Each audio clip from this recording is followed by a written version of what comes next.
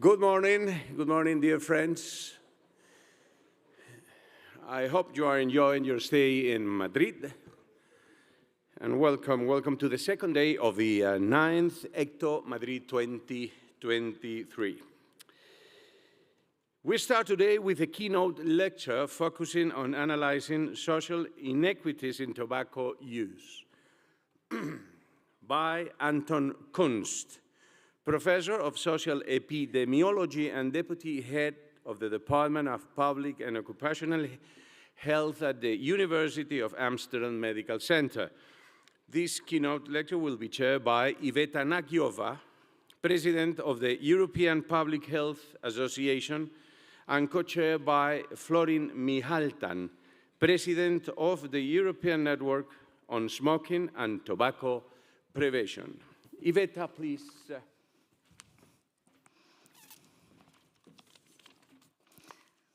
Thank you very much. Ladies and gentlemen, esteemed guests and dear colleagues, it gives me great pleasure to welcome you all this morning to the plenary session of the European Conference on Tobacco or Health 2023 on my behalf as President of the European Public Health Association, EUPHA, which is an umbrella organization for national public health associations and institutes in Europe, bringing together 81 members from 47 countries. And a cordial welcome also on behalf of Professor Florin Mihaltan, my co-chair today, and the President of the European Network for Smoking and Tobacco Prevention.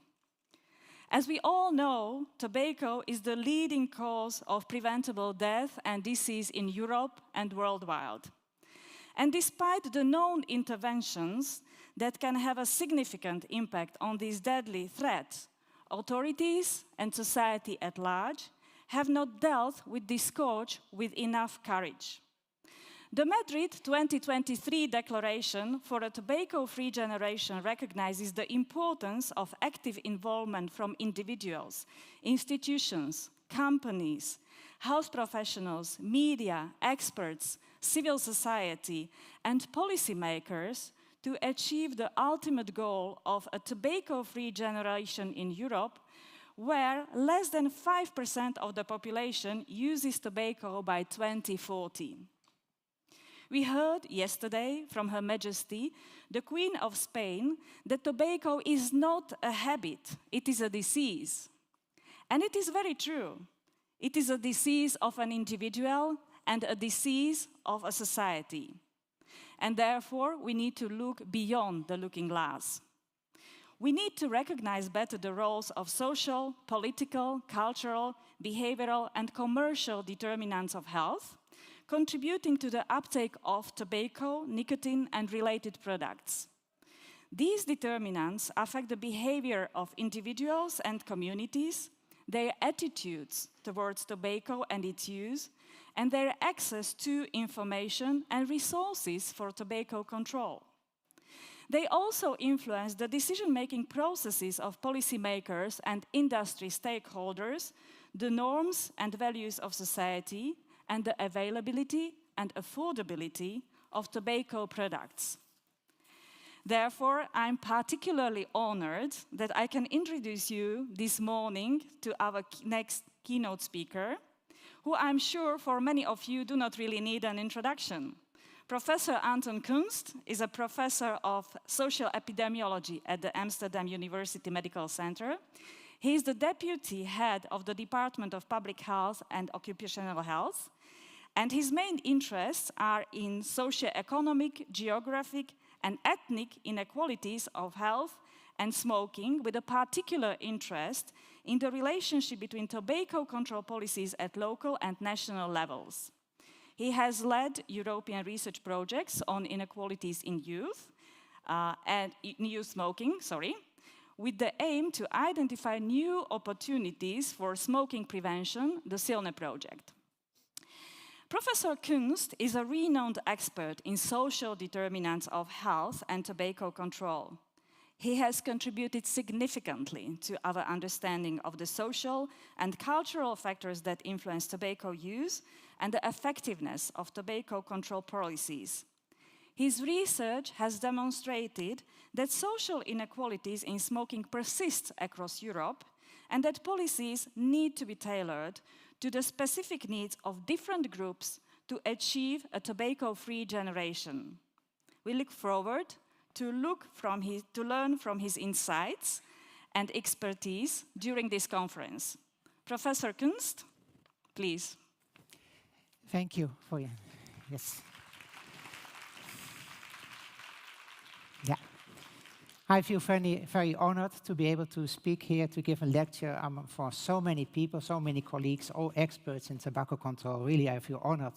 And I hope that this next 40 minutes, I have 40 minutes, I can tell something that may be new to you, something that make you think, and otherwise may just enjoy you.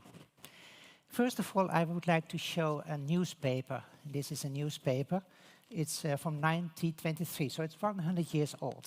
And like in the newspaper by then, most of the first page was filled by text. Although there is one picture, one, I think, advertisement. So if there's one advertisement, it should be something beautiful, something very important. And this is the advertisement.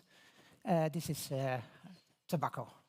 And the good thing here is that, according to this advertisement, tobacco is the best for one's health, and especially this brand. So that was the good news by that time. But you know, things have changed. We've come to realize that tobacco is not good for your health, and these advertisements have disappeared. But what's also particular of these times is that the person who's portrayed there. And you may seem, as if you know the costumes by the day, this is particularly a rich man. It's particularly seen by his head, it's a high hat. And it was typical at that time. Smoking was also a habit of people with high hats. But that's also what has changed. Now smoking is not anymore a habit of those with high hats, but only of those with low hats. By that time, low hats was something of the low classes. And this is the current situation. If you have to think about tobacco control, it's mostly about people with the low hats nowadays. I'm an epidemiologist, so you may think, well, Dr. Kunst, he is now going to present a lot of tables and graphs. But I won't do that, not anyone. I will present Lego blocks. And that's because I come to realize that not only quantitative research is important, but equally important are qualitative research, because this gives more insight into the realities of tobacco control policies and practice, and also in the lives of the people who are smoking or who are about to smoke. So I wanted to combine qualitative and quantitative research into one way of presentation. And when I looked at the toys of my children, I came to realize that Lego may be the way to do so. Important here is that in the rest of my presentation, blue blocks represent high socioeconomic status, low blocks red socioeconomic status. The colors are arbitrary, mainly because my children has many red blocks. And socioeconomic status mean higher educational level, occupational position, more income or more wealth. These are the main dimensions of one's socioeconomic status. In these terms, this is now our populations that we are dealing with. It's a population mostly consisting of red people. This is where we talk about youth in schools who are smoking, about patients attending cessation clinics, or those who as patients with cancer, with a smoking-related cancer, enter into the hospitals. Most of them are red. And why are they red? Because the risk of being a smoker is higher among those with lower socioeconomic status. If you take a population of 100 people, 100 blocks, 50 are blue, then we will find 5 out of 50, 10% are smoker. And out of the 50 who are red, 10 are smokers. That's a percentage of 20%. A twofold difference. This is typically the difference that we find nowadays in our European societies. And we are concerned with the difference for a different reason. First of all, in a way, it's inefficient. If the rates of the blues would be as high or as low as the highs, smoking rates would be much lower. And if the blues would respond to all our measures in the same way as the reds, the blues, then the measures would be more effective. So in a way, we think it's inefficient. But we may also think it's unfair. And the reds, they are exposed to many more stresses than the blues. More constraints in their life, more problems. And on the top of them, we have also problems of smoking, everything that's related to this, with the stress, the difficulties of stopping, the monetary expenses, etc. And we might think, depending on our political views, that this is really unfair, something that we cannot tolerate. And finally, it's because of the health impact. We know in European societies there are large inequalities in health, for example, large inequalities in life expectancy, 5 to 10 years difference. And in many European populations, these differences are caused for the main part, or a large part, by smoking, 1/3 or even 1/2. And if we want to reduce inequalities in health, we must do something about inequalities in smoking. So this is a concern. And what is the typical response that we have over the decades to these inequalities? We say this gap should be closed. Take 20 years ago, the strategy that the WHO for Europe formulated for the beginning of the 21st century.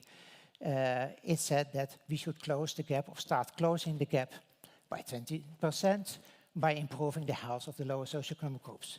This is the approach that we have taken. And that implies, in our case, for example, that smoking rates of those in red blocks decrease. Here, for example, from 10 to 8 blocks, and that gap would reduce by about 40%. This is what we aim for, closing the gap. And some developments are maybe in that direction. I take an example again of about 20 years ago, 2003. Until 2003, most of our tobacco control were publicity campaigns, etc. But we always argued to address inequalities, we also should address the environment. And in the Netherlands, finally, in 2003, a package was introduced addressing the environment. Higher taxes, smoke-free workplaces, bans on sales to minors, 16 years by that time. And this happened, the red blocks show what happened before and after the ban to the smoking rate among children, 15, 16 years ago, age. What happened to their smoking rates, before and after. And you see there was a decline, a 10% decline because of the package. Well, you might say, this is the way to close the gap. But what happens at the same time, also, you see here the rates of the high-track children in the same age groups, they also declined by 40%. In as such, it's fantastic to have this big effect on the smoking of children. But from the perspective of closing the gap, there's a problem here. We see that the gap remained. It even widened a bit. And that's the frustrating thing. We have a policy measure, we're addressing the smoking rates of the reds, but those of the blues respond as well. And the gap remains.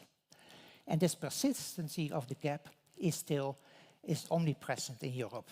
Here we see data on 23 European countries among the smoking rates among adolescent girls, 2007, 2015.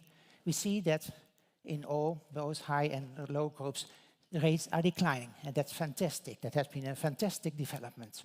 But it both decreased among the red and the blue girls. And the gap in the time persisted. In relative terms, they even increased. So there is a great persistency in the gaps for several reasons. And you can think of many factors that contribute to this gap. For example, among the red girls, high rates of peer smoking, parental smoking, social norms which are more pro-smoking in the surroundings of the red girls, fewer future prospects and therefore future orientation and lesser willingness perhaps to invest in health, stigmatization of smoking, and at the same time stigmatization of those in a red position, more stress, and see as coping as a way to cope with stress, less in being informed, for example, about the addictive nature of nicotine, lower levels of self-control, greater access to tobacco products, and perhaps marketing of the tobacco industry to the red girls, as a new market, all kind of factors. And this list is not exhaustive. There are many other factors. So this gap is very persistent. And if we want to close that gap, we are like Don Quixote fighting the windmill, and a fight that you can never win. And that's actually what happened 400 years ago. Don Quixote did not win from the windmill. So it's very... Oh, sorry. What? ¿Qué dices? Sí, todavía no. ¿Ah? Y tampoco los molinos holandeses, tampoco. Ah, qué pena. No? Okay, see the boy is here. Okay, now he still is fighting and he still is not fighting, so it's impossible. Even the Dutch windmills, not possible. And Mr. Panzer, this was Mr. Panzer talking to me, he said we shouldn't be less Mr. Don Quixote, less Don Quixote, in more Mr. Panzer, more realistic, more down to earth. So let's be more down to earth. If we deal with inequalities, let's not say we close the gap, we achieve equal smoking rates. What we can do is to say we have one target for all, and we have inequalities in the trends toward these targets. That might perhaps be more realistic. And what I'm thinking of here is this. And we have, as a community and as policymakers, many governments have the target of a smoke-free generation. That the rates of now, about 20%, will decline up to less than 5% in some approximate future, say about 2040. That's what we aim. Perhaps we are a bit Don Quixote thinking this, but let's say that this is realistic. And my view is that this aim can be achieved or can be strived at for both the red and the blue people. They both can have this decline so that in the end they both can get lower than this 5% smoking prevalence rates. And the equality still exists. There may be a twofold gap there in the future. But the important thing is it would affect less people, many less people. That's not good English, sorry. And more importantly, smoking would not anymore be a main contributor to inequalities in life expectancy. It has become much less significant. The gap remains, but still we have achieved a lot if we will go on this path. And I think we may evaluate our different policies, our actions in these terms. And to achieve this trend towards the same target, what is needed that any effective tobacco control actions that we have, that they are to benefit each smoker or to-be smoker equally, whether a smoker is red or blue. That's the basic thing that we should strive at in our actions. Then we reach this common target. Let's take, for example, the example of price policies. Let's assume that we want, that we even can take price as a main strategy to reach the smoke-free generation. And that, for example, we, at first step, we raise price to such extent that smoking rates will decrease by 30%. There's a lot of evidence to assume and to safely assume that this effect of 30% will be reached not only more the blue people, but also the red people. There's a lot of evidence. And suppose that we make further steps, increase the tax even more, that we just are the Ministry of Finance and that we can do whatever we want. And then we achieve next a 40% reduction, again, among blues and reds, perhaps with some supplementary measures. And to give a final blow to tobacco, even more bigger increase, and still we achieve the same percentage reduction among blue and reds. So in this way, with some complementary measures like more cessation support, etc., this might be realistic if we were the Ministry of Finance. So price policies may help to achieve this road. And what the road is, you can emphasize this as 2 slides. Slides starting with different levels, different slopes, but heading towards the same target. So, not only price policies, but other policies can also be judged from this perspective.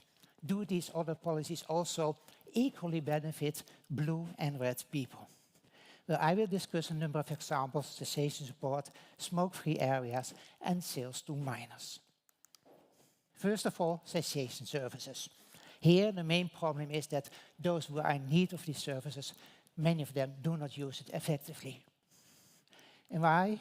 Because there are many barriers between need and effective use. For example, in order for the smoker to really use it effectively, first of all, the smoker should recognize the need for help, for professional help. Next, it should be able to access it and pay for it. And next, it should be able to find a service that is acceptable, appropriate to the situation of the smoker. And finally, when using it, it should be effective. For example, stay smoke-free for at least 1 month to start with. And these hurdles are important. And we know, this is, for example, a picture of what happens in the general population. Going from the left to the right, suppose there are 11 people in need. They all have to pass through these hurdles. 3 out of 11 may not pass the first hurdle because they may not recognize the need for professional help. 2 more may perhaps not be able to access the services because of money or other things. And so on, every hurdle, some people cannot pass them. And in the end, we have 3 people out of 11 who effectively use services and stay smoke-free for perhaps at least 1 month. That's a situation that you may recognize. And this situation is different for the red smokers, for those with lower socioeconomic status. The hurdles are larger for them. More will not recognize the need. More may face problems. And in the end, just 1 out of 11 may use the service effectively. So that's a problem. Big hurdles, bigger for the red people compared to the blue ones. So what do we need? And what do we need? We need to lower these hurdles from the perspective of the red people. For example, for the first part, we need to discuss their problems, their situations, their needs, raise awareness, and perhaps in some occasions recognize that people have so many problems that their priorities are not with short-term with smoking cessation. We need to remove barriers to the access, not only financial, but also perhaps organizational, geographical, and offer the service at workplaces, at healthcare settings, at neighborhoods, etc. And we need to tailor the services to our needs. And for example, not offer smoking prevention. This requires a lot of analysis and planning ahead. For some people, we don't know how the next day looks like. It's difficult to make plans for the next month. So perhaps the approaches, the services may need to be adjusted. And finally, the effectiveness should be evaluated, whether really services, when are used, are equally effective among people who are red compared to those with blue. So I hope that in this way, and the many initiatives are taken along these roads, that service in the end can be as helpful to the red people as among the blue. So to catch up to now, I want to say that we should not close the gap, not strive at equality in smoking rates. That's impossible. But we can set a target for all, equality in trends ahead. And for that, we need tobacco control actions to benefit each smoker equally, red or blue. And I just discussed how cessation services can be evaluated along this way. Now, and I would like now to go to the role of smoke-free areas, how they can help to let people go in the slides in the same direction. Smoke-free public places. Well, we know that smoke-free public places is important not only to prevent secondhand smoking, but also to help people who quit smoking, being in an environment that is supportive, and also for young people to prevent them to start smoking in many ways. And there are many areas where we can have smoke-free smoking. When preparing for this presentation, first I thought I will talk about hospitality venues. We know it's related to youth smoking. We've prepared a review on this ourselves. But it's uncertain how they worked, what the impact varied among youth SES. There's quite older literature, mostly from the USA, and there's very little about socioeconomic status. So we may have missed the opportunity to evaluate these somewhat older initiatives. But perhaps, well, that's outdated, perhaps not so relevant. Let's look forward to new smoke-free policies, and especially the outdoor policy smoke-free areas. For example, smoke-free sports. In the Netherlands, there's a main initiative to encourage sports clubs, outdoor sports clubs, to become smoke-free, mainly thanks to early initiatives from the health foundations, including the Cancer Foundation. And we wondered a few years ago how many Dutch sport clubs had responded and had decided that by that time their premises should be smoke-free. And this is the situation for hockey clubs. You know, hockey is an elite sport. It's mostly, I would say, a blue sport. And out of the 10 hockey sports, 7 have adopted smoke-free policies and declared that their areas are smoke-free. And that's also what we heard when we talk with colleagues and they talk about their children going to hockey clubs and yes, smoke-free, and everyone respond to that. It's a success story. So we might think, from this perspective, this game has won. We are winning the game. But that's the blue perspective. Let's also look at the red perspective. And in the Dutch context, that means look at football clubs. It's more low-class sports. That's a different situation. Out of 10 clubs, only 3 had adopted smoke-free policies. And when we visit these clubs, we see that their implementation so often is not optimal. So that's a quite different situation. And this alertness to socioeconomic differences is very important before we say too early that we had win the game.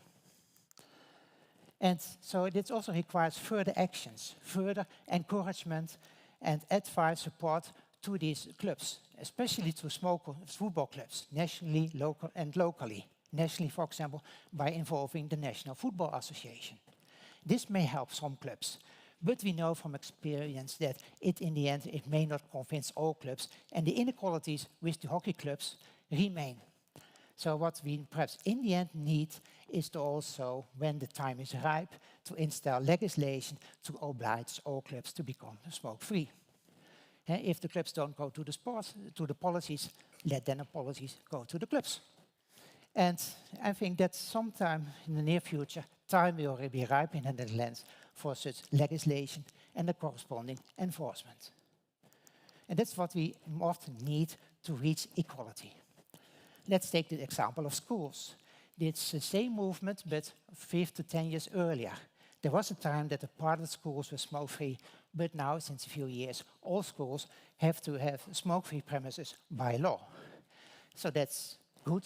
The good thing is that smoke-free school premises are really helpful to protect young people against smoking initiation. There's less reduced opportunity to smoke. They develop stronger anti-smoking beliefs and attitudes. Pro-smoking social norms are weakened in smoke-free premises, and there's less peer pressure to smoke. So this is good news. Nice effects for all schools, so the red schools, the blue schools, for everyone alike. So one would say, fantastic, this is what we need. But you may understand that now there's a but. And the but is that if you look now at the realities of school places, this is like this. This is portraying a school break time period. The green areas are the smoke-free school areas. The area not green are the streets outside. And the situation may strongly vary from school to school, but the typical situation is that pupils from lower educational tracks, the red ones, potentially the yellow ones here, they are more likely to be outside the school at the street, and therefore to be not as much protected by these smoke-free policies. So there's inequality here. And the thing is even worse, but because what happens in these groups at streets, there's a strong peer pressure to smoke. There's opportunity to smoke. You're exposed to the old people who smoke, and there are social processes like together they developed pro-smoking beliefs and even an identity. You belong to the group if you are a smoker, and otherwise, go out. So, and exactly the opposite effect of what he intended may develop among a part of the red pupils. So we should be very careful that this should be avoided such situation.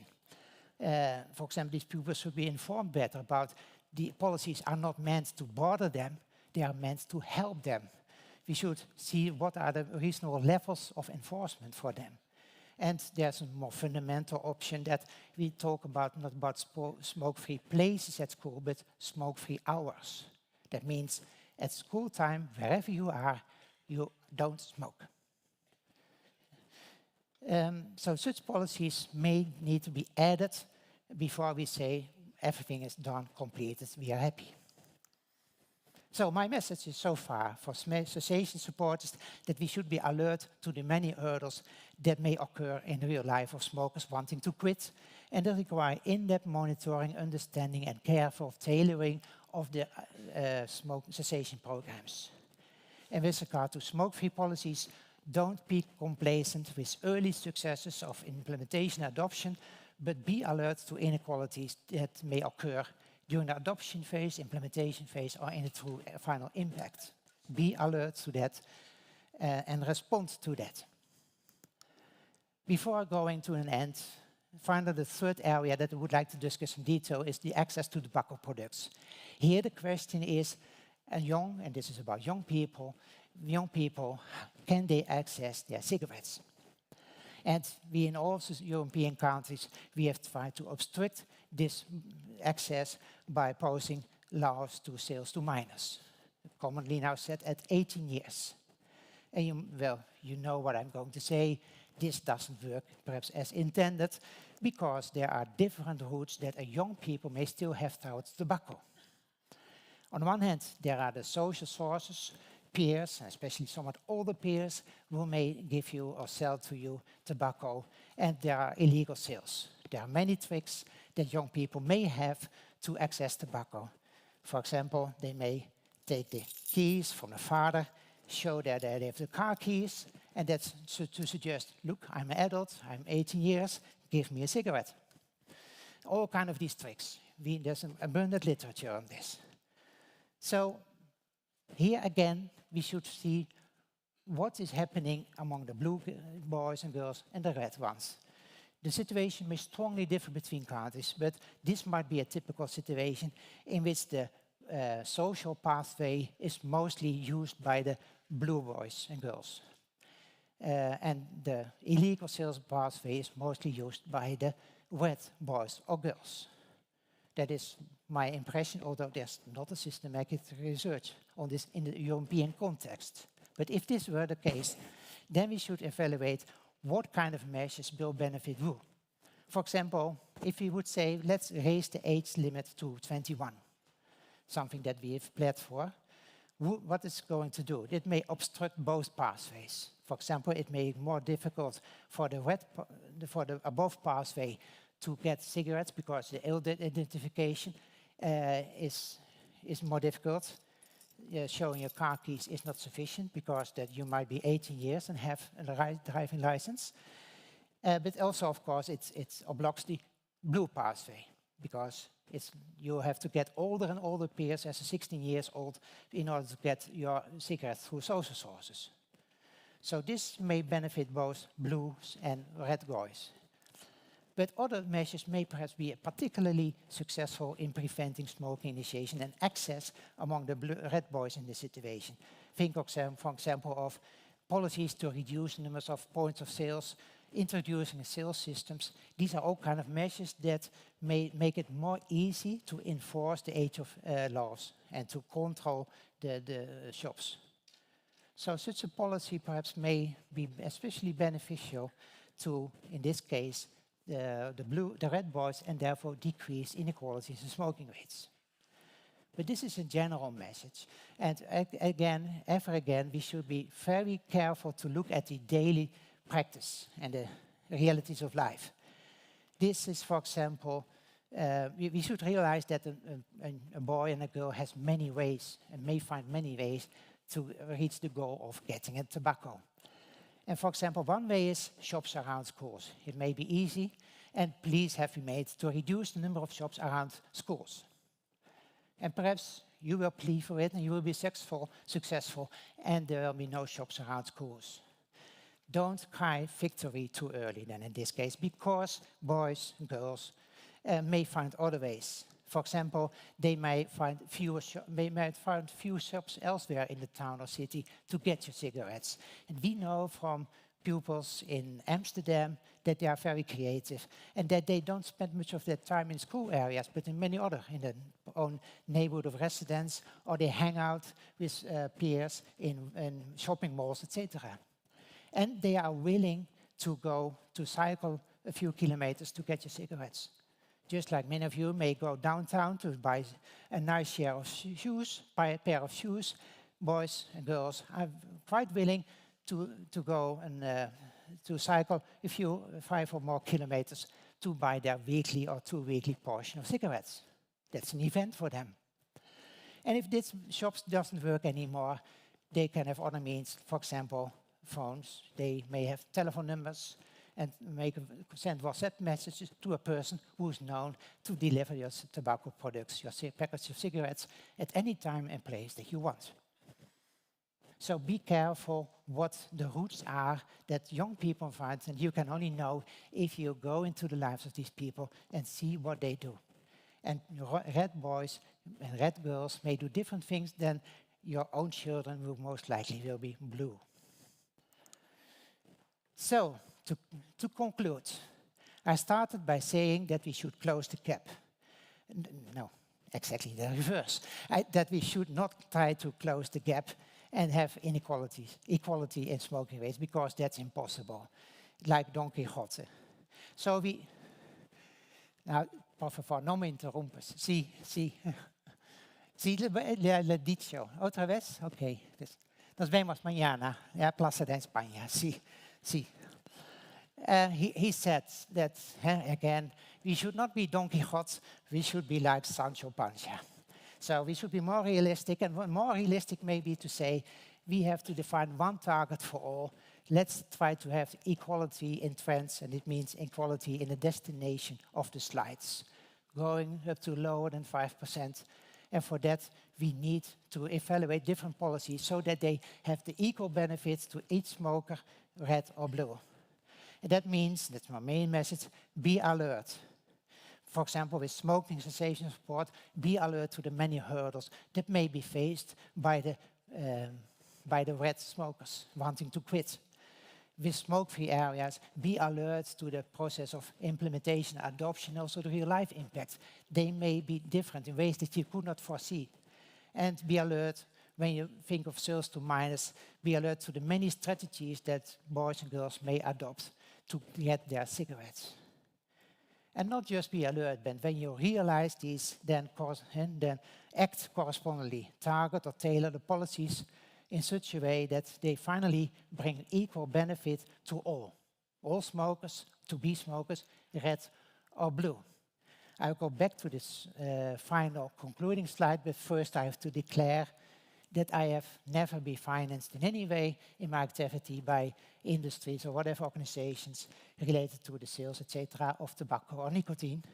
And I would like to add that this presentation is not sponsored by the Lego company.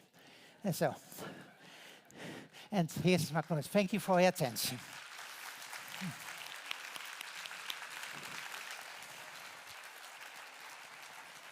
Okay, well, Professor Kunst, this was wonderful. And I have to tell you all a secret. When he sent us his presentation, he told us, don't be scared from the childish Lego blocks, that there is a serious research behind it. And sure, there is, and we are absolutely convinced about it, and also it was a culturally sensitive presentation. So actually this is all what we need. We need this innovation. We need not only in the style of the presentation, but also in our approaches, how to tackle tobacco control. Now I would like to give floor to my colleague, my dear co-chair, Professor Mihaltu, for a couple of his reflections and closing this session.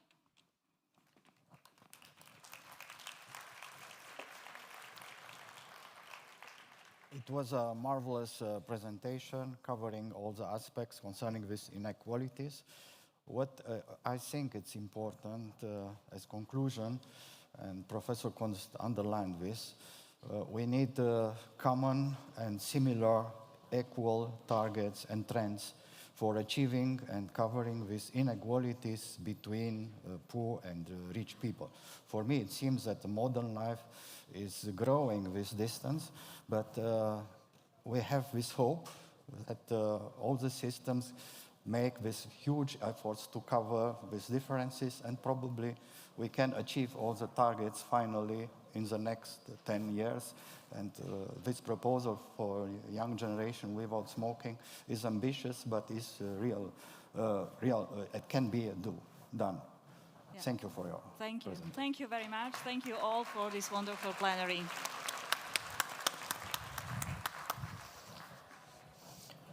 I think there is no time. Yeah.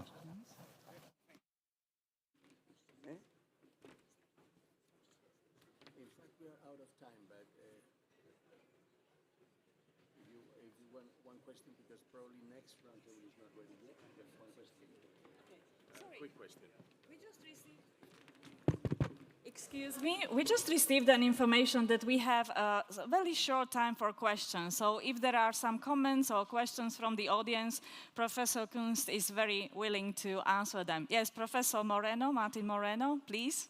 Do we have a microphone? Yes, yeah. Professor Martin Moreno, yeah, the second. Thank you so much. I cannot help it. Thank you so much, Dr. Kunst. Anton. That was great. Congratulations on an excellent presentation in both the form and the substance. I was very touched by Don Quixote and Sancho Panza, honestly. And sometimes we are obsessed in public health with equality. And you really got into the target, because even if it comes at the cost of all of us being equally badly off. And in this case, it's much better the objective of a fair goal for all, to reach a goal for all, a target for all people. I think it is a wonderful message for all, take-home message. But you were very brave in the title. I remember when we were exchanging messages at the beginning, and you were proposing, saying, I'm going to be moderate in my title, but then it was brave, because you said social inequalities in tobacco, containing the inevitable. So it's like an oxymoron, right? That an impossible mission to reach this kind of equality. But you explained it perfectly. So one thing is to simplify, another is to be simplistic. And you were not simplistic. You were saying, this is what we would like to do. You were offering a lot of solutions, but then systematically a but caution there. But at the end, could you please, and I know that it's a relatively simple question with a very complex answer, if you had to prioritize one action that you consider effective and efficient to get us closer to the goal of a healthy target for all, and hopefully to get rid of the scourge of tobacco, what would be the thing that you could advise us after having, explored and dive in all of these things? Well, that's price policies. That's simple. Sorry, simple answer. Simple question, but also simple answer, I would say, price policies. We know from all evidence that price policies are most likely to have effects among the red smokers as much as among the blue smokers. So if we want to have these slides converging to the same end, price policies are the most likely to contribute to that. But of course, it's never alone. Hey, you have to have complementary measures. For example, you need to also then invest in cessation support so that people who are poor and want to quit, that they really can quit. Otherwise, they will run into really monetary problems. But essentially, price. Wonderful. Thank you very much. I received an updated information that the next panel is ready, so we are done with questions. But thank you very much. It has been really a great pleasure to be here today. And thank you, Professor Kunst, and thank you also my dear co-chair, Professor Mihaltan. Thank you.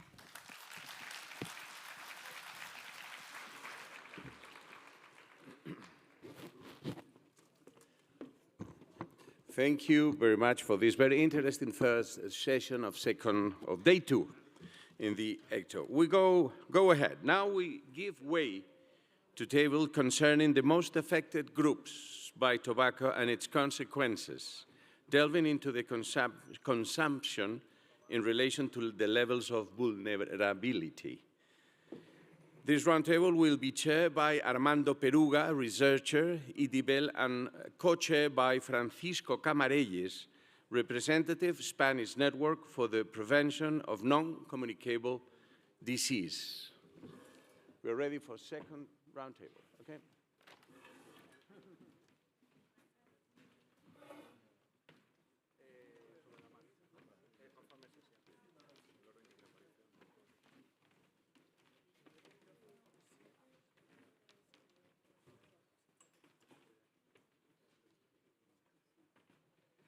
Donde queráis. Hola, buenas tardes, o buenos días, perdón, ya estoy un poco... In English. In English, okay. Let's change the chip. Thank you. We are, they're putting the mic on the speakers, so give us a couple of minutes before they come to the scenario. And we'll start this exciting session on the tobacco use and the tobacco problems related to specific vulnerable groups. As you know, I'm not saying anything new if I say that tobacco is the leading cause of death, of totally preventable cause of death. And I won't say anything new if I say that the tobacco use and the consequences of tobacco use vary enormously. It's not distributed at random in the population. There are certain groups, according to certain factors, that have a higher prevalence of tobacco use, others lower.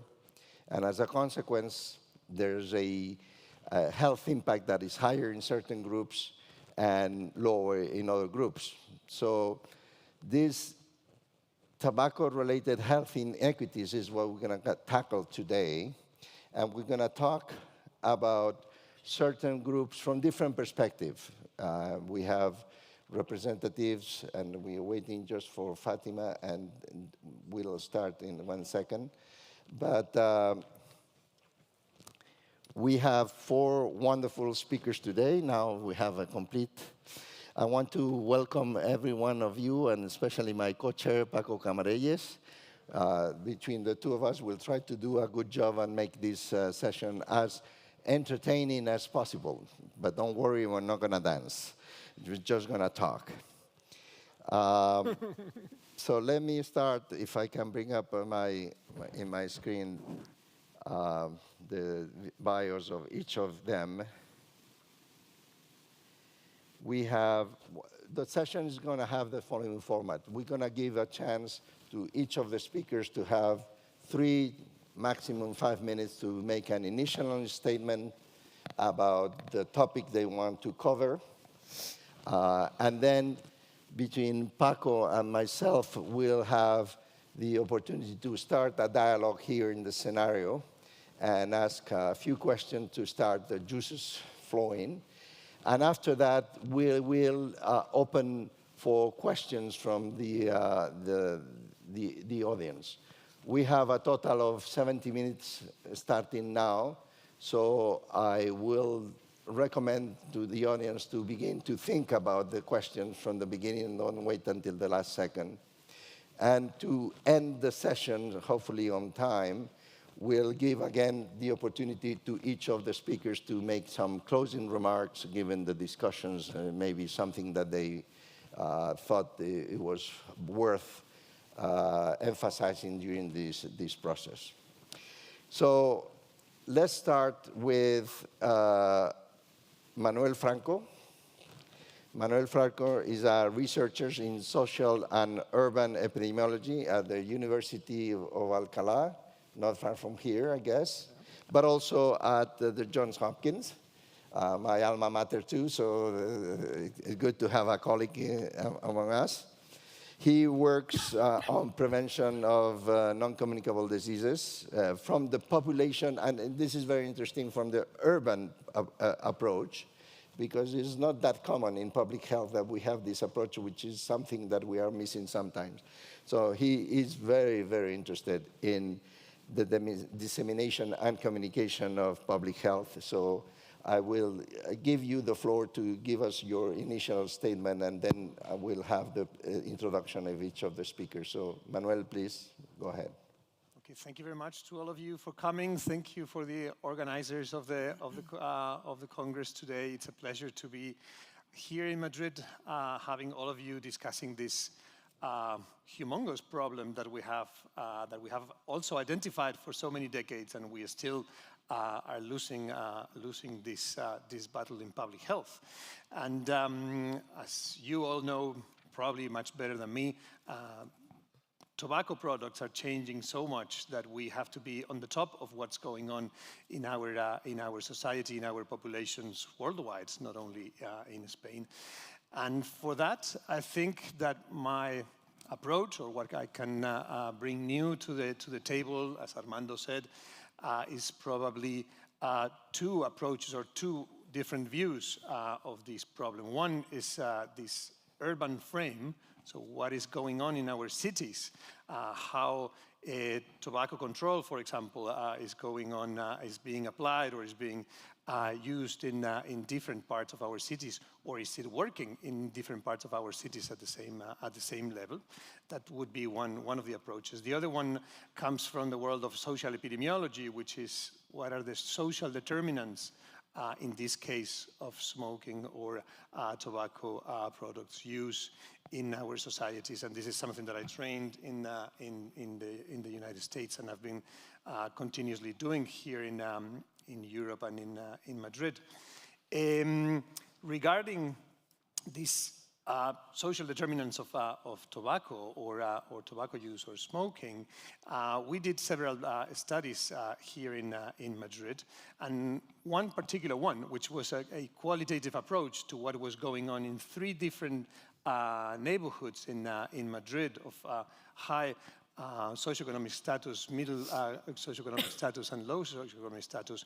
We found out that, for example, the way that laws for controlling tobacco use in the public space was very different from one to the other. For example, in bus stops or the bus place where you wait for the buses, in high economic, socioeconomic neighborhoods, nobody was smoking, where in the middle and low, it was totally normalized that was a place for smoking. Even in the bad weather, could be used for smoking, even if you were not waiting for the bus.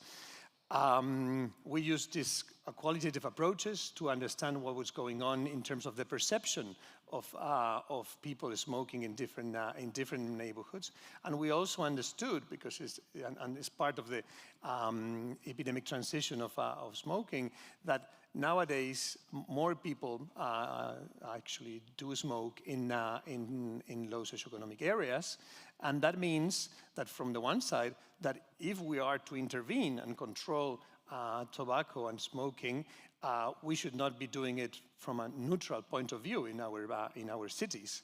We should be targeting those places, those neighborhoods, and those areas, because in other areas it is clear right now, and nobody is doing. Actually, the normalized behavior is not smoking, which actually also means that the people who smoke are stigmatized, and we are stigmatizing 2 or 3 times people of low socioeconomic status or living in underserved communities.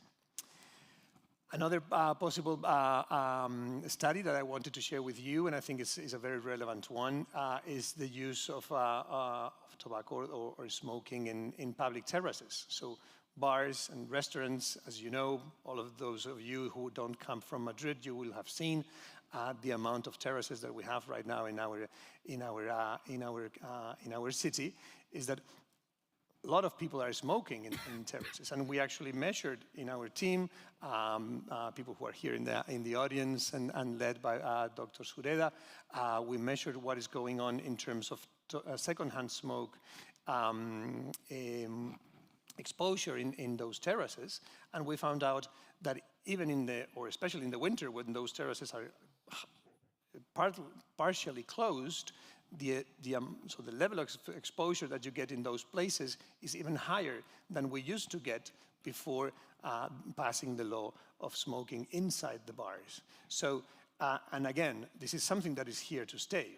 We are not going to be able to close terraces, even if this is a problem from an urban planning point of view. But from a smoking point of view, this is something that people in other places in Spain, like in Catalonia, are fighting very hard. So this is another important point from an urban planning point of view, because that has nothing to do with the health sector. It has to do with who are the technical people in the cities that can really move towards banning smoking in public terraces. So those are just two examples of what we do. I will stop here. I will bring other ones later on. Thank you again. Thank you, Manuel. Enjoy the applause. I think this is a very interesting presentation, because at least when I was studied, my first lesson in epidemiology was that there were three characteristics that any epidemiologist should take into account. One was time, obviously, the other was person, and the other was place. And to tell you the truth, place is kind of the poor brother of these three.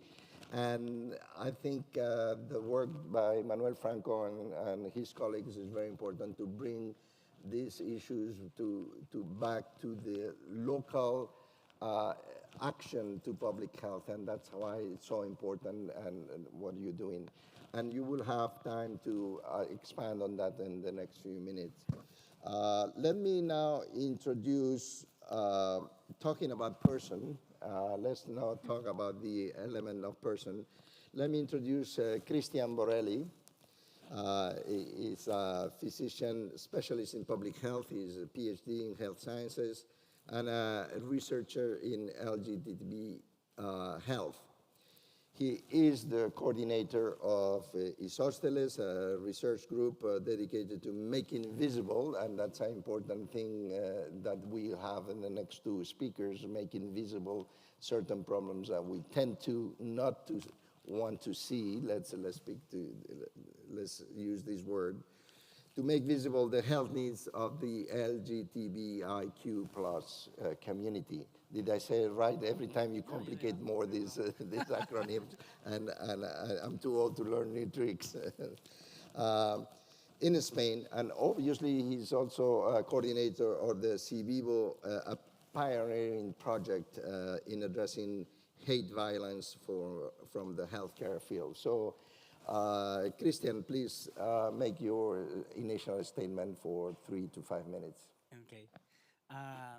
Thanks, Armando.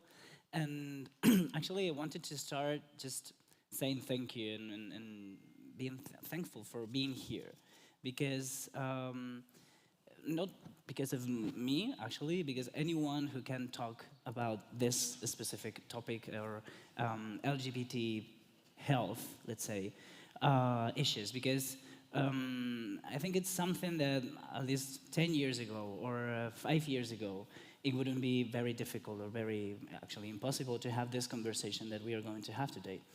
That is very, very important. I think that the most important thing is that having someone like me talking about this, and for that I'm very thankful.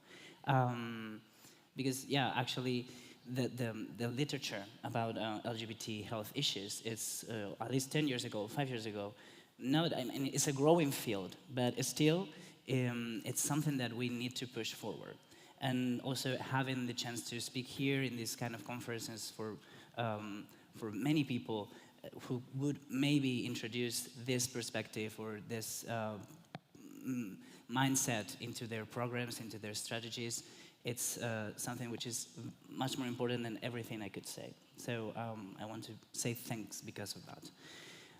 Also because we come from a framework that it was not so long ago, maybe 30 years ago, which was a framework which used to pathologize or criminalize LGBT population.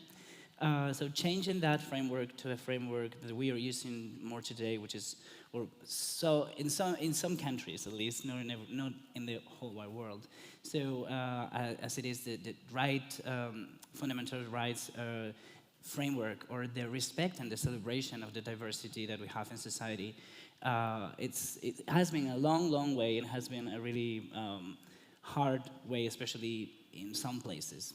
Because, for example, a lot of the research I have done without any funds, and I have tried so hard to do it. So it's very important that we are here, because we cannot leave anyone behind, and as we will see, I think, in this table. And also, I want to underline, before saying anything that we will discuss later, that LGBTQ plus community, it's a very broad community, and we have to think from the beginning that it's a very diverse community in itself. Because, of course, the challenges that lesbian women face are different than the challenges that gay men or transgender women or transgender men face. So, and also because LGBT people can come from very different backgrounds, as different nationalities or ethnic background or economical level of study. So it's a very complex topic, but as I said, it's very important to address it, because this is, as we see later when we keep talking, is a community or a group of communities that are disproportionately impacted by tobacco consumption. And also because of other determinants or other situations that we will talk about, like the discrimination, of course, and the stress that these kind of communities suffer because being minorized or they belong to a minority. They will make it more vulnerable to start smoking and harder to quit smoking, right? And also, for example, LGBT community is one of the most targeted for the big tobacco and marketing.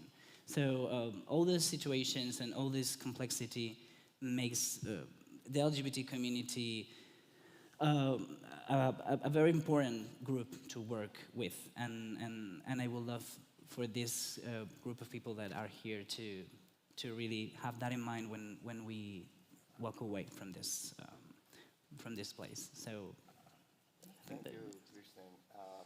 I think we'll have later the time to go more in depth about the tobacco use on the, as you say, it's a very diverse community, and we would like to learn more about the diversity, not only of the community itself, but particularly in relation to use of drugs and especially tobacco. So thank you so much, Christian.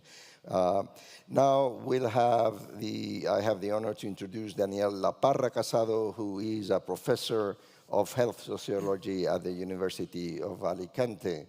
How was the weather in Alicante compared to Madrid? Well, more or less the same now.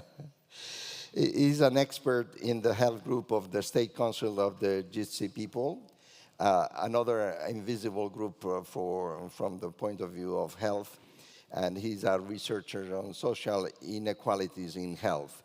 He collaborates in various academic and civil society initiatives to improve the health of the population with special attention to the most invisible social groups. And he's going to be speaking about the Roma people in I guess you work mostly in Spain, but please give us a broad overview of your work. Thank you.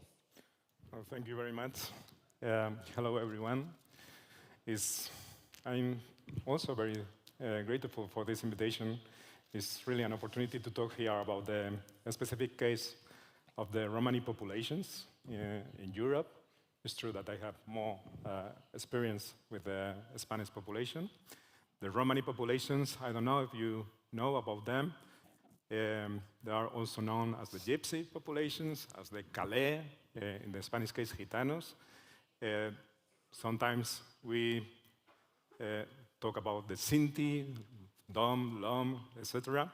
So there are many different names that they have, and also names that they receive. And this group of people, very diverse as well. We talk about many different populations around the continent. It's quite quite invisible. That will be my main point for this presentation. I don't know, maybe I can ask to the audience here. Here in this audience, I will say that we are gathering all the knowledge about tobacco in this continent and maybe in other continents. And I would like to ask you to raise your hand if you have experience, knowledge, previous evidence about the Romani populations.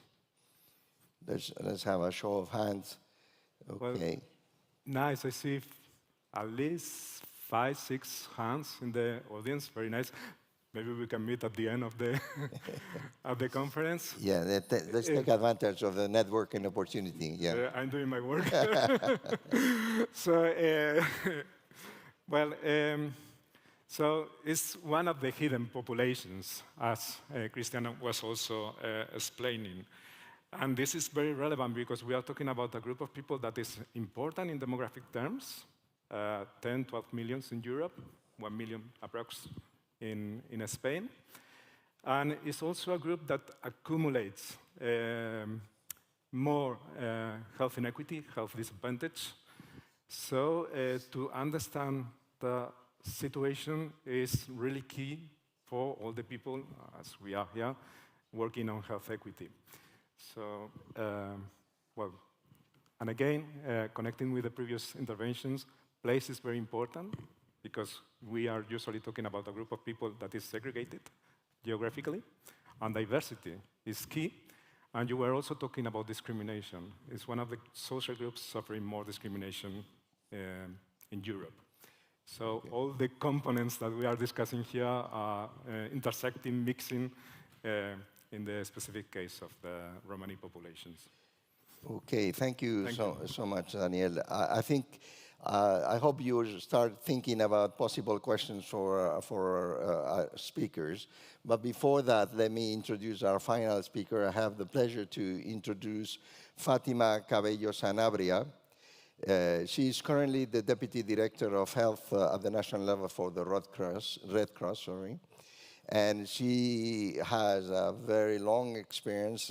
She doesn't look that old, but she has a long experience as international delegate in emergencies in different situations, natural disasters, epidemics, population movements, and in general in public health.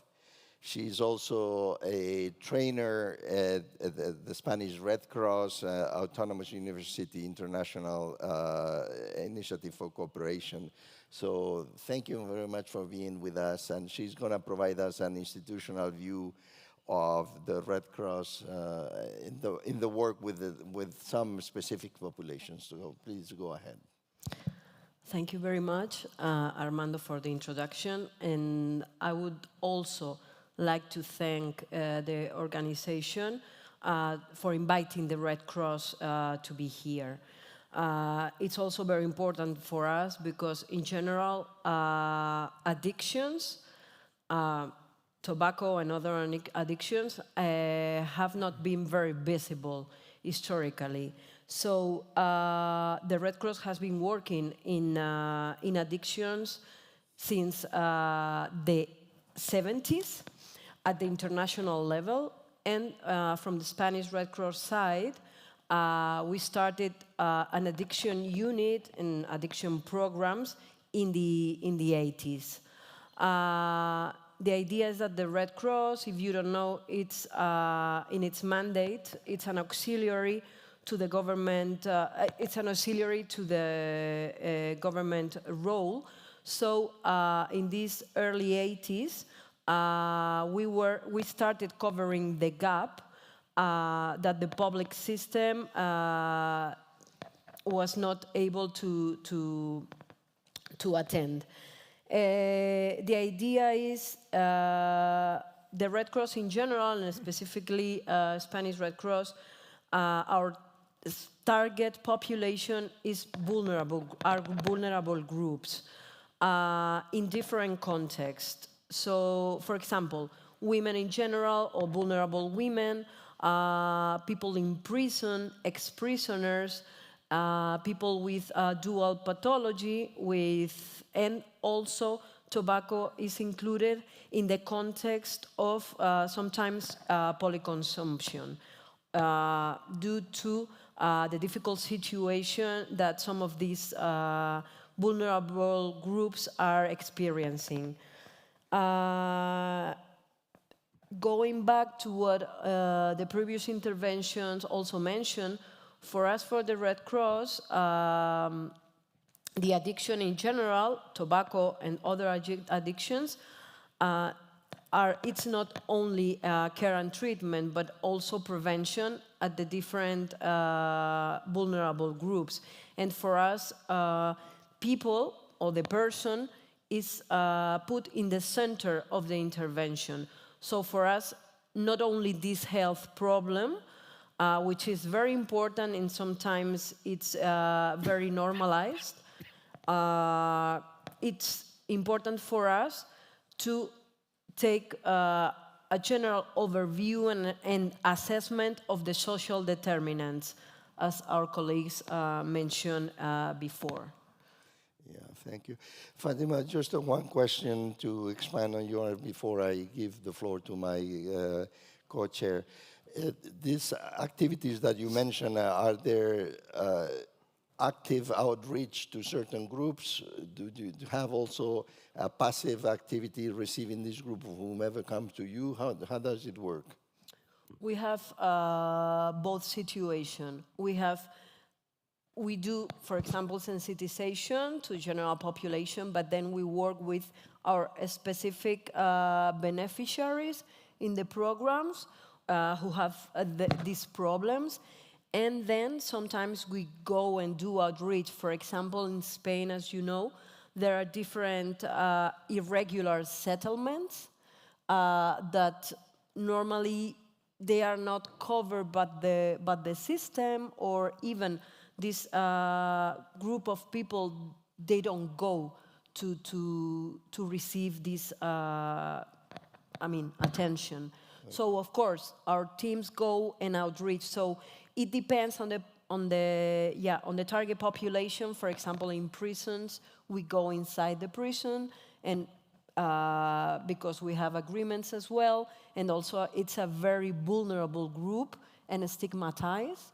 So we have different ways of working. Well, thank you very much, Fatima.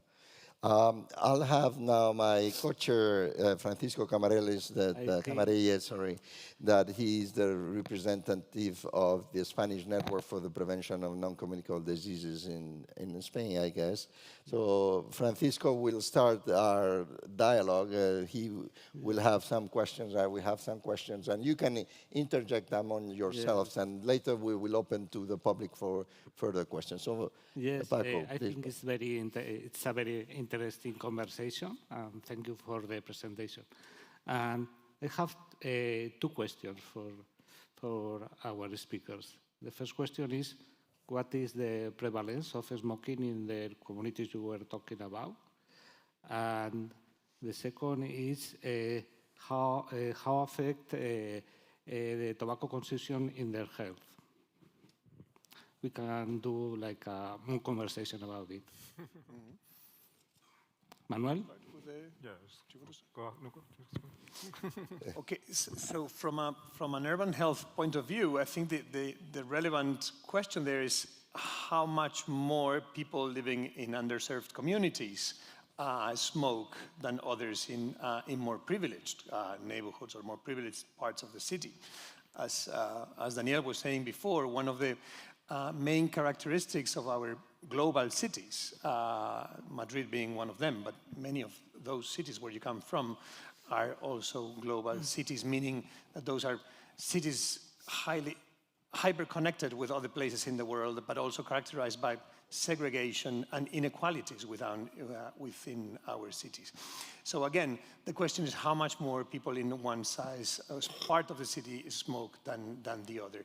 For example, in Madrid, there might be a gap of 20% in the prevalence of how much people in one side smoke, where almost nobody smokes in highly in high-income areas in Madrid versus other parts of the city where maybe up to 40% of the people smoke, because in Spain it's calculated, and maybe I'm wrong, but with the latest statistics, around 20-something% of the population do smoke.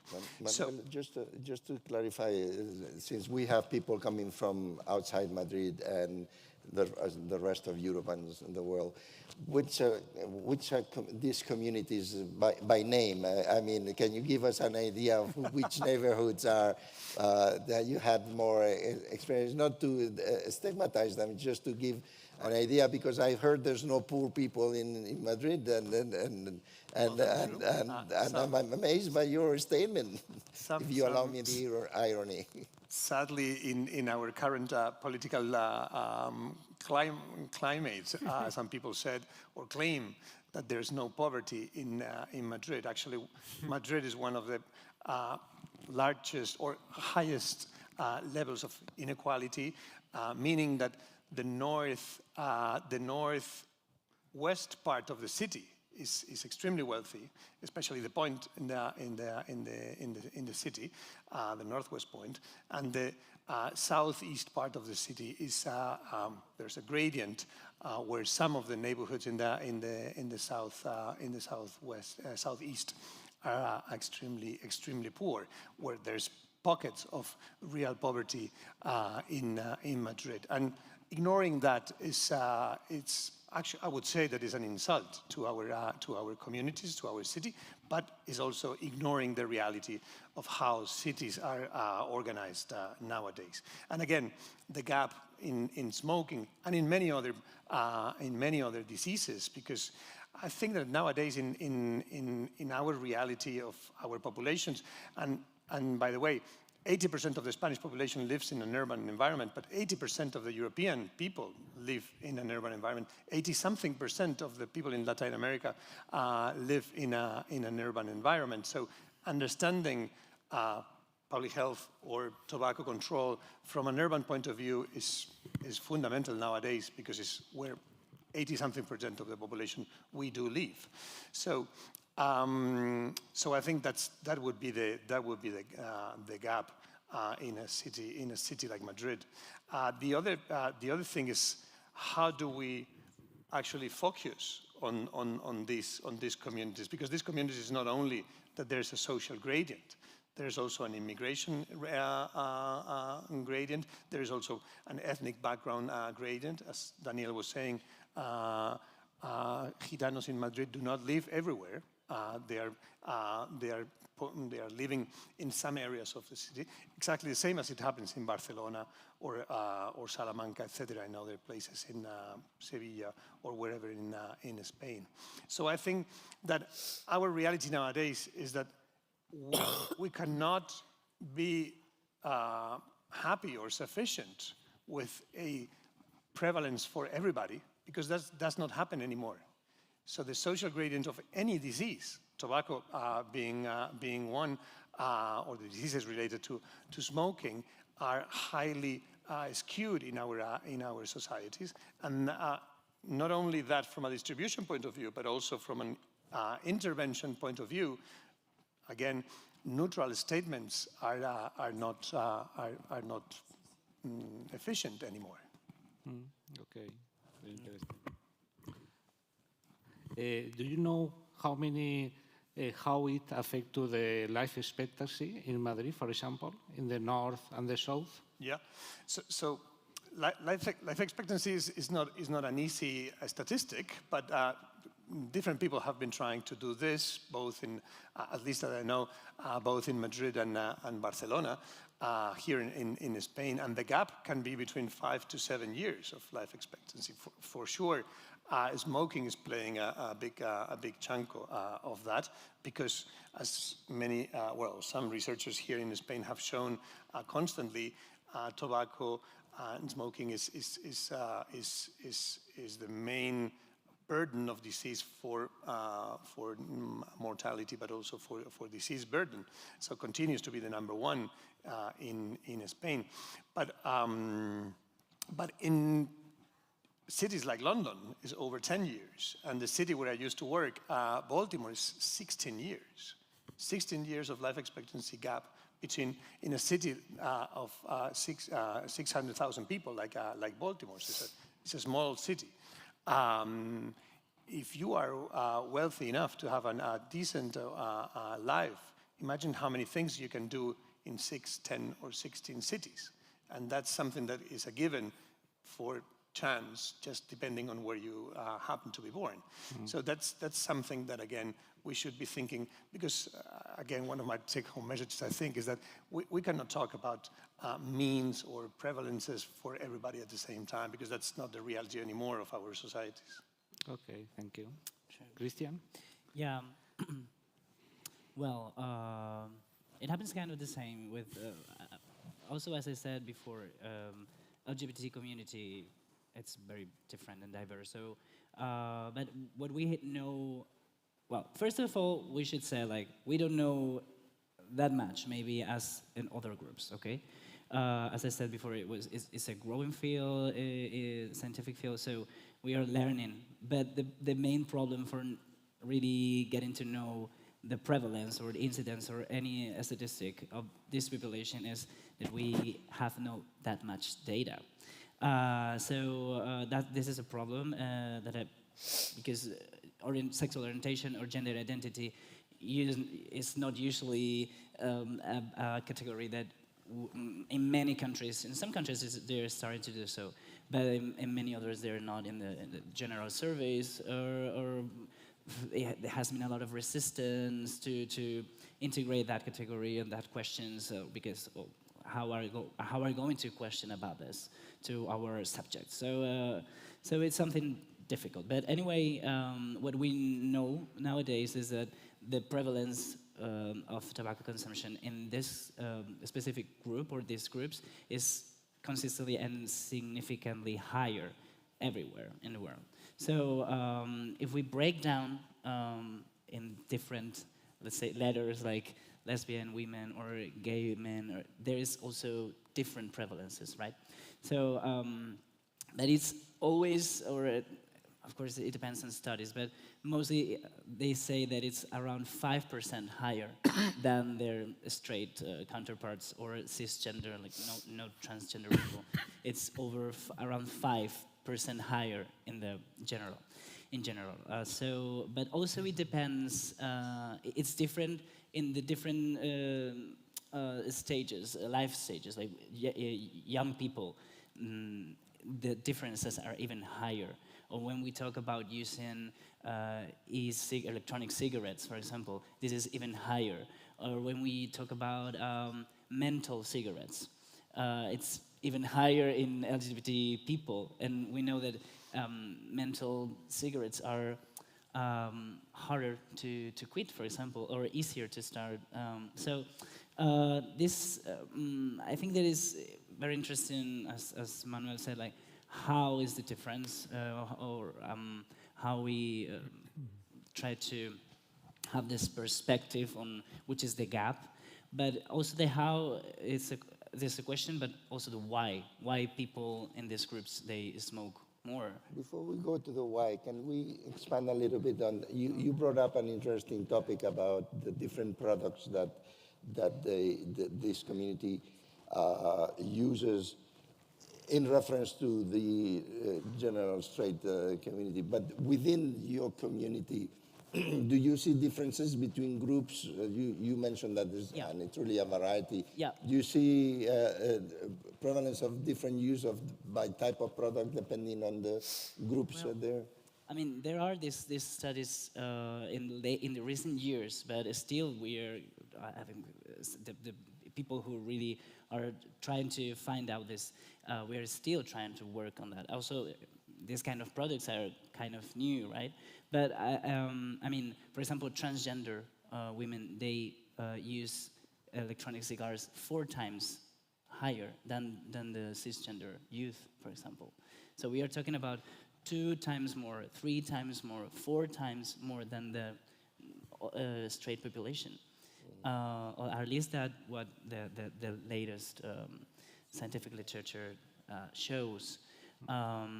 and yeah. And why do you think it is? Well, Let's go to the why. Yeah, well, what is said is, I mean, the why of this specific question, why this community uses more of these new products, or In what? general, yeah. I mean, okay, just to clarify, to answer fastly, because the answer is easier in that I think why LGBT community or people from that community uses more these new products is because Big Tobacco Big Tobacco knows, and the industry knows that this is a community that smoke more. So they have targeted this community, and they're where they can or when they can. So what is known already is that LGBT people has been reached more times on this tobacco advertisement or about these new products than straight people. So we know that they have seen more marketing about it. Because they are more targeted. But they are targeted. Yes. How often they hit? How often? I think it's how affect the how health. affect. Yes. Well, of course, no. Well, it's a lot, but I think it's more important first why they are, and I think that maybe probably Daniel also can add more about why, because I think it's more or less kind of the same situation, and also maybe Fatima, but especially Daniel, that why these people smoke more, and obviously it's linked, related to the discrimination that this kind of population we live and we have been living our whole life, right? But not only the discrimination situations where you are discriminated directly, but also the structural the discrimination or the minority stress. I don't know if we are all familiar with this term of minority stress, and this is something that influenced us, people who are from minority, or we are minorized, let's say, our whole life, and influence in everything you do, even if you are not directly discriminated. So that affects into your way of living and your way of face things, and how we feel about ourselves and our self-esteem. And of course, in that way, people who live under this stress situation can be easily start smoking, and as a cold mechanism or as an environment, because it's we can if the prevalence are higher in this community, also the environment it's more prone to it's normalized, right, to smoke, or so why not to start smoking, or why to quit? So that's really important, and I think that Daniel maybe can talk about more about it, but also how it affects. Well, of course, we all know, and maybe, of course, you will know much better about the risks of or tobacco as a risk factor. But also, it's tobacco. It's in LGBT community. I mean, LGBT community faces a lot of other challenges that will be related with tobacco consumption, which, for example, mental illness. LGBT community is one of the communities which are more impacted by mental health issues. So, facing anxiety or depression or this bladder of things, it's a situation where it's challenging for tobacco consumption. But also the substance abuse. Unfortunately, there is a lot of substance abuse in LGBT community, especially in gay and bisexual men and transgender women. So that, I mean, they are using a lot of substance. So it's higher than in general population. So that's something which is related to. Also, the economical disparities. The LGBT community also faces economical disparities in comparison with non-LGBT communities. So, of course, using tobacco, that makes an impact in economically, and of course the social isolation. I mean, if it's something that starts or has been for some years trying to ban tobacco consumption, trying to restrict its use, then these people that are still using and have higher prevalences of using gets more and more isolated. Also in the bigger picture of being already discriminated for being who they are or for being who we are. So I think this is the key points in this way. Thank you. Thank you. Daniel? Okay, well, the first thing that we have to say is similar to the previous intervention is that we don't have good data to analyze the epidemiological profile of the Romani populations across the continent. In 2006 and 2014, we conducted 2 specific surveys on the Roma population in cooperation with the Ministry of Health here in Spain. And nowadays, we are working in a new one in 2023. And from this data, we obtain a picture that is gender pattern. I mean by this that in the case of men, Roma men, we see a social gradient in the general population in tobacco use, and the Roma are the group with the highest prevalence in the whole society in Spain. But in the case of women, it's very interesting because we find the opposite. Roma women have lower levels of smoking prevalence in this country.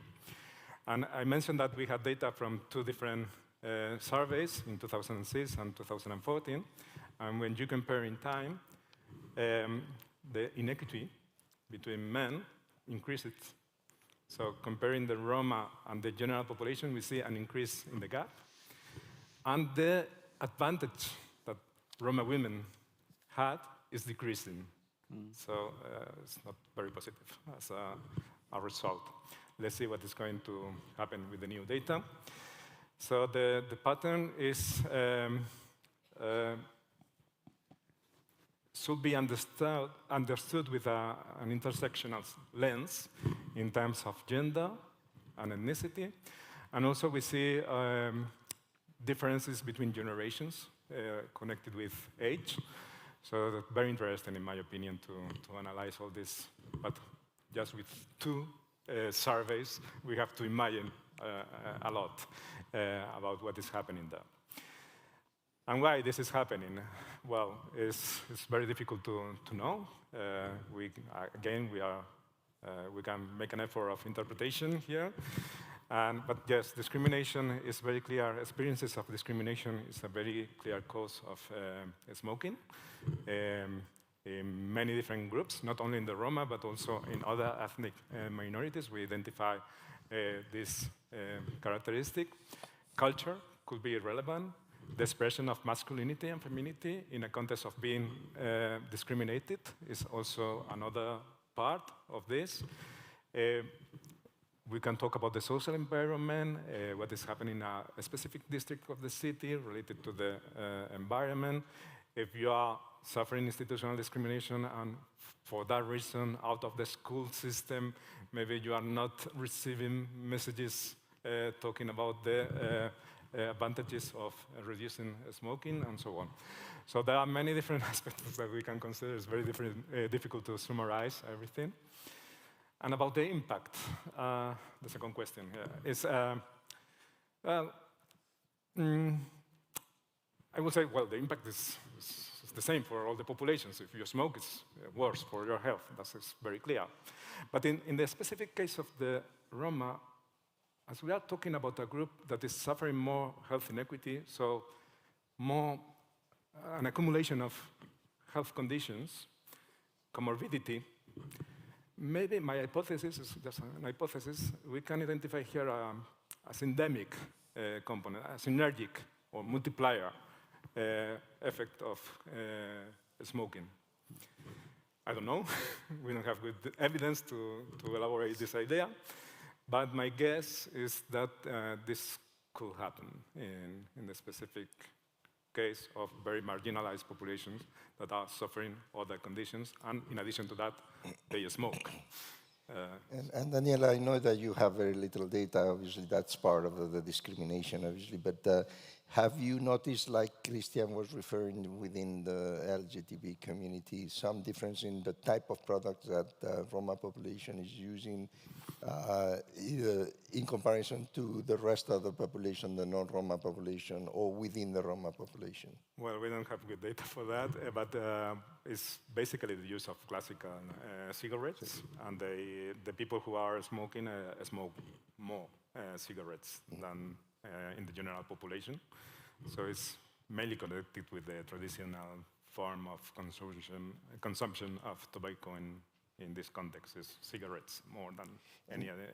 And I don't see the electric cigarettes making. But that's just observational information. Yeah. Well, I know there's no data, so I'm referring to your experience here as an important source of information.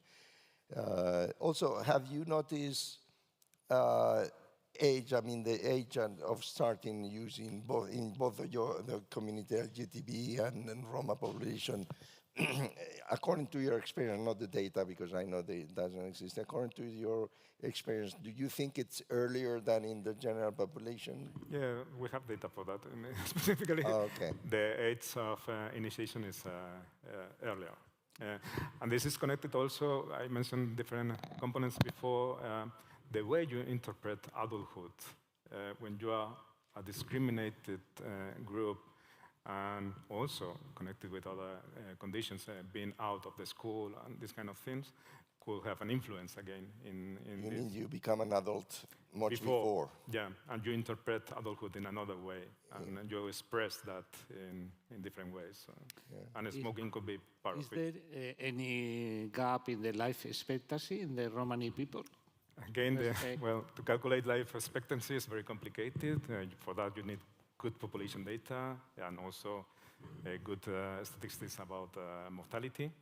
And we don't have this for the Romani populations in Europe, in any country. Nowadays, in Scotland, they are doing something that's very interesting, and also in Ireland.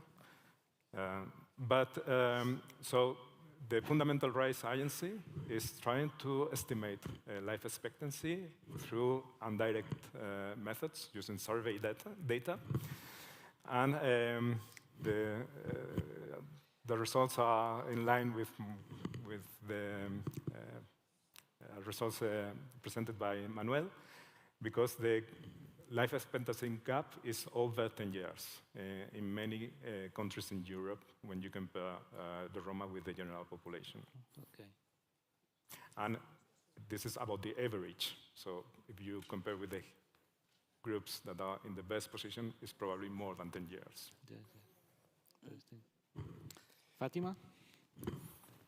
As I mentioned before, we work with different vulnerable target groups, so I'm not able to give an absolute figure on the prevalence, but according to the Spanish National Plan on Drugs, data obtained from different studies in both men and women and different age ranges, tobacco remains in second position after alcohol, followed in fourth position for electronic cigarettes, and with the trends going up.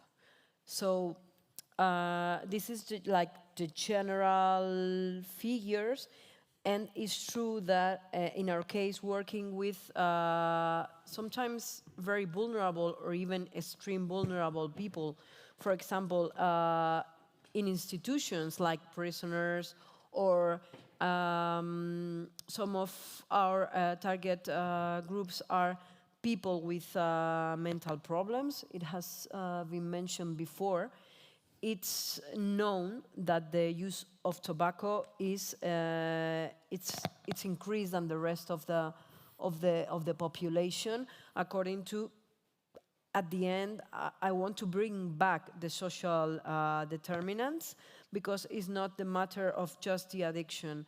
We try to see the whole context. If you are in prison, or if you are in a settlement, or I don't know, we also work, for example, with irregular migrants who arrive to the Spanish coast, for example. So these groups tend to have more tobacco consumption than the rest of the population. But I cannot give you, an absolute figure because it depends on the target group. And for the other question, it has been already said because it depends, it's the same on the previous health situation, knowing that normally these groups are in worse conditions in terms of accessing to the health system, in terms of early detection or diagnosis of some diseases, and tobacco and all the lung problems, etc. Of course, are very important. And I also would like to add that, in going back to social determinants, for example, living conditions. Sometimes it depends on the group. These people are living in sometimes not very healthy environments, and also in the case of the second-hand smoking, if a family is living, for example, in a settlement, in a tent or something like that, of course it has an impact not only in this person but also in the rest of the family. So, but I think these social determinants like living condition and also culture, as it was mentioned before, it's very important. So that's why we need to put the person in the center and to see not only the specific problems, but what's around and what other factors are also influencing. Very interesting.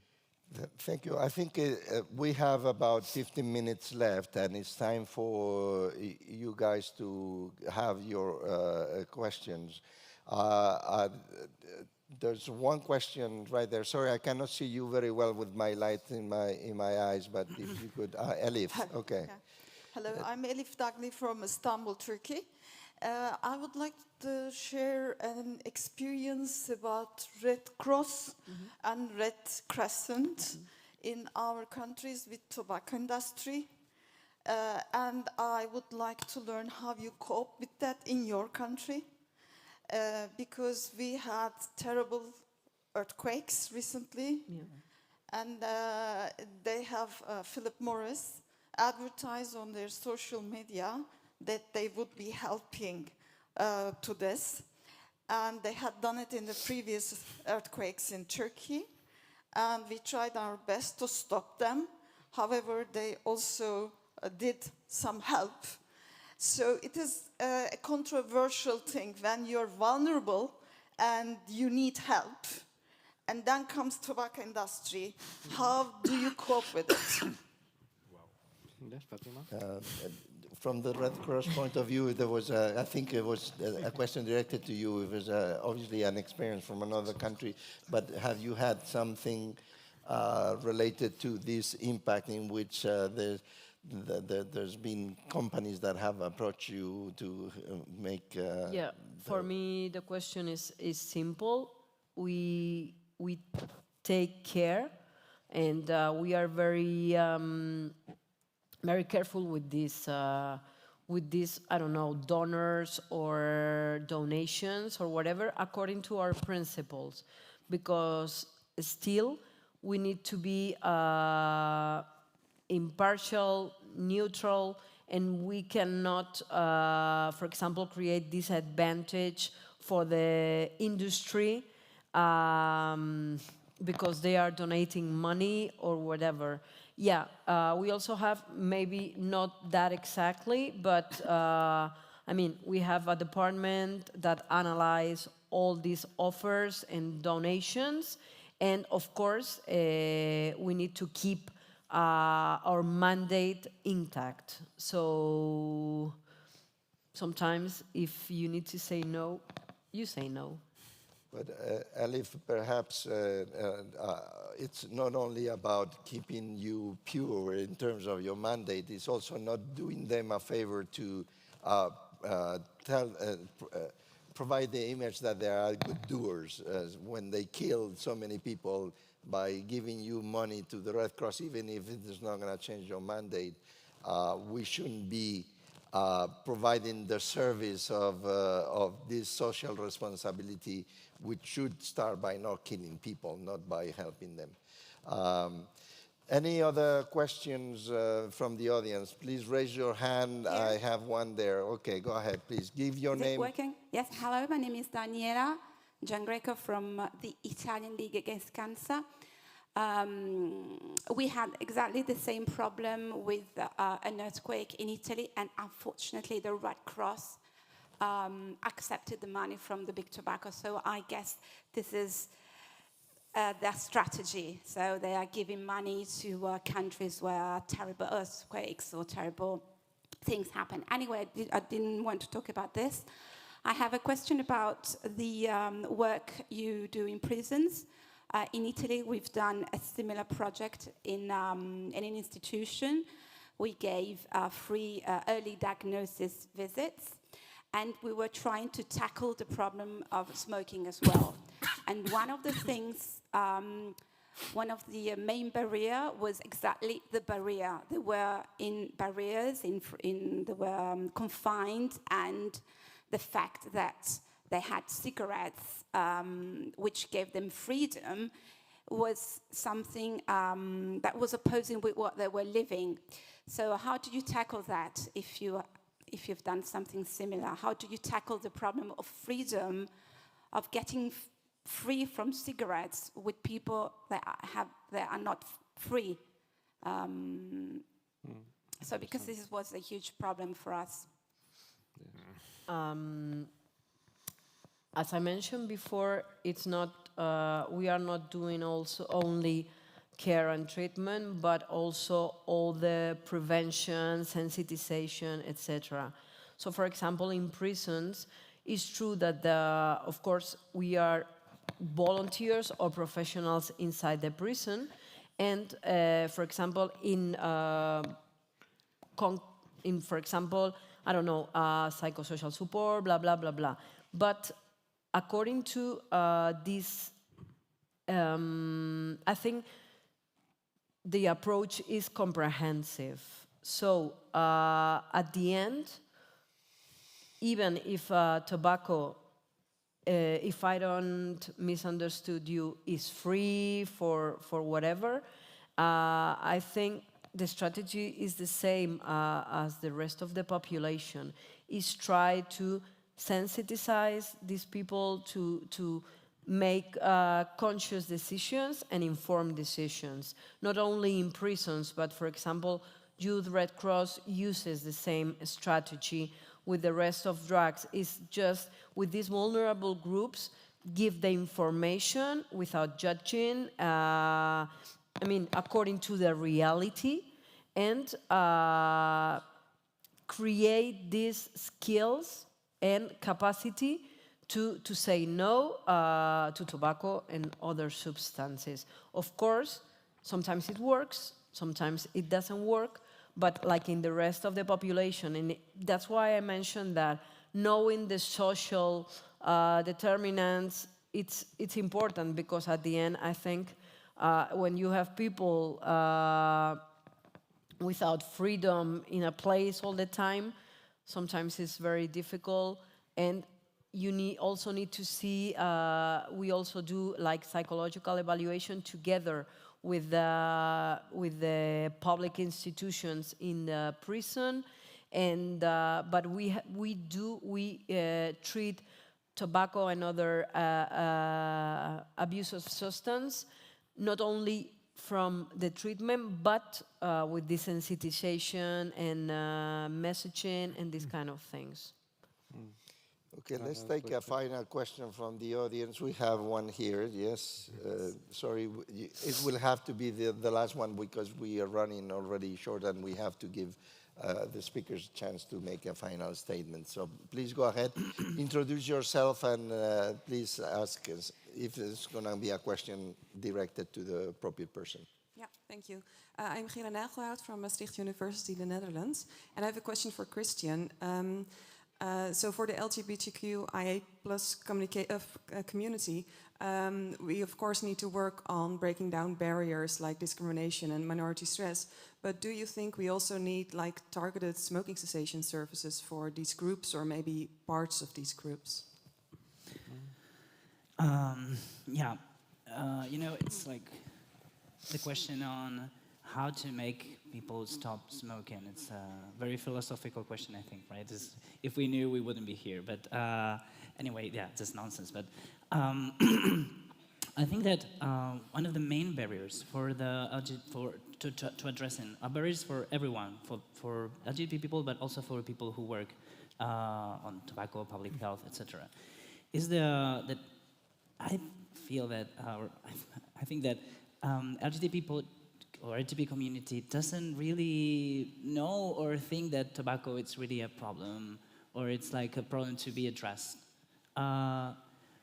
So we need to increase the awareness about this, and I think it's because these communities, they are facing a lot of different challenges that like discrimination itself, that violence, and also other problems, other health issues that might be, or that has been more, I don't know, addressed before, you know. So I think this is not for the LGBT community. They don't think there is really a problem for them. They don't know. We don't know. So that it's very important, because as Daniel said before, it's part of a syndemic that has relation with a lot of other health issues, right? So this is the first thing. So because we know, and I think that for every different minorized group, like, yeah, we have to tailor the interventions for their specific needs, and of course we need to do that. We need to include the communities into the design of the strategies, prevention strategies, and the design of the intervention, specific interventions. We need to, and many times it's not done. And it's incredible because we know that already, but sometimes I think that, I don't know, it's difficult, of course, or it's somehow, I don't know, suburb situations that we know better, or it's somehow laziness. I have seen a lot of projects that have been probably doing an evaluation or assessing projects for giving funds, that they say that, yeah, we do tailor, or we count with the populations, but in the end, I think they don't really. So that's a key point for the success of any program. And also then make evaluations. That's many times we don't evaluate our programs, so we don't know why they're not working, actually. Because, yeah, we can say, we can do everything that it's on the guidelines to make it work, but then there can be something inside our specific organization that it's not working, or it's not really well done, and that is preventing us from reaching our specific goal, right? So, okay. Yeah. Let's leave it like that, because we need to have a final statement of 1 minute. Please be disciplined about that, because we are very short on time. So, Manuel, please give us your final thoughts in 1 minute. Okay. Please take notes. Thank you very much again. My final take-home message would be, if this table was about vulnerability and smoking, let's take a minute, or let's take your life as public health professionals thinking about what means vulnerability. And as Dr. Mary Bassett said in the United States, the New York City Health Department, maybe we should stop thinking about vulnerability and start thinking about underserved communities. So I think that's an important piece.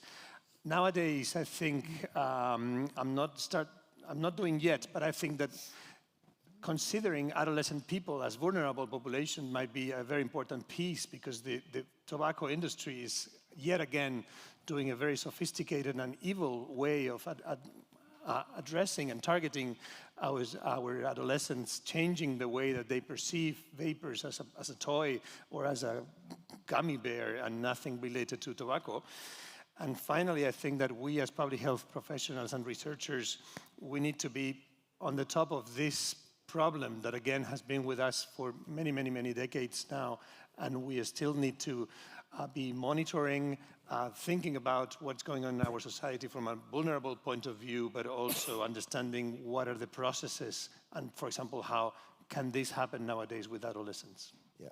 Thank you very much, Manuela. I think that need to translate vulnerability into an actionable issue like place or person, it's a very important point. So, Christian, your 1 minute bright idea. Yes, no, just my final remarks could be just for on one hand, as I said, increase the awareness for the LGBT community that, yeah, this is a problem that the LGBT community has, and so it has to be known by them. You know, it's good that we know, but then we have to go to the community and maybe confront them and make them see this, because otherwise they won't react, or they will start smoking and won't quit. So raise the awareness for the community, make some campaigns direct to this community that already done, but I think that we need more. And in the other hand, of course, increase the research, because there is still it's very scarce. We need more. So sometimes it's not easy to find the right funds for this, but I think that it also should be included in the research strategies. So we can know more, and we can, as Manuel said, serve better this population. Okay. Thank you so much. Final thoughts, Daniel? Well, in the case of the Romani populations, I would say that the main point, or the final point I would like to make, is related with the fact that what we are discussing here, tobacco consumption, is more a consequence of something that is more general. It's a structural racism, anti-Gypsyism. And so, yes, the way to tackle this is to make the Roma more visible, to be more aware, and the next time I ask you to raise your hands, everybody in the room will raise the hand, because you know more about all these specific groups in the population that are accumulating and suffering more health inequity. Let's hope so, Daniel. Thank you. Fatima, final words? For me, one of the important things would be raising awareness. Even if tobacco is socially more accepted than other substances, there is a need of raising this awareness, especially in youth and children, from education and from the healthy lifestyle concept.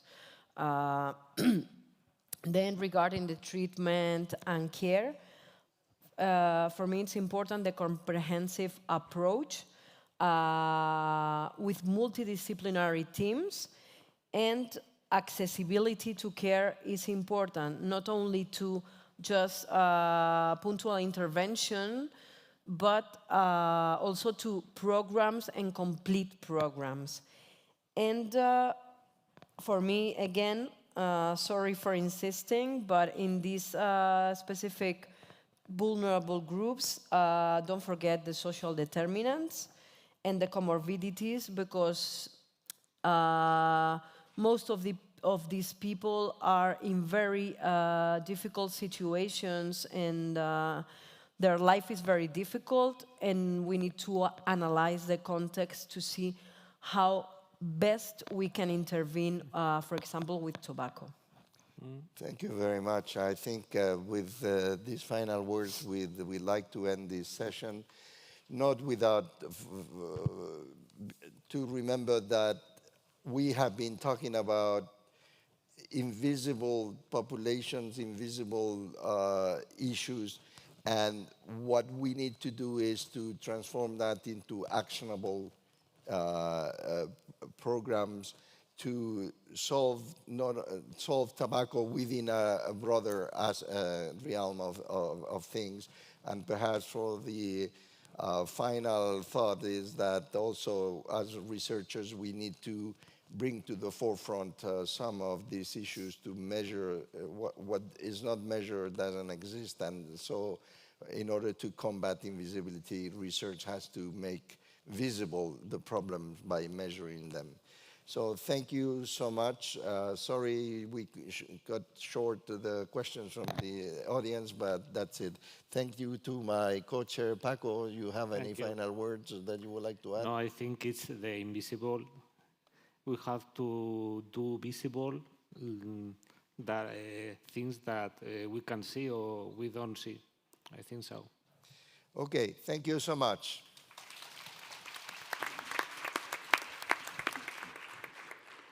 I'm sure you will have time now to still discussion about things now because we have put it together a coffee break for all of you in the lobby.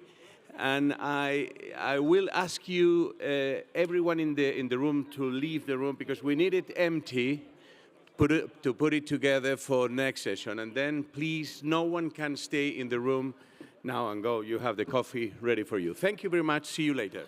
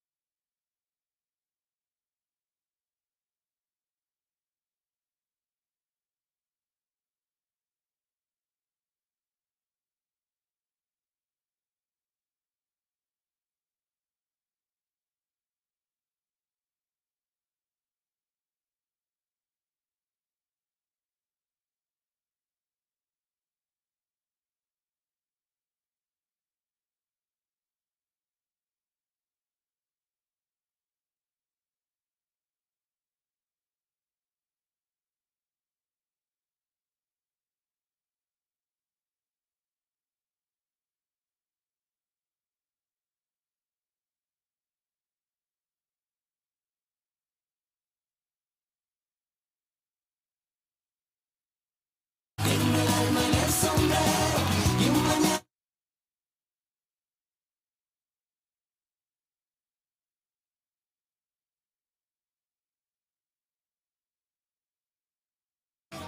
Hola, hola a todos.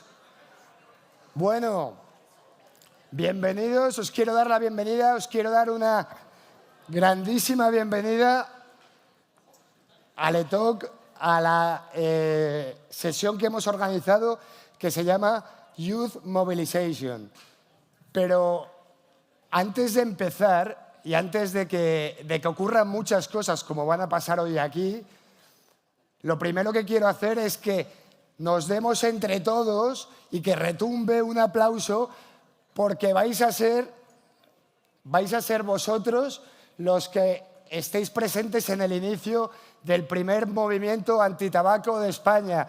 Así que un aplauso para todos.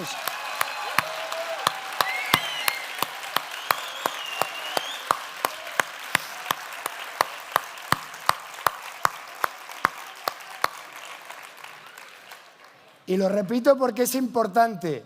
Y lo repito porque es importante. Hoy comienza el primer día del movimiento antitabaco español que va a conseguir la primera generación sin humo en el año 2030. ¡Un aplauso!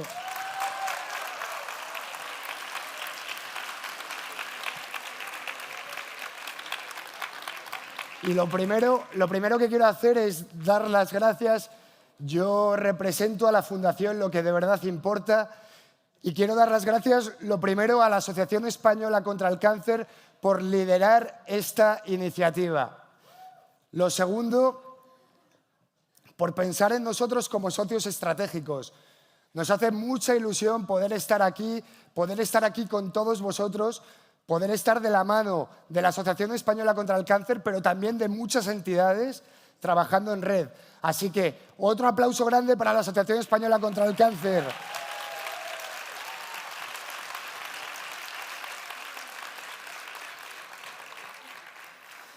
Y, cómo no, a las entidades que forman parte de este movimiento que se inicia, de este acto que hoy iniciamos con la Youth Mobilization, que son Cruz Roja, Greenpeace, Fundación FAD Juventud, Scouts de España, Confederación Estatal de Asociaciones de Estudiantes, Talento para el Futuro, Consejo de la Juventud de España, Plataforma Juvenil España, la UIB, la Red de Universidades Saludables, pero también las entidades europeas expertas en tabaco, European Network for Smoking and Tobacco Prevention y la European Cancer League Youth Ambassador Programs. Un aplauso para todos ellos porque somos todos un equipazo.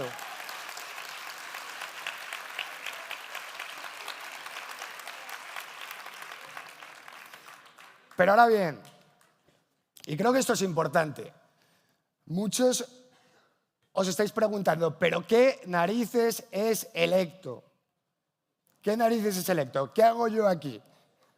Aparte de que entrar en una sala, que me aplaudan y decir que iniciamos hoy el primer movimiento antitabaco español. Bueno, pues Electo, que estamos hoy aquí en esta segunda jornada, es la conferencia más importante a nivel europeo sobre el tabaco, donde no solo expertos, los mayores y mejores expertos internacionales se reúnen, que les habéis visto fuera, sino que también administraciones públicas e incluso la reina estuvo aquí ayer apoyando la iniciativa. Y tan importante es porque, como todos sabéis, el tabaco es un problema. Y el tabaco es uno de los mayores retos que tenemos ahora mismo como país, como sociedad, ¿no? Y el que hacéis aquí no es solo un problema de salud, que lo es. No solo es un problema de adicciones, que lo es. No solo es un problema de medio ambiente, de contaminación, que también lo es. El tabaco, o cómo nos lo presentan, también es un problema de libertad. Y eso es lo que venimos a poner aquí el acento, ¿no? Lo vamos a poner en muchas partes, Pero vosotros como jóvenes tenéis que tener en cuenta siempre, soy libre, ¿eh? Pero en todo, ¿eh? En todo, ¿soy libre o no soy libre? Y tenemos que preguntarnos si cuando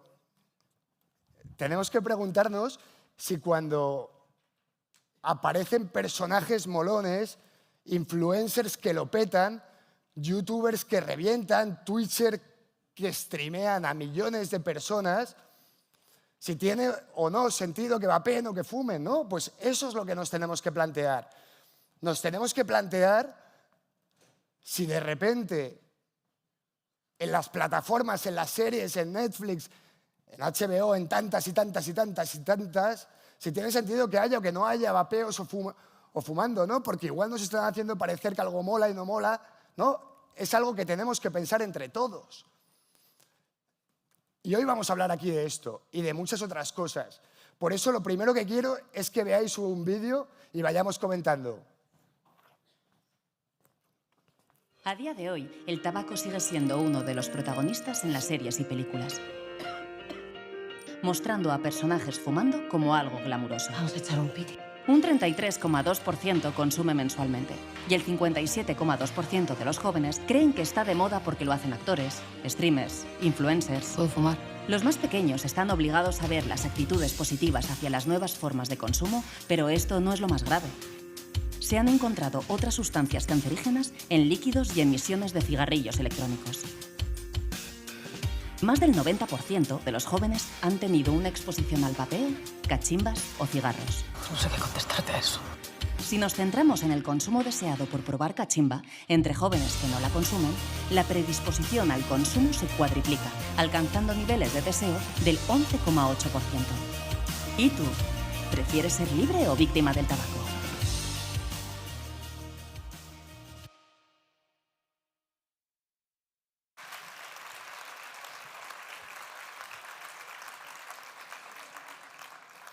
Mola, ¿no? ¿Prefieres ser libre o víctima del tabaco?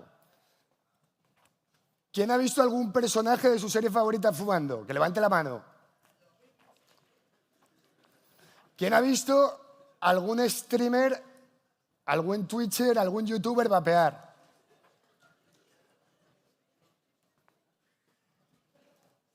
Bueno, pues de esto vamos a hablar. Y de esto queremos que opinéis, ¿no? Y queremos que os sintáis parte. Acordaros que estamos aquí para escucharos a vosotros los jóvenes. Pero además de esto, además de la libertad, además del problema del tabaco, hay otra cosa que nos hace estar aquí con más fuerza que nunca, ¿no? Hay veces que se necesitan revulsivos para poder iniciar los movimientos, ¿no? Se necesitan metas para poder iniciar los movimientos. Y desde la Asociación Española Contra el Cáncer, desde la Fundación Lo que de verdad importa, desde todas las entidades que han formado parte de que hoy estemos hoy aquí, se ha propuesto asumir el reto de la Comisión Europea que nos dice que en el año 2040 conseguiremos la primera generación sin humo. Ahora bien, yo os hago una pregunta, ¿es fácil el reto o no?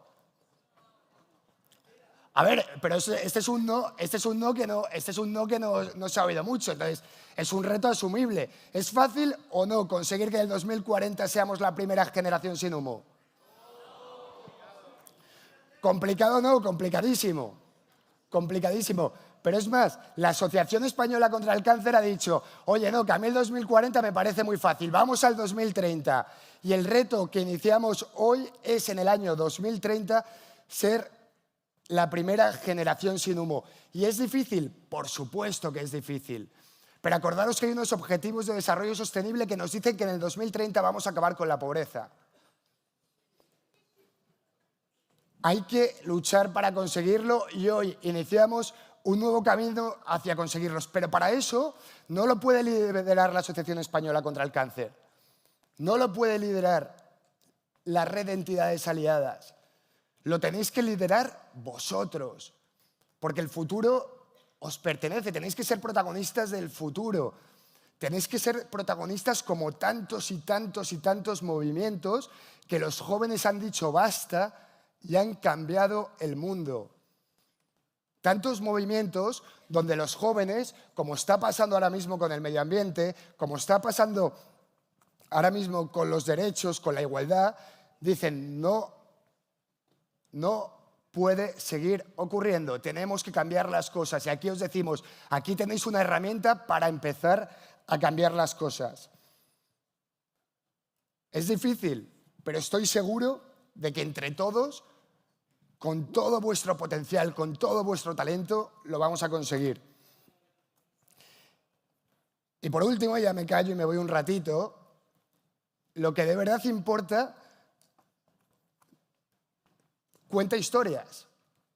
Y cuenta historias no porque nos guste que se escuchen las historias, sino porque lo que de verdad importa, entendemos que las historias de otros pueden transformar vidas, ¿no? Pueden hacer que una persona se vea inspirada y empiece a cambiar las cosas. Como tantas veces ha pasado en los congresos, lo que de verdad importa y en las iniciativas que lo que de verdad importa desarrolla. Por eso hoy queríamos empezar primero con el vídeo, para hacernos la pregunta si somos libres o no. Y segundo, con una historia brutal de un gran amigo de la Fundación que no os va a dejar indiferentes, ¿no? De una persona que en uno de los mejores momentos de su vida, la vida le cambia por completo. Y ahí es donde nosotros nos debemos preguntar si era un reto fácil o no para él. Muchísimas gracias, Álvaro Trigo. Sabes lo que de verdad importa. Tengo un corazón sin miedo, tengo el alma en el sombrero y un mañana nuevo. Lo veo. Vivo caminando. Bueno, a la Asociación Española Contra el Cáncer, a lo que de verdad importa, por supuesto, a todos los socios que están, bueno, que forman parte de este nuevo proyecto, ¿no? Y bueno, yo realmente no os voy a contar ni me voy a meter en el tema profundo del tabaco porque no soy un experto, ¿no? Y sobre todo que ya vais a recibir información no insuficiente. Yo simplemente os voy a contar una serie de cosas que aprendí, ¿no? Entre ellas el valorar nuestra vida, ¿no? El no cargárnoslas nosotros mismos, porque cuando pierdes algo lo empiezas a valorar, ¿no? Como se suele decir, ¿no? Entonces os voy a contar un poco una parte de mi historia en la que pues, por desgracia, por ciertas situaciones, tuve que aprender esto. Bueno, yo cuando tenía pues, aproximadamente vuestra edad, bueno, tengo 28 años, tampoco soy tan mayor, vuestra edad, hace 10 años más o menos, pues llegué a segundo de bachillerato y me tocó lo típico, ¿no? Elegir a qué me quería dedicar. Yo hasta entonces, pues la verdad es que ya pues, era un pelín rebelde, ¿no? Me escapaba a veces de casa, hacía cosas que no debía, ¿no? Pero bueno, lo que yo quería, mis padres estaban preocupados por el tema de estudiar, como estarán pues, muchos de los vuestros, y claro, yo les dije que lo que yo quería hacer era ser bombero.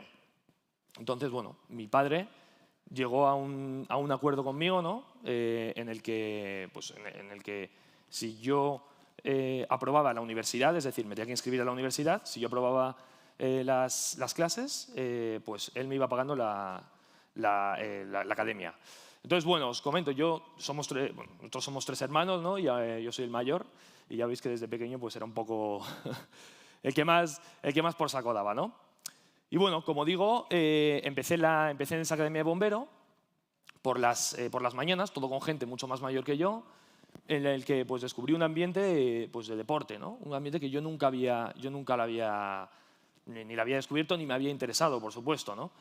Y sin embargo, en la universidad, pues como os pasará, descubrí pues, lo que a día de hoy son mis mejores amigos, con los que salía. Ahora no está mi madre delante, lo puedo decir, no estudiaba mucho, copiaba, tal. Y lo que hacía era dedicarme a salir, pues eso, a beber un montón, a pasármelo bien. Era vivir al 100%, pero de una manera, ¿no? un poco mal enfocada. Bueno, sin embargo, contrastaba mucho porque aquí en la Academia de Bomberos lo que hacía era todo lo contrario. Era todas las mañanas hacer deporte, salir a correr, eran 6 días a la semana, pues uno de ellos dedicarlo a hacer carreras de estas de los domingos, ¿no? De 10 kilómetros, que seguro que alguno de vosotros lo hace o si no, vuestros padres seguro. Y Y bueno, ese año incluso, como entrenábamos tanto, pues acabamos haciendo la Maratón de Madrid, que de hecho, bueno, fue justo este domingo, la edición de este año. Y bueno, el primer punto así de inflexión fuerte en mi vida, ¿no? Que es, porque hay una cosa que sí quiero marcaros, ¿no? Todo conlleva un esfuerzo, todo, ¿vale? Todo lo que merece la pena de verdad. Y la primera vez que descubrí esto, pues quizá fue cuando me preparé mi primera carrera de verdad, seria, ¿no? Que era un Ironman, ¿vale? Esto fue en 2015, un Ironman que consiste en nadar 3,8, hacer 3,8 kilómetros, hacer 180 en bicicleta y luego correr 42 kilómetros.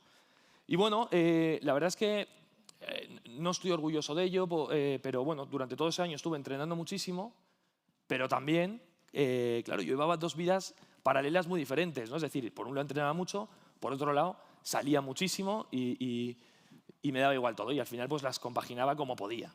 Y al final, bueno, es cierto que me llevó un gran esfuerzo, no solo el acabarlo, sino el entrenar y todo. Y al año siguiente pues conseguí terminar, ¿no? ese Ironman. Entonces ahí, yo aquí tendría 20 años, ¿no?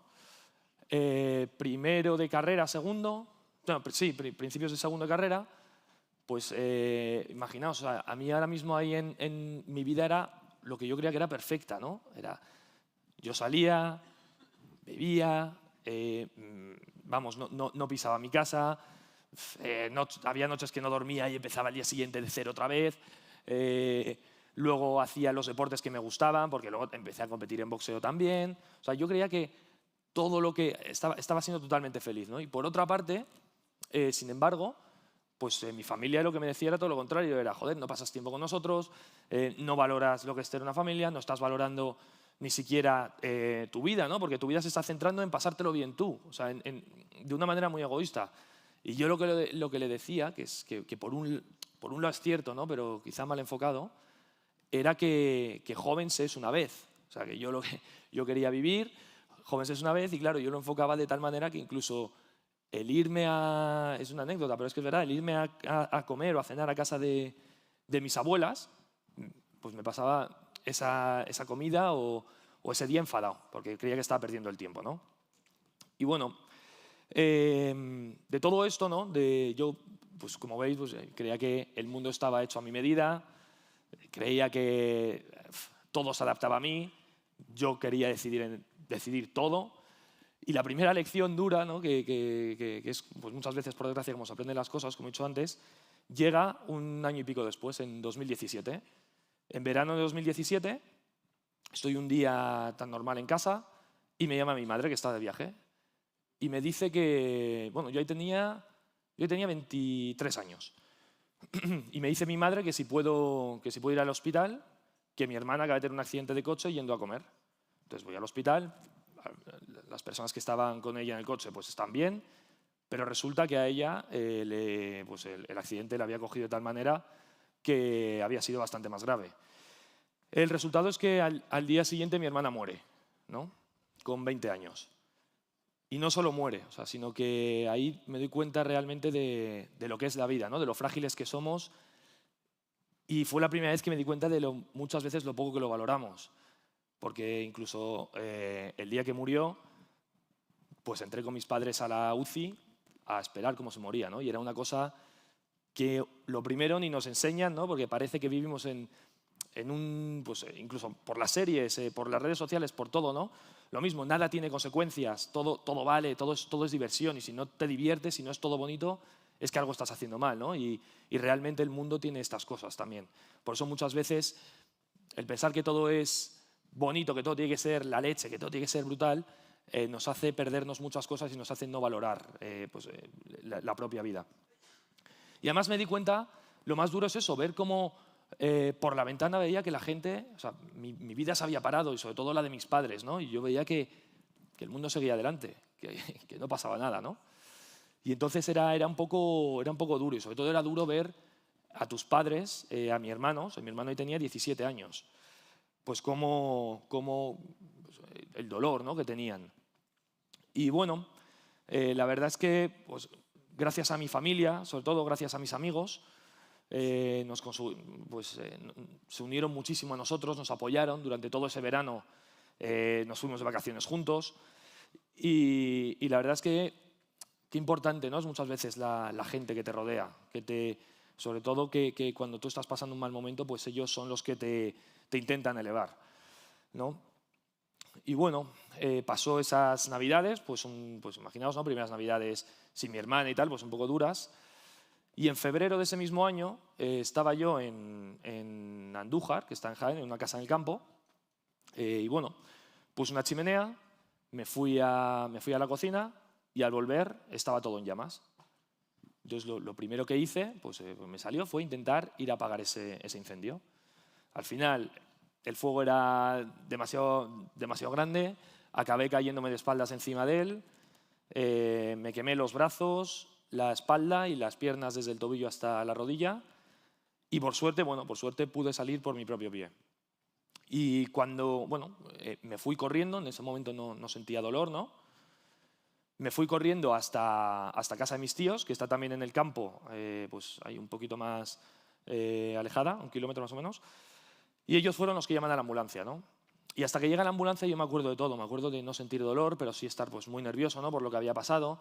Tampoco creía que había pasado mucho más pues me tendrían que vendar y eso, pero la realidad era muy distinta. Yo me acuerdo que cuando llega la ambulancia me tumbo y me ponen una vía, según arranca la ambulancia. Y desde que me ponen la vía yo ya no me acuerdo de nada más, ¿no? O sea, lo que pasó, esto ya pues me lo han contado. Empecé a tener taquicardias, luego se me empezaron a bajar las pulsaciones, me tuvieron que estabilizar como pudieron ahí en la ambulancia. Llegaron al hospital de Andújar, que es en el pueblo, y de ahí deciden que lo único que pueden hacer es llevarme a Sevilla, ¿no? Por protocolo, aunque yo soy de Madrid. Y bueno, me llevan en helicóptero a Sevilla, ingreso en la UCI, y cuando llega mi madre a Sevilla, lo primero que le dicen es que las posibilidades que tengo de sobrevivir pues, son entre un 10 y un 20%, ¿no? Además, esta es una frase que ya tiene clavada. Imaginaos también que 6 meses antes había muerto mi hermana, ¿no?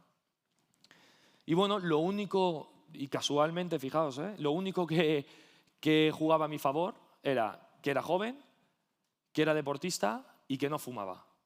Que esas eran las 3 cosas que podían jugar a mi favor y a las que había que cogerse. Bueno, tuve suerte, ¿no? Y durante 10 días estuve en coma inducido. Y al 10.º día pues me despiertan, ¿no? Me bajan la medicación y me despiertan. Y cuando me despierto, bueno, la UCI es como, nada, estás como en otro universo, estás con tantas medicaciones que no sabes ni dónde estás, no puedes pensar bien, tampoco puedes hablar, ¿no? Y las primeras personas que veo son a mis padres. Y que entran sonriendo totalmente, tan tranquilos. Y de hecho lo primero que me dicen, nada más verme, es que les acaba de decir el médico que el año que viene podía correr la maratón de Sevilla, que era justo en febrero, ¿no? Yo tuve el accidente un 2 de febrero. Y claro, la realidad realmente era muy distinta. Yo estaba crítico en aquel momento y aparte pues un gran quemado, al no tener piel, pues está en peligro de muerte durante mucho tiempo, ¿no? Puedes coger cualquier infección y morirte. Aparte tenía tanto el brazo derecho como la pierna derecha que no sabían si me la iban a tener que amputar, con lo cual era pues, totalmente lo contrario a lo que me decían mis padres, ¿no? De ahí, imaginaos las fuerzas, ¿no? que tuvieron que sacar. Y bueno, estuve 15 días en la UCI y después me subieron a planta, ¿vale? Os voy a poner una foto de cómo es la planta de un hospital de grandes quemados, ¿vale? Es así, esta foto soy yo. Es una habitación de cristal en la que entras, sobre todo, el problema es que cuando subes te quitan toda la medicación de la UCI, absolutamente toda. Con lo cual, lo primero que te pasa es que te das cuenta de que el accidente ha sido real, te empiezas a desesperar, empiezas a tener miedo, empiezas, paradójicamente, ¿no? Empiezas a decir, joder, lo feliz que eras incluso cuando te aburrías, ¿no? Lo feliz, o sea, lo que darías por estar aburrido en tu casa, lo que darías por estar en esos planes que nunca habías querido estar, como cenando con tus abuelas, ¿no? Sobre todo porque ahí estás solo, tu familia puede entrar 2 veces al día, pero a través de un cristal y hablando por teléfono, o sea, tú lo oyes en estéreo. Y luego lo siguiente es el dolor, ¿no? Te quitan toda la medicación y es un dolor horrible. O sea, al final estás vendado, muerto de miedo porque ves las vendas llenas de sangre, no puedes mover tu cuerpo, solo hay máquinas pitando, estás conectado a 2 torres llenas de medicación y solo. Y el tema es que estás solo. Entonces, claro, en aquel momento, y no estás tú solo, o sea, es decir, hay varias habitaciones en las cuales no ves a la gente, pero sí la oyes, porque desde aquel momento, yo el primero, pues estás llorando, gritando, vomitando del dolor, cada uno solo en su habitación y tú oyes al resto, ¿no? Y ese sitio por la noche da mucho miedo, o sea, daba muchísimo miedo. Aparte de ese sufrimiento, ¿no? Con la soledad y con todo, pues sabes que te puedes morir en cualquier momento. Y entonces ahí, pues en esas primeras semanas, que cada día era eterno, porque además todos los días tenías una cura, es decir, la cura consiste en que vienen los médicos y enfermeros, te quitan las vendas sin ponerte nada de medicación, que es cuando más, o sea, no os podéis ni imaginar, y después, una vez te han quitado las vendas, te ponen ketamina, te quedas medio dormido, te cambian las vendas y te vuelves a despertar, y al día siguiente vuelta a empezar. Y todas las semanas, operaciones, ¿no? De injertos tanto de tu propia piel, como yo tenía el 63%, pues el resto de piel, hasta que llegara, bueno, me hicieron un tratamiento con células madre, ¿no? Pero hasta que ese tratamiento llegara, me ponían piel de donante, es decir, de gente que se iba muriendo y donaba sus órganos, ¿no? O sea, era una realidad que yo no me la podía creer, o sea, no podía entender cómo esto existía en este mundo, ¿no? No me cabía en la cabeza. Por eso digo que era cuando más valoraba, decía, es que el peor momento de mi vida, me da igual, pero estar ahí en vez de aquí, ¿no? Era el comparar con eso y sobre todo me daba pena el ver que esto nunca se mostraba. O sea, que lo que os decía al principio, parecía que si no eres siempre feliz, si no eres todo el tiempo haciendo planazos, pues es que estás fracasando, ¿no? Y yo hubiera dado cualquier cosa por estar sin hacer nada en ese momento. Pero bueno, mira, esta es otra foto de cómo era, ¿no? Aquí ya me iban quitando vendas, me iban operando, pero comía por un tubo por la nariz, era todo, vamos, era lo peor, ¿no?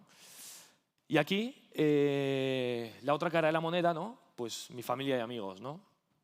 Lo que decía al principio también, lo importante que es juntarse o rodearse, ¿no? De gente que te ayude a ser mejor, que te eleve, ¿no?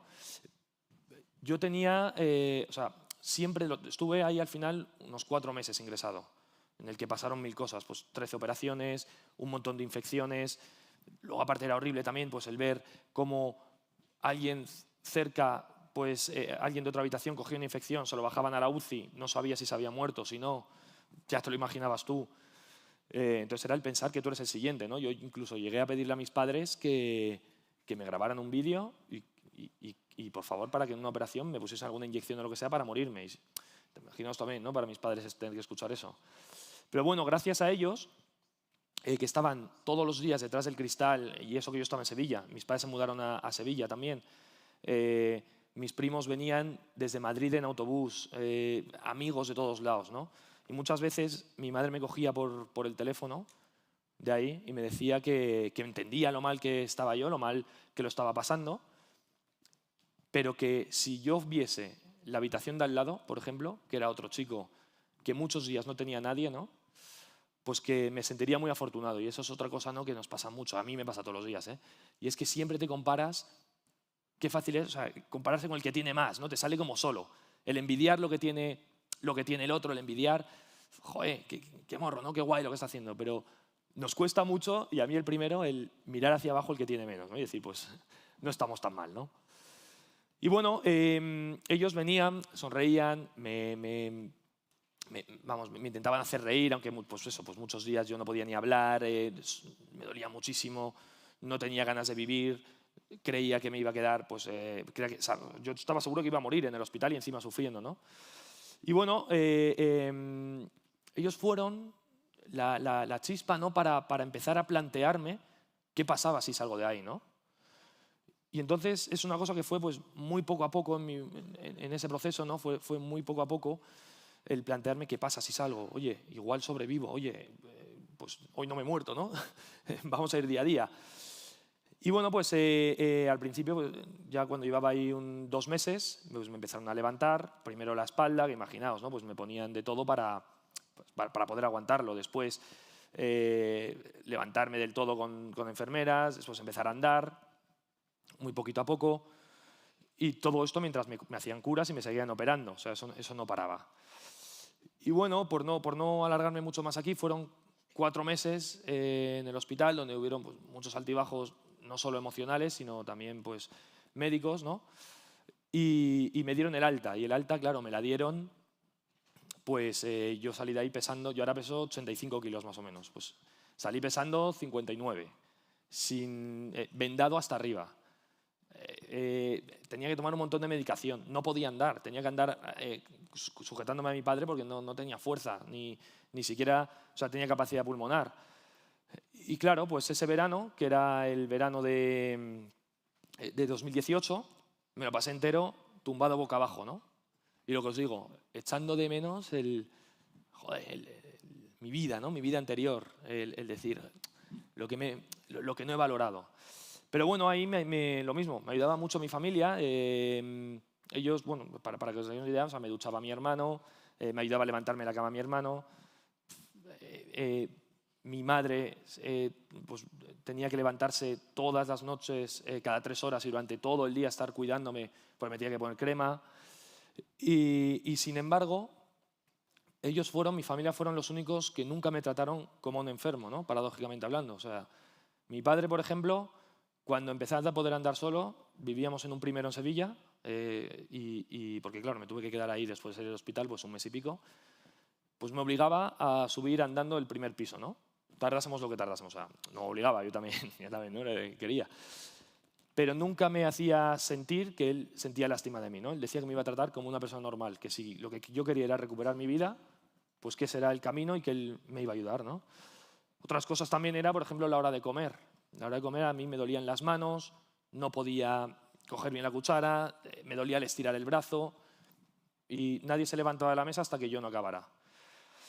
Y esto, claro, a mí me ayudaba muchísimo porque me hacía sentir que yo volvía a ser una persona que yo tenía más cerca, ¿no? Recuperar mi vida. Pero, sin embargo, mi grupo de amigos y tal, con todo el amor que me tenían, con todo el cariño que me tienen, lo que hacían era ayudarme. Y al final, sin darse cuenta, me trataban pues como a otra persona, ¿no? Sobre todo aquí los chicos lo entenderéis más, yo creo. Cuanto mejor te llevas con alguien, más te insultas. O sea, es así. Peor te tratas, ¿no? Entonces veía que entre ellos solo se insultaban, solo se hacían bromas y a mí era oye, ¿te traemos algo? ¿Estás bien? No sé qué. Y claro, y a mí, pues eso lo que me hacía sentir era, por un lado yo notaba que era yo y por otro lado notaba que para mucha gente parecía que yo ya había muerto y yo era otra persona normal, o sea, otra persona distinta. Y entonces, bueno, cuando estás en situaciones de mucho estrés o de que no sabes cómo solucionar, ¿no? Pues el cerebro pues muchas veces actúa un poco como un niño, ¿no? La solución más sencilla, ¿no? Entonces yo me acordé del maratón que me dijeron mis padres, ¿no? Cuando entraron en la UCI. Además, como ellos eran los que me querían tratar como una persona normal, dije, no, ahora no me podrán decir, oye, cuidado, que no deberías, pues realmente el pronóstico era, pues había que esperar unos años y ver cómo evolucionaba, operar y tal. Entonces, mi pronóstico era ser dependiente al menos durante bastante tiempo. Y bueno, se lo dije a mis padres, me dijeron que sí, en septiembre de 2018. Y entonces empecé a entrenar yendo al gimnasio con mi madre, ¿no? Por las mañanas. Al principio, pues un espectáculo. Yo no me podía sentar en ninguna máquina, era mi ropa anterior, con lo cual me quedaba todo grande. Y claro, pues no podía levantar nada, no podía levantar ni una barra, me ponía a andar en la cinta y las piernas se me hinchaban, aparte de que luego todo el cuerpo me sangraba, porque todas las heridas, la piel injertada que te ponen no es directamente piel, es decir, hasta el año y medio no vuelve a ser piel otra vez, es como una herida abierta todo el tiempo. Y bueno, pues además después de entrenar tenía muchísimos dolores, pero me merecía la pena, ¿no? Tenía un objetivo que era volver a tener mi vida, volver a recuperar mi vida, pues que por unas cosas u otras se me había quitado, ¿no? Y bueno, entrené de septiembre a cerca de febrero, que era la maratón, era el 17 de febrero de 2019. Sufrí porque es una parte importante, ¿no? Es lo que os digo, no todo es bonito, no todos los días era, ¡buah, qué guay, he entrenado tal! No, la mayoría de días me iba a casa con unas ganas de llorar que ni me lo creía, con un dolor y sobre todo sin saber si iba a ser capaz, ¿no? de correr esa maratón. Pero bueno, el caso es que entrené, durante un año iba cojo de una pierna, de la derecha, pues llevaba eso porque tenía ahí un injerto que se me abría siempre. Y bueno, cuando estaba cerca de la maratón, pues una semana o así, yo después de salir del hospital tenía muchísimo trato con todos los enfermeros y todos los médicos, ¿no? Y además mi padre siempre pues, o les daba el móvil o lo que sea porque él quería tener vídeos de todo. Decía, para cuando te recuperes, pues que lo veas y ya verás. No sé qué. Entonces me grabaron todo el proceso y pues hablando con los médicos y tal, hice un vídeo sobre todo era para la gente del hospital que estaba en una situación como la mía, ¿no? Ver cómo pues, me había recuperado, aunque realmente no, porque pues a mí me dolía todavía muchísimo todo, tenía que tener muchísimos cuidados, tomar mucha medicación, pero la cosa es que alguien se lo crea, ¿no? Era también mi objetivo, que la gente se creyese que yo estaba recuperado, ¿no? Y entonces, bueno, os lo voy a poner, dura 2 minutitos, es un vídeo desde el primer día que me levanto hasta una semana antes del maratón, prácticamente.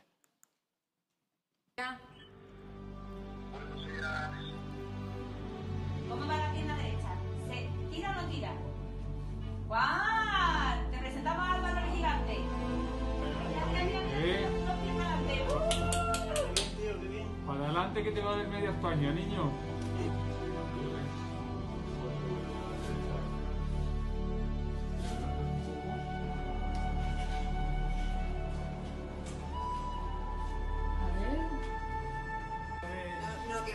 ¿Por qué no? Que eres muy guapa. Que eres muy guapa. ¡Maestro!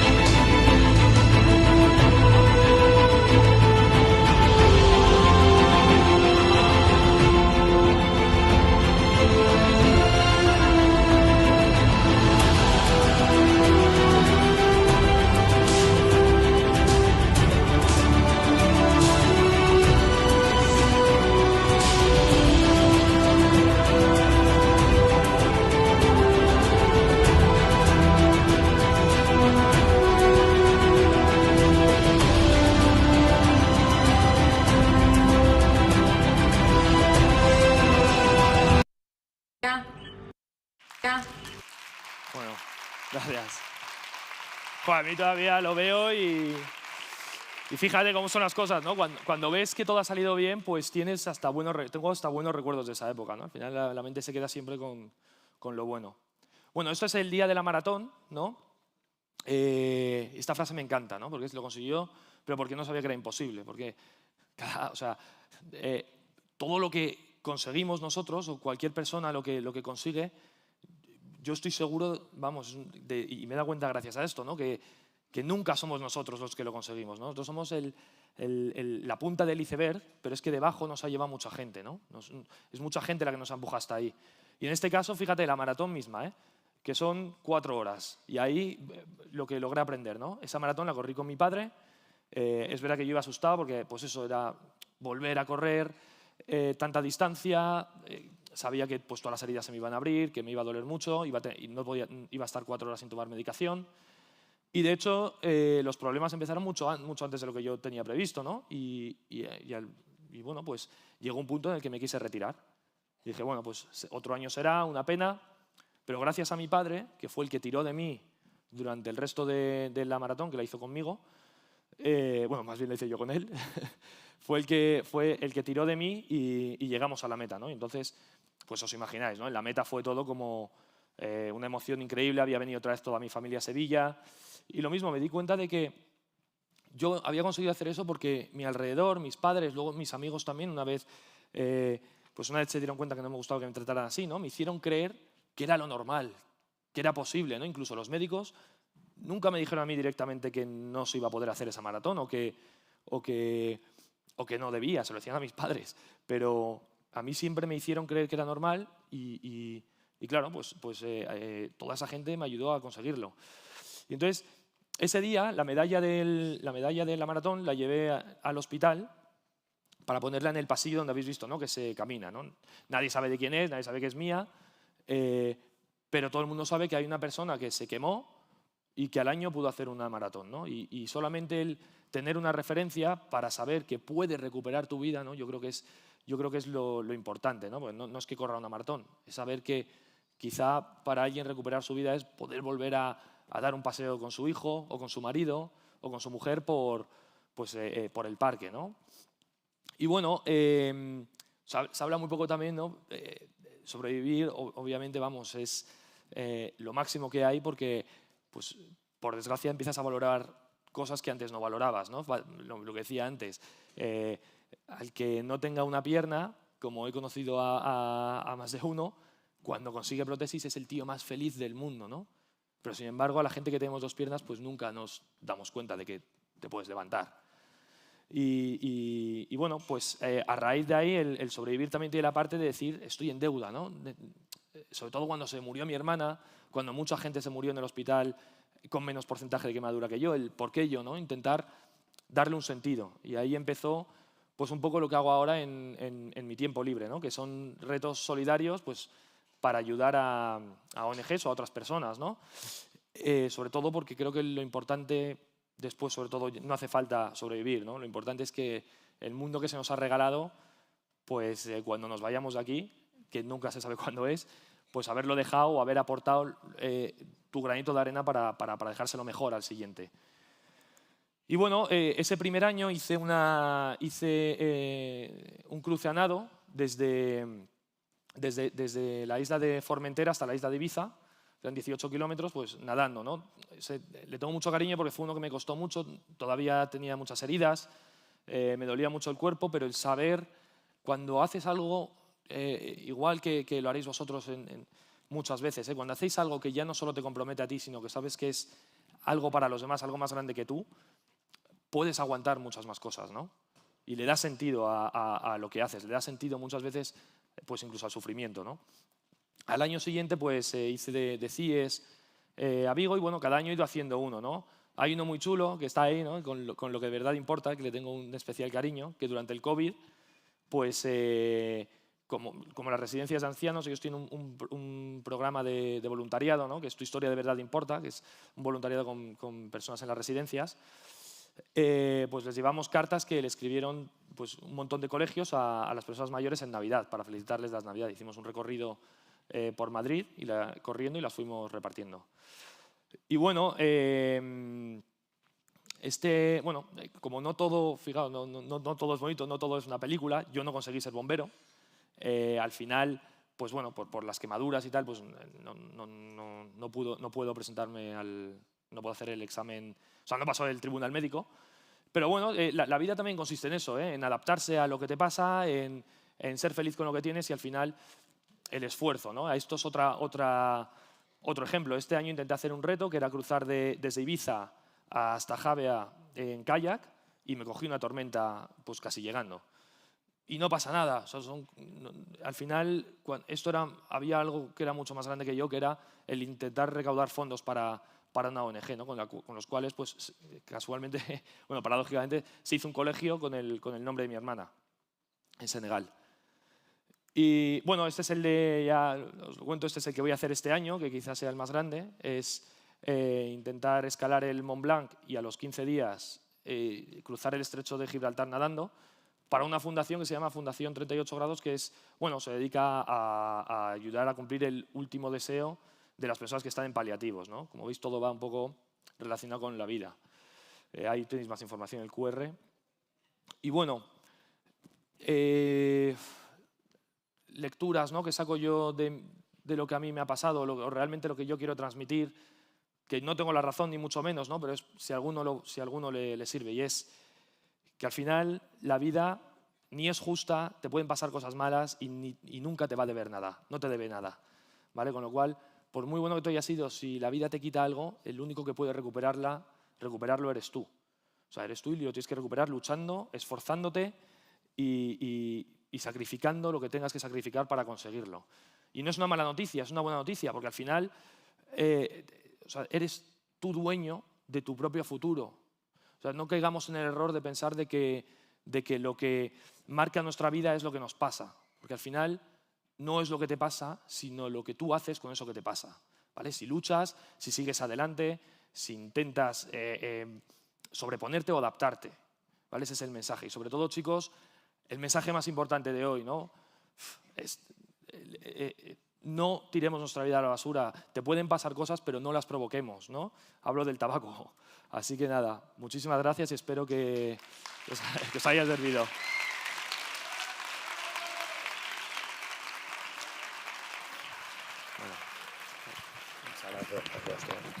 Toma,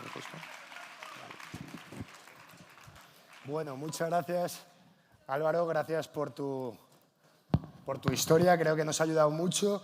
Y ahora, sin más, quiero dar la bienvenida con un aplauso muy fuerte porque vienen desde Bosnia y desde Suecia, a Chanel y Yasmina. Un aplauso muy fuerte. Tengo un corazón sin miedo, tengo el alma en el sombrero y un mañana nuevo. Lo veo. Vivo caminando lento por la senda de algún sueño. Guardo el sol de una armadura y algo más que una. Bueno, Chanel y Yasmina trabajan por distintos movimientos antitabaco, tanto en Suecia como en Bosnia, y creo que son un referente, pero más que un referente lo que tenemos que estar es agradecidos de que hayan cruzado miles de kilómetros para estar aquí y poder aprender un poquito de ellas. So, be very welcome. We are super happy to have you in here. I just tell that you came across. So we hope to learn a little bit about your movements, about what you are working in your countries. And I think that we will be very happy to hear you. So my first question, it's going to be, why did you start working in a non-smoking generation? That's the organization that you work.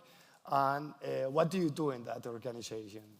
So, hi everyone. I can start by saying that I am a digital communications coordinator at a non-smoking generation, but I actually started off as a lecturer.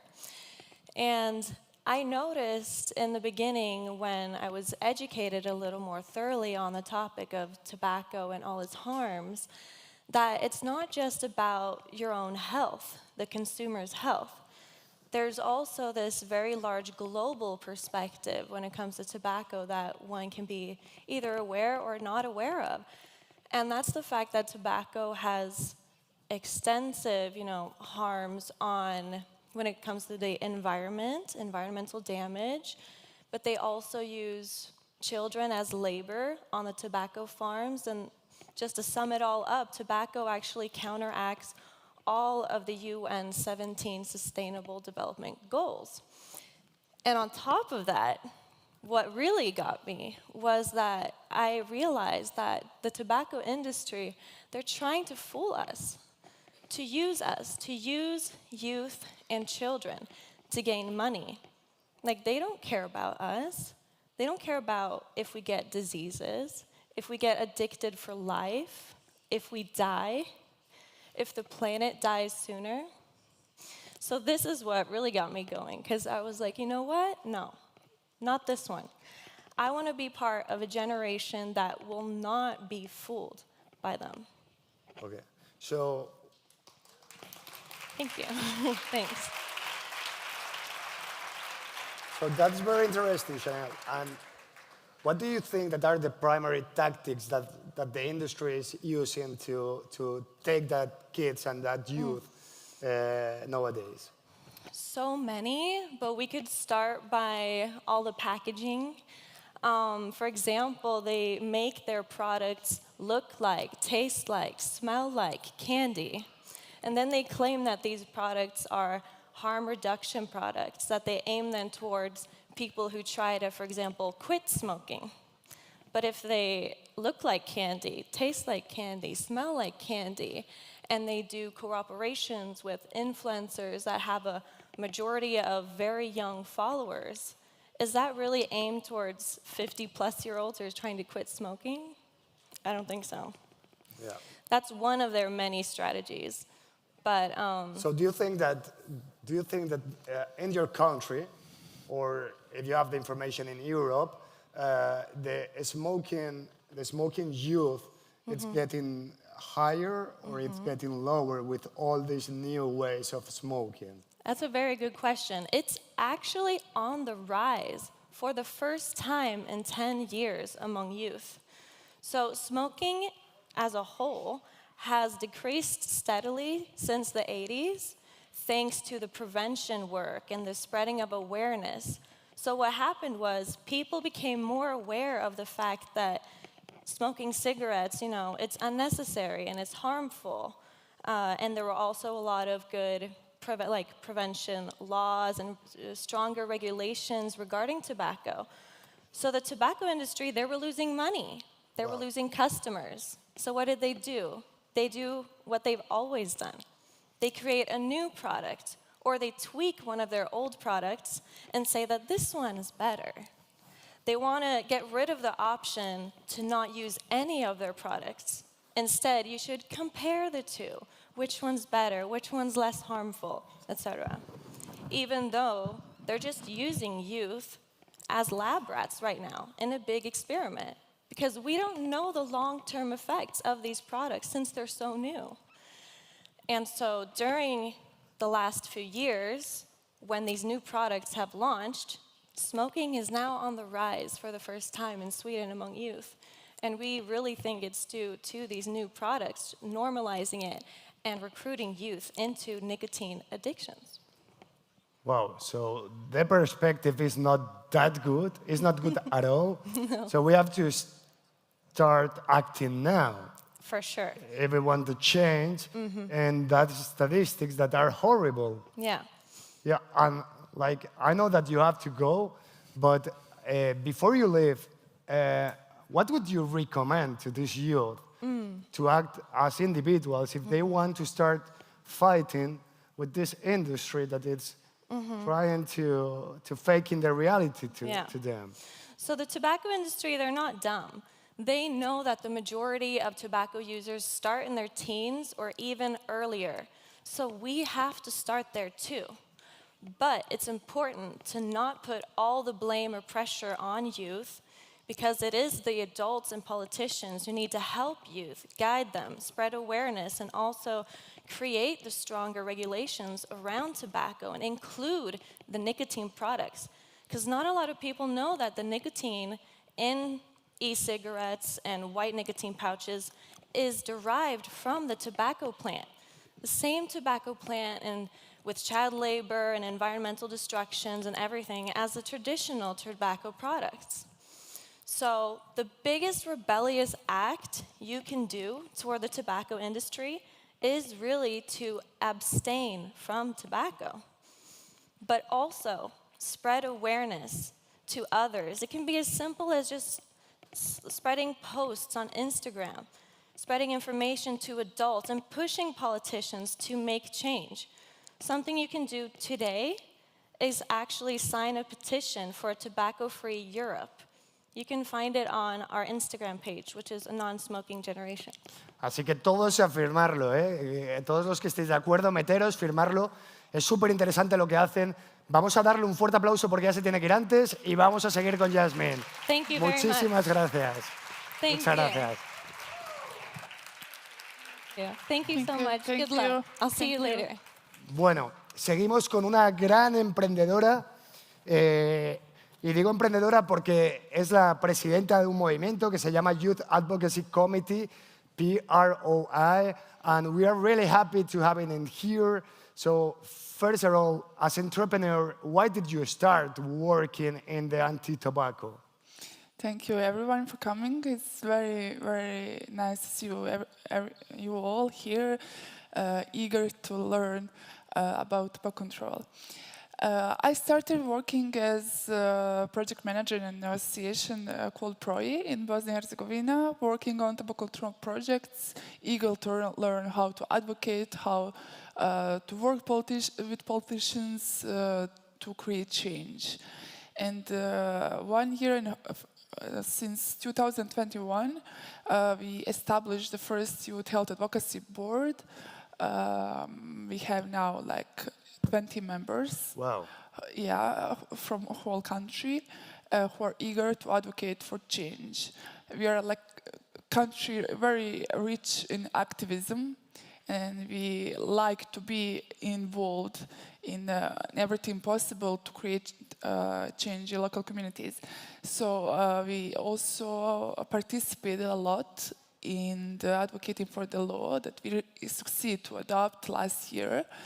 And I think there are youth in my country is eager to learn how to make an impact.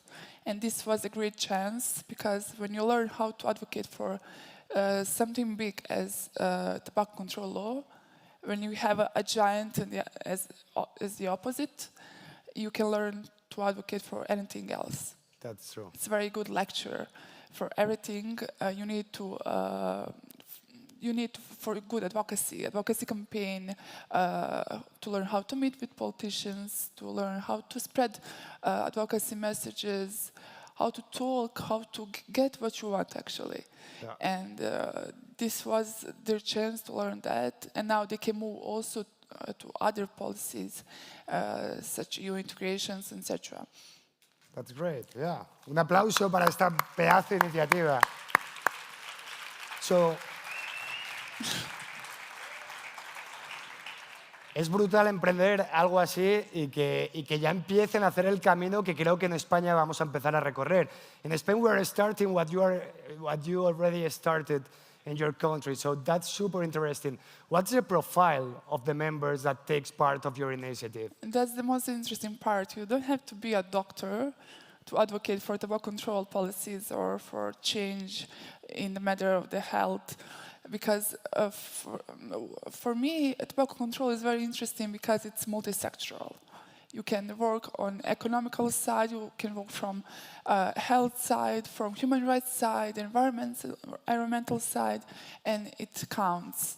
So you don't have to have like 5 leaders in this room, you just need one who will say, okay, let's do something about this, and everyone else will follow. So I think that when you want to start a movement like this, the first thing that you have to have is a cause. Like you have to be like really excited to fight to the cause, and then you have to find the profiles. But I think that the profiles are the second step for the very beginning. That is the game to fight. To the tobacco in this case.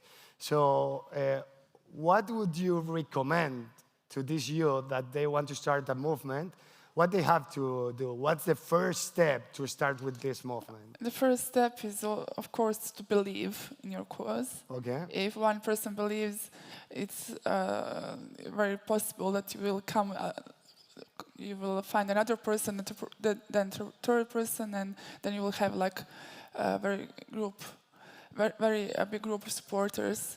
And like you said, profiles are important, but not the most important, because we have like people from 19 to 25, 26, and they are from different sectors, but what they have in common is interest to do something in general, not just in tobacco control policies, but tobacco control policy is something we call like a huge challenge, and we see it. Okay, so the last question is, did you have yet any success I don't know if advocacy success or maybe that you make an act or something that you want to share with the youth here? Yeah, we have like few successes. Firstly, we prevent tobacco industry to put their like hidden message on the mural. They had an Unsmoke Sarajevo campaign.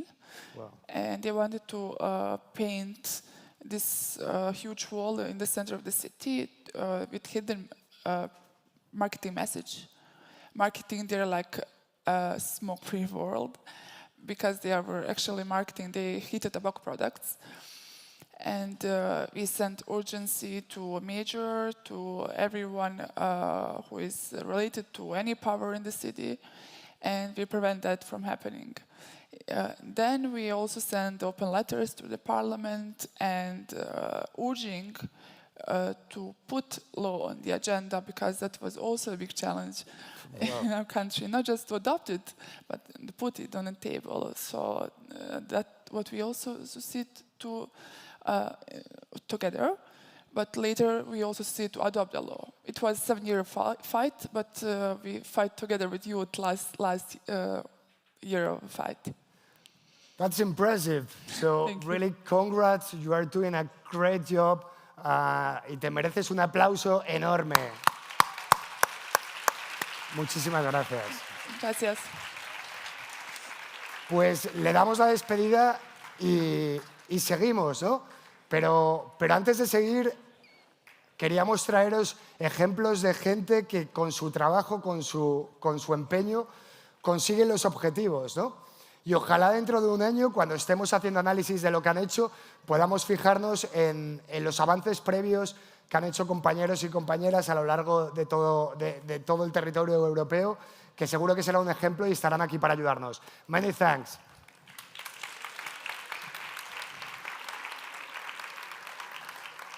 Vale.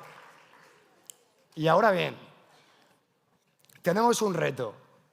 ¿Cómo conseguir que en el año 2030 sea la primera generación sin humo?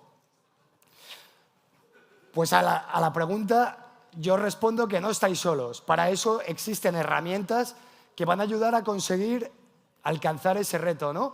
Y para eso hemos traído a un experto también brutal, como toda la gente que está subiendo hoy aquí a este escenario, que nos va a ayudar a cómo enfocar un reto de estas dimensiones. Álvaro Carrera, bienvenido. Que de verdad importa. Tengo un corazón sin miedo, tengo el alma en el sombrero y un mañana nuevo. Lo veo. ¿Se me oye? ¿Se oye? Sí. Buenos días. ¿Quién habla en español? Who speak only English? Only English? Okay. I will introduce some recaps sometimes in English. I will try, okay. Buenos días. Yo lo primero os quería pedir un aplauso, pero todavía no lo dais. A la de 3 lo vamos a dar. Quería pedir un aplauso a la Asociación Contra el Cáncer y a la Fundación Lo que Darse Importa por esta iniciativa, por este evento. Venga, vale, dale aplauso ya.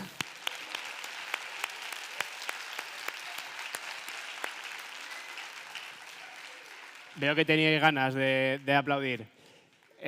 Un aplauso porque realmente a mí estas charlas, estas iniciativas, es que de verdad que me inspiran cada vez que trabajo con ellos. Algo me hace clic, algo cambia. Y hoy, por ejemplo, ahora mismo me siento súper afortunado. Es algo que todos los días yo soy consciente de la suerte que tengo, igual que todos los que estamos aquí. Pero hoy, después de escuchar a mi tocayo Álvaro, pues me siento todavía más afortunado y muy consciente de todos los privilegios que día a día, sin que yo haya hecho nada a cambio, se me entregan. Así que, otra vez, quería pedir un aplauso para todos ellos.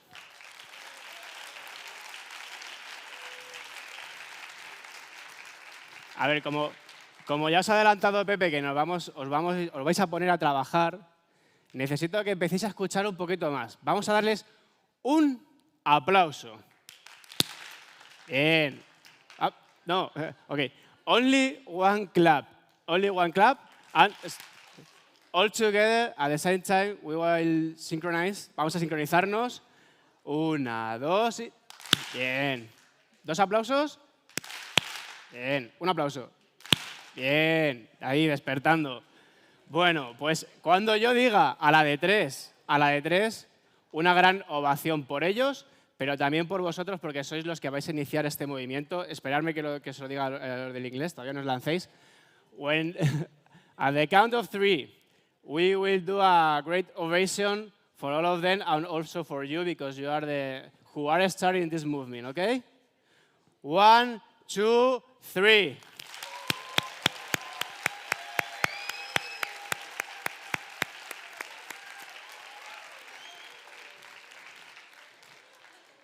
I think that this ovation was a 7 in the level of ovations. Yo creo que esto ha sido un 7, ¿no? 7 antes de pediros el 10. ¿Somos capaces de hacer un 3, una ovación de un 3? An ovation of a level 3? 3 ovation? Let's try. Vamos a intentarlo. Una ovación de un 3. ¿Con algún grito? ¿Algún? Oh. ¿Cómo sería de un 6? A 6 level. Venga, y ahora sí, una ovación de 10. 10 level. Para vosotros. Ok. Tenemos una presentación. Que no sé si... ¿Sí? Bueno, mientras nos ponen la presentación, os cuento un poco lo que vamos a hacer. Ahí está. Y el tiempo. Muy bien. Tenemos este reto. Se nos ha entregado este reto para nosotros. This challenge is for us, it's for you. Y vamos a trabajar en ello, ¿vale? Nos vamos a poner manos a la obra. Os necesito muy activos, os necesito muy pilas. Siguiente slide. Voy a hablaros de una metodología que se usa para resolver problemas complejos, ¿no? Esto ya lo decía Pepe, bueno, lo decís vosotros, que conseguir una generación totalmente libre de humos, pues es complicado, ¿no? Y son problemas que generalmente así de primeras nos cuesta resolver. Nos puede costar bastante. Muchas gracias.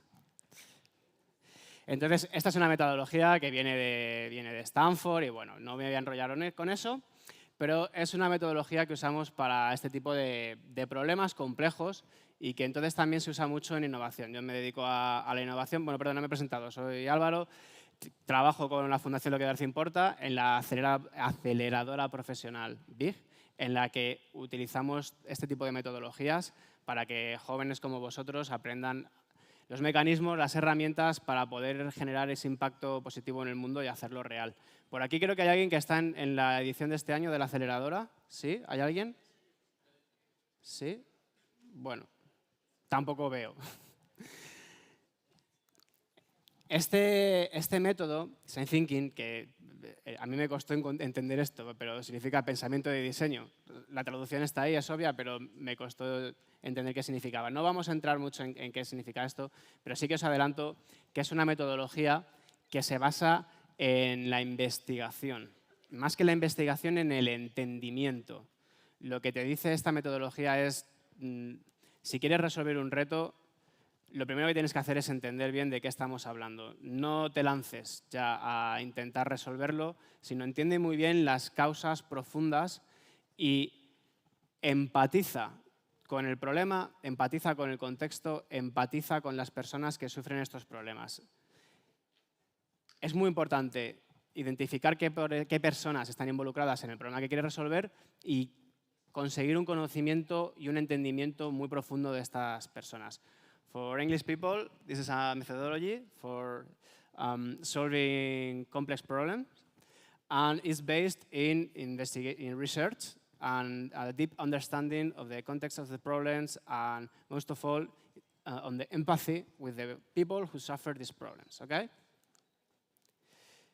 Esto todos sabemos lo que es, ¿sí? You know what is this? Yeah? Es un iceberg, vale. Imaginaros que la flecha amarilla es una corriente de aire. Imagine that the yellow line is a air wave, is a air pressure. ¿Hacia qué dirección se moverá el iceberg? In what direction the iceberg will move? Claro, porque yo lo estoy viendo aquí, sí, mi izquierda es vuestra izquierda. Ok. Si no, parece lógico, parece obvio. Si hay aire que le está dando en la superficie, se lo irá llevando. Pero lo que tienen los icebergs, que se lo pregunten a los del Titanic, es que hay una parte hundida que no se ve, ¿no? y que puede ser grande. Entonces, ahora os pregunto, ¿qué pasaría si debajo de la superficie hay una corriente marina que empuja en la dirección opuesta? What if above? Ah, ok.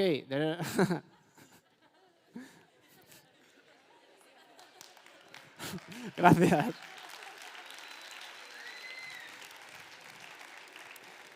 Bueno, ok. ¿Queréis que siga? Vale, ¿hacia dónde queréis que se moverá ahora el iceberg? A la derecha, ¿no? Vale.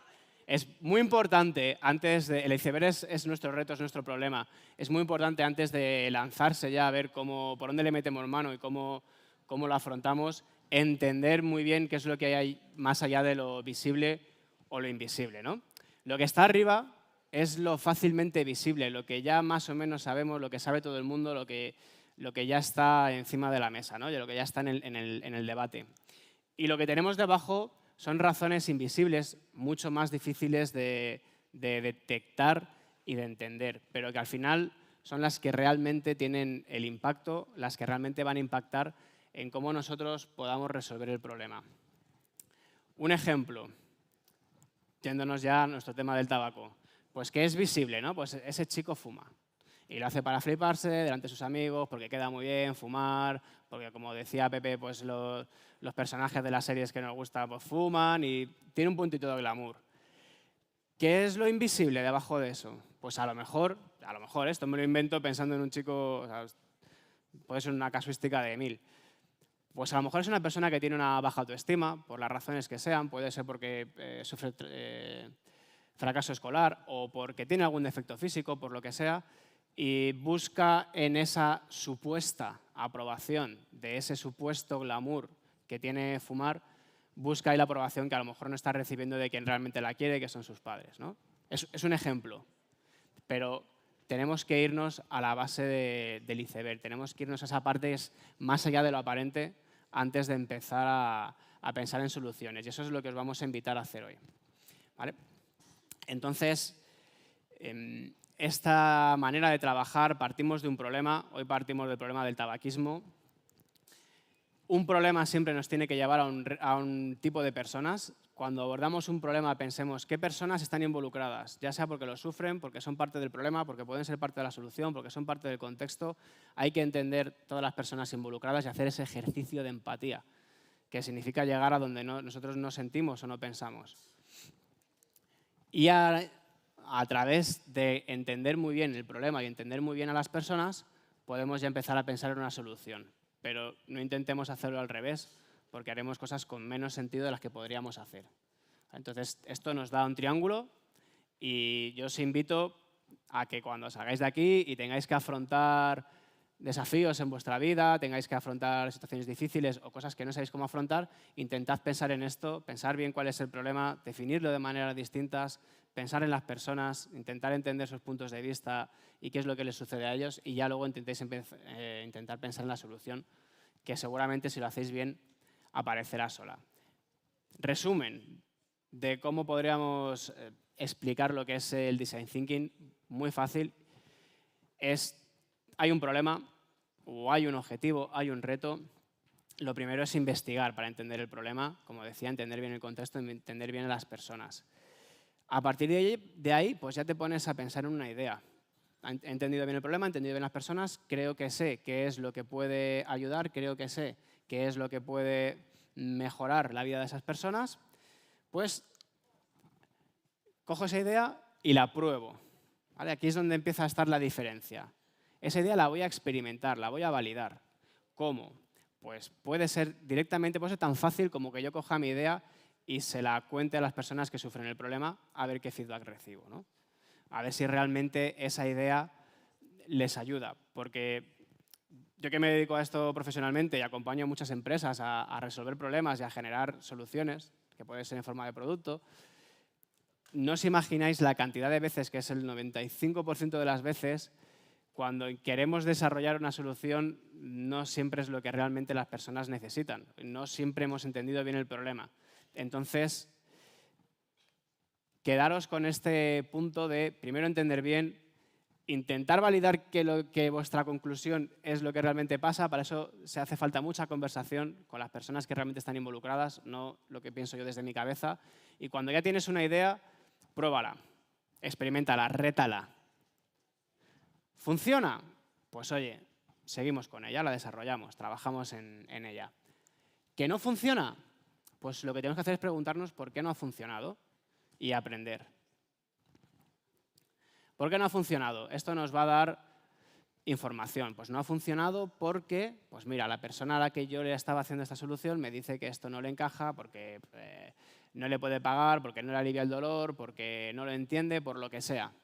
Vale, entiendo las razones por las que, valga la redundancia, no entiende esa persona mi solución, pues con esta información nueva que he obtenido, vuelvo a ponerme a investigar, ya teniendo esto en cuenta. ¿Se entiende? ¿Lo habéis entendido? ¿Sí? ¿Tengo que pediros un sí de un 10, un sí de... ¿Se ha entendido? Porque lo vais a hacer vosotros ahora. ¿Vale? Nos vamos a poner. Vamos a hacer una versión muy resumida de esto.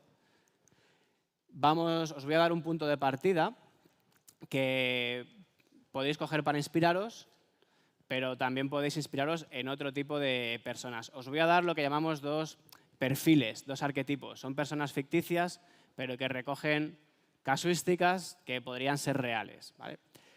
Esta es Marta, que tiene 13 años, pero os invito a ponerle otra cara, alguien que conozcáis y que pueda cumplir este perfil.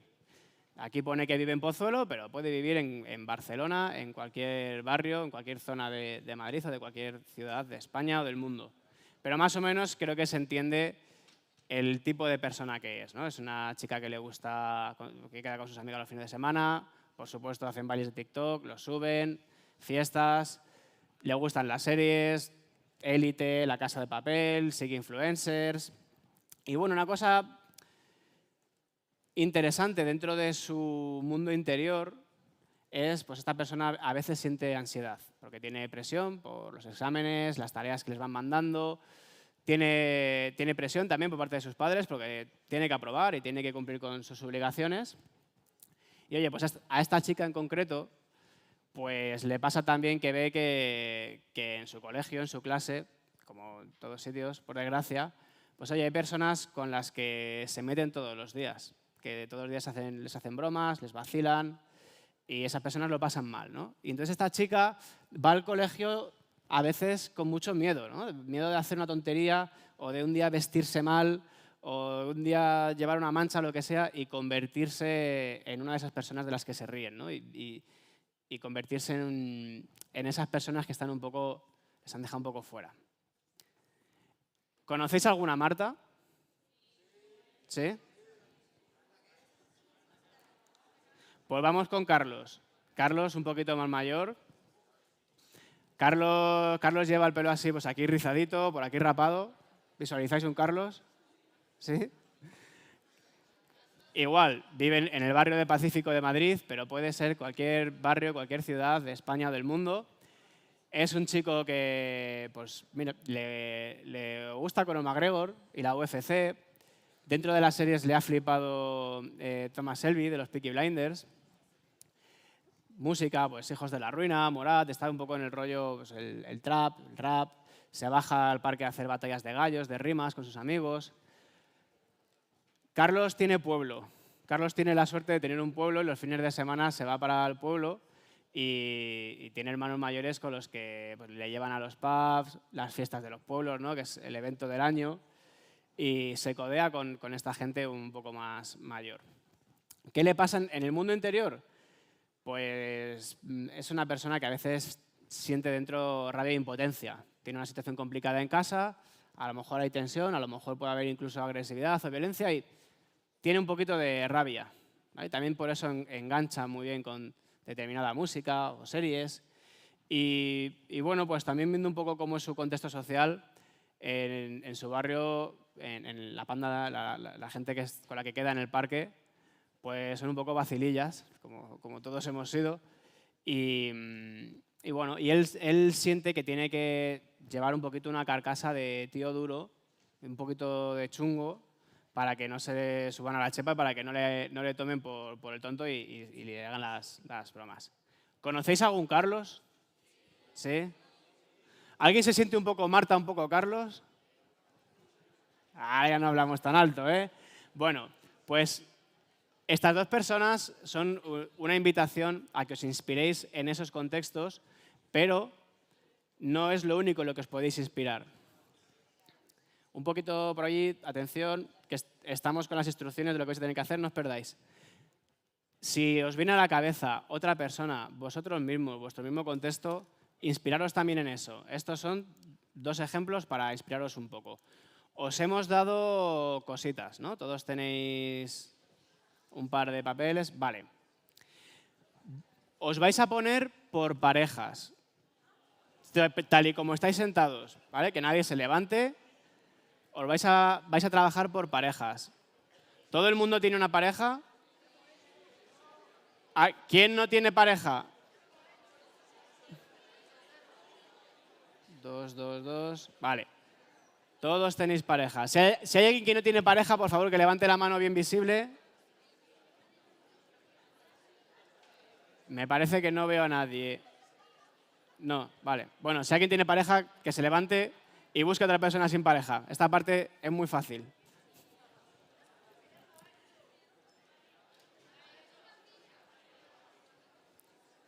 A ver, por allí. Vale, ¿qué vamos a hacer? Silencio, por favor. Silencio. Vais a tener 10 minutos para pensar en estas preguntas. ¿Cuáles son los momentos y lugares críticos en que dos personas como Carlos y Marta, vosotros o alguien a quien conozcáis, son los momentos críticos para que coja su primer cigarro, su primer vapor o pruebe su primera cachimba? ¿Vale? A ver, un aplauso. Bien. Un aplauso. Y ahora, un aplauso y hacemos el silencio. Bien. Momentos y lugares críticos en los que una persona como Carlos, Marta, o quien tengáis en mente, prueba su primera cachimba, cigarro, porro, lo que sea. Quiero que penséis en por qué sucede. En ese momento, ¿qué ha sucedido para que esa persona lo haga? ¿Qué piensa y qué siente de lo que está haciendo, del por qué lo está haciendo, de qué le puede deparar a futuro? Y quiero que penséis si se os ocurren maneras de cómo se podría haber evitado que en ese momento, con esa situación, sintiendo lo que sentía, esa persona no hubiera cogido ese cigarro, ese vapor, ese porro, esa cachimba. ¿Sí? ¿Alguna pregunta, alguna duda? Pues tenéis 10 minutos para hacer en parejas este ejercicio.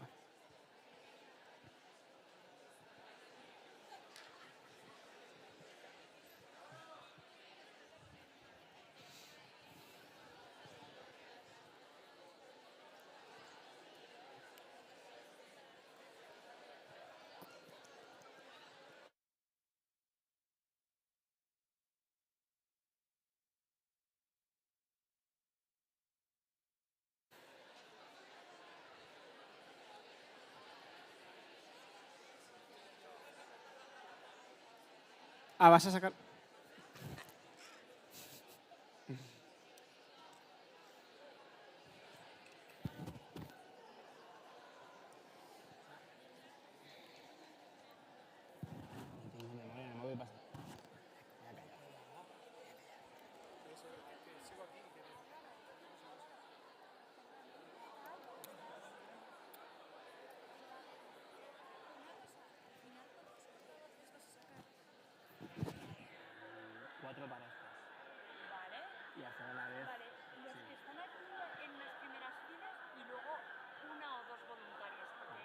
¿Quieres sacarlos tú? O sea, yo digo, voy a pedir 4 y si quieres tú que los tienes fichados... No, es que les veo como metidos, igual que quien levante la mano. Pregúntalo Vale, tú, dile, vale. a ver quién quiere subir.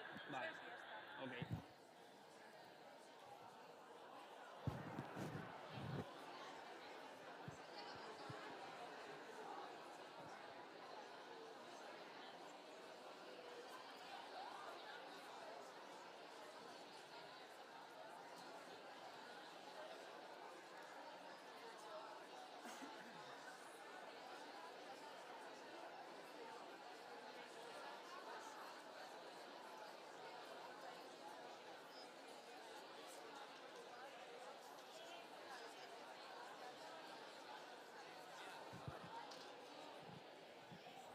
Martín Moreno.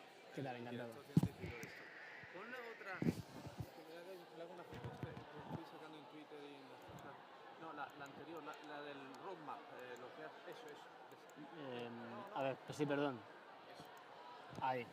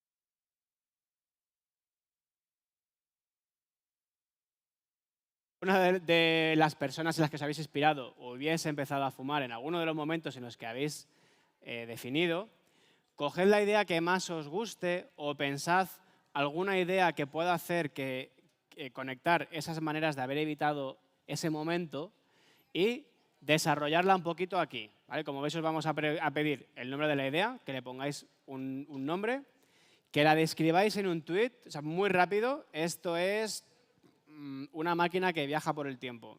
Punto, un tweet. Y ya que nos contéis en qué consiste y cómo funciona y qué haría falta para poder ponerla en marcha y quién puede ayudar. Tenéis para esto 8 minutos, a lo mejor alguno más, ¿vale? Y a lo mejor algunos subís aquí a contarnos la idea. Puede ser, así que a currárosla.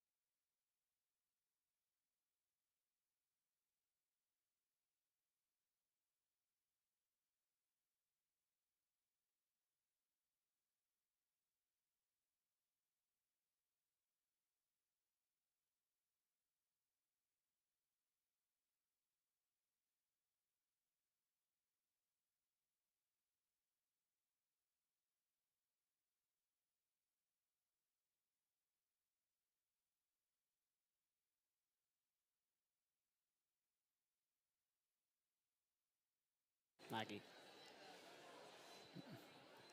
Vale, pues venga, estamos.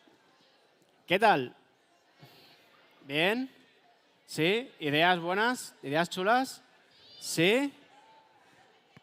Pues voy a pedir 4 parejas, así que estoy escuchando, ya he localizado gente que está muy entusiasmada con su idea por allí, por aquí. 4 parejas. ¿Voluntarios? ¿Voluntarias? Por allí, arriba, voluntarios. Vente, veniros. Una pareja más.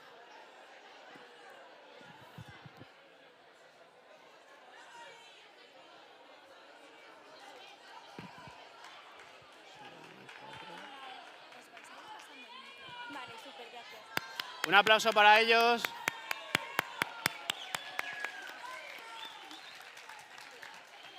Hola, chicas. Muchas gracias por subir. A ver, ¿sois pareja? ¿Sois trío? Muy bien. Ok, perfecto. A ver. Sí, veniros para acá, por favor. Que se os vea bien aquí. Muy bien. A ver, ya estamos. No, todavía no estamos todos.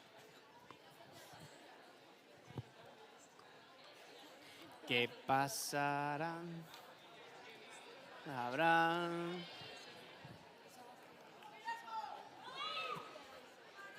Veniros.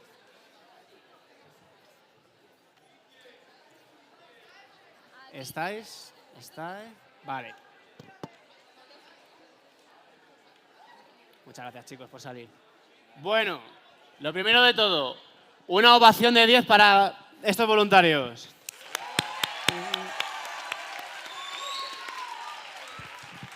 Bueno, a ver, ¿estáis por pareja? ¿Sois una? ¿No? ¿Trío? No, el trío es... ¿Otra pareja? Vosotras dos. Aquí sois el trío, otra pareja y trío. Vosotras dos, vale, o sea, 1, 2, 3, 4, 5, 6. Habéis salido alguno más, pero bueno, no pasa nada. Muy bien, de eso se trataba. Aquí 2 equipos. Aquí 2 equipos, pareja, trío, como lo queréis llamar, pero 2 equipos aquí. No, aquí donde estoy yo, que os voy a repartir un poquito. Aquí. O sea, tenéis que apartar, aunque os salgáis de las luces. Ahora no hace falta que... Pegaros allí. Otra... Ahí estáis, ¿no? Sois 2. Vale, aquí tenemos otro equipo, pues un equipo más. Vosotros, por ejemplo. Sí, no os preocupéis, luego volveréis a la pantalla. Iros un poquito para allá, es que vais a tener que hablar y no vais a poder escuchar si no vosotros. Vosotros veniros para acá, por ejemplo, con vosotros. O sea, va de 2 en 2, 2 equipos y 2 equipos. Y aquí teníamos vosotros, vosotras. Vale, una pareja más quiere salir, que suba rápido, venga, la que sea, una sola. Vale, vosotros, pues mira, si queréis quedaros allí, con vosotras 2, allí. Y vosotras con la pareja que haya subido, pues en esta esquina. ¿Vale? Ok, chicos, ahora es muy importante que escuchéis mis instrucciones. Vais a tener 1 minuto, la pareja A, estáis 2 parejas, ¿no? Pues A y B, vamos a decirlo así. La pareja A tiene 1 minuto para explicarle su idea de la manera más sencilla posible, no os liéis, a la otra pareja. 1 minuto. Y la otra pareja que se asegure de entenderlo, ¿vale? O sea, que escuche bien, que no está pensando en lo que vaya a contar. Después de ese minuto, la pareja B tendrá 1 minuto para contarle a la pareja A su idea. Y cuando las 2 partes hayáis escuchado la idea de la otra parte, vais a tener 1 minuto más para llegar a un consenso. Ese consenso puede ser un nuevo lugar, un tercer lugar, una idea que surge de la mezcla de las 2 ideas, o puede ser que una de las parejas diga, oye, que me gusta más tu idea que la mía, te la compro, vamos con esa. ¿Se ha entendido? ¿Sí? Venga, pues pareja A, pareja A, pareja A, pareja A. 1 minuto.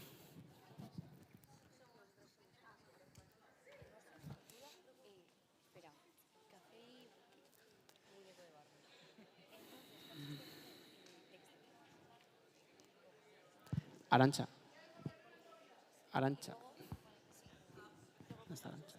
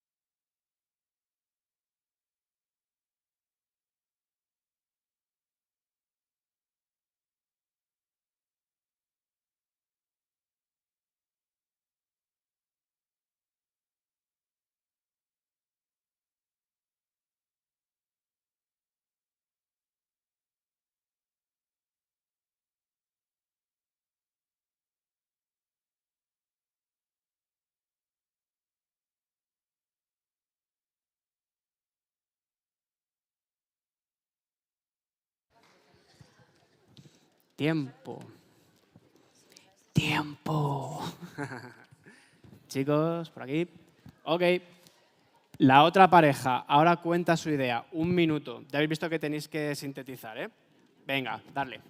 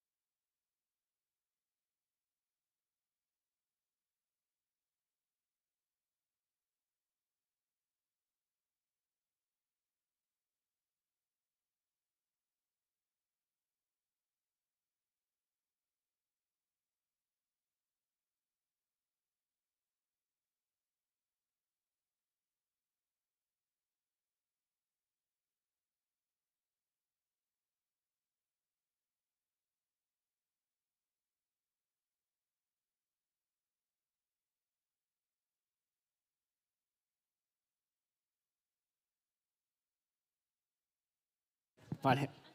¿Dónde? Dos. Sí, dos de mano. Sé que me estás señalando en algún sitio, pero no lo veo. Ah, vale, ya lo tienen. Vale, perfecto. Vale, vale. Gracias. Ellos. Vale, chicos. Chicos, ¿qué tal? Por aquí. ¿Sí? ¿Veis posible hablarle aquí al? ¿Veis posible llegar a un lugar común? ¿Sí? ¿Sí? ¿Por aquí? ¿Qué tal? Ya hemos ¿Lo veis? llegado. ¿Sí? Venga, pues 1 minuto para llegar a un consenso, una nueva idea o una de las dos. ¿Sí?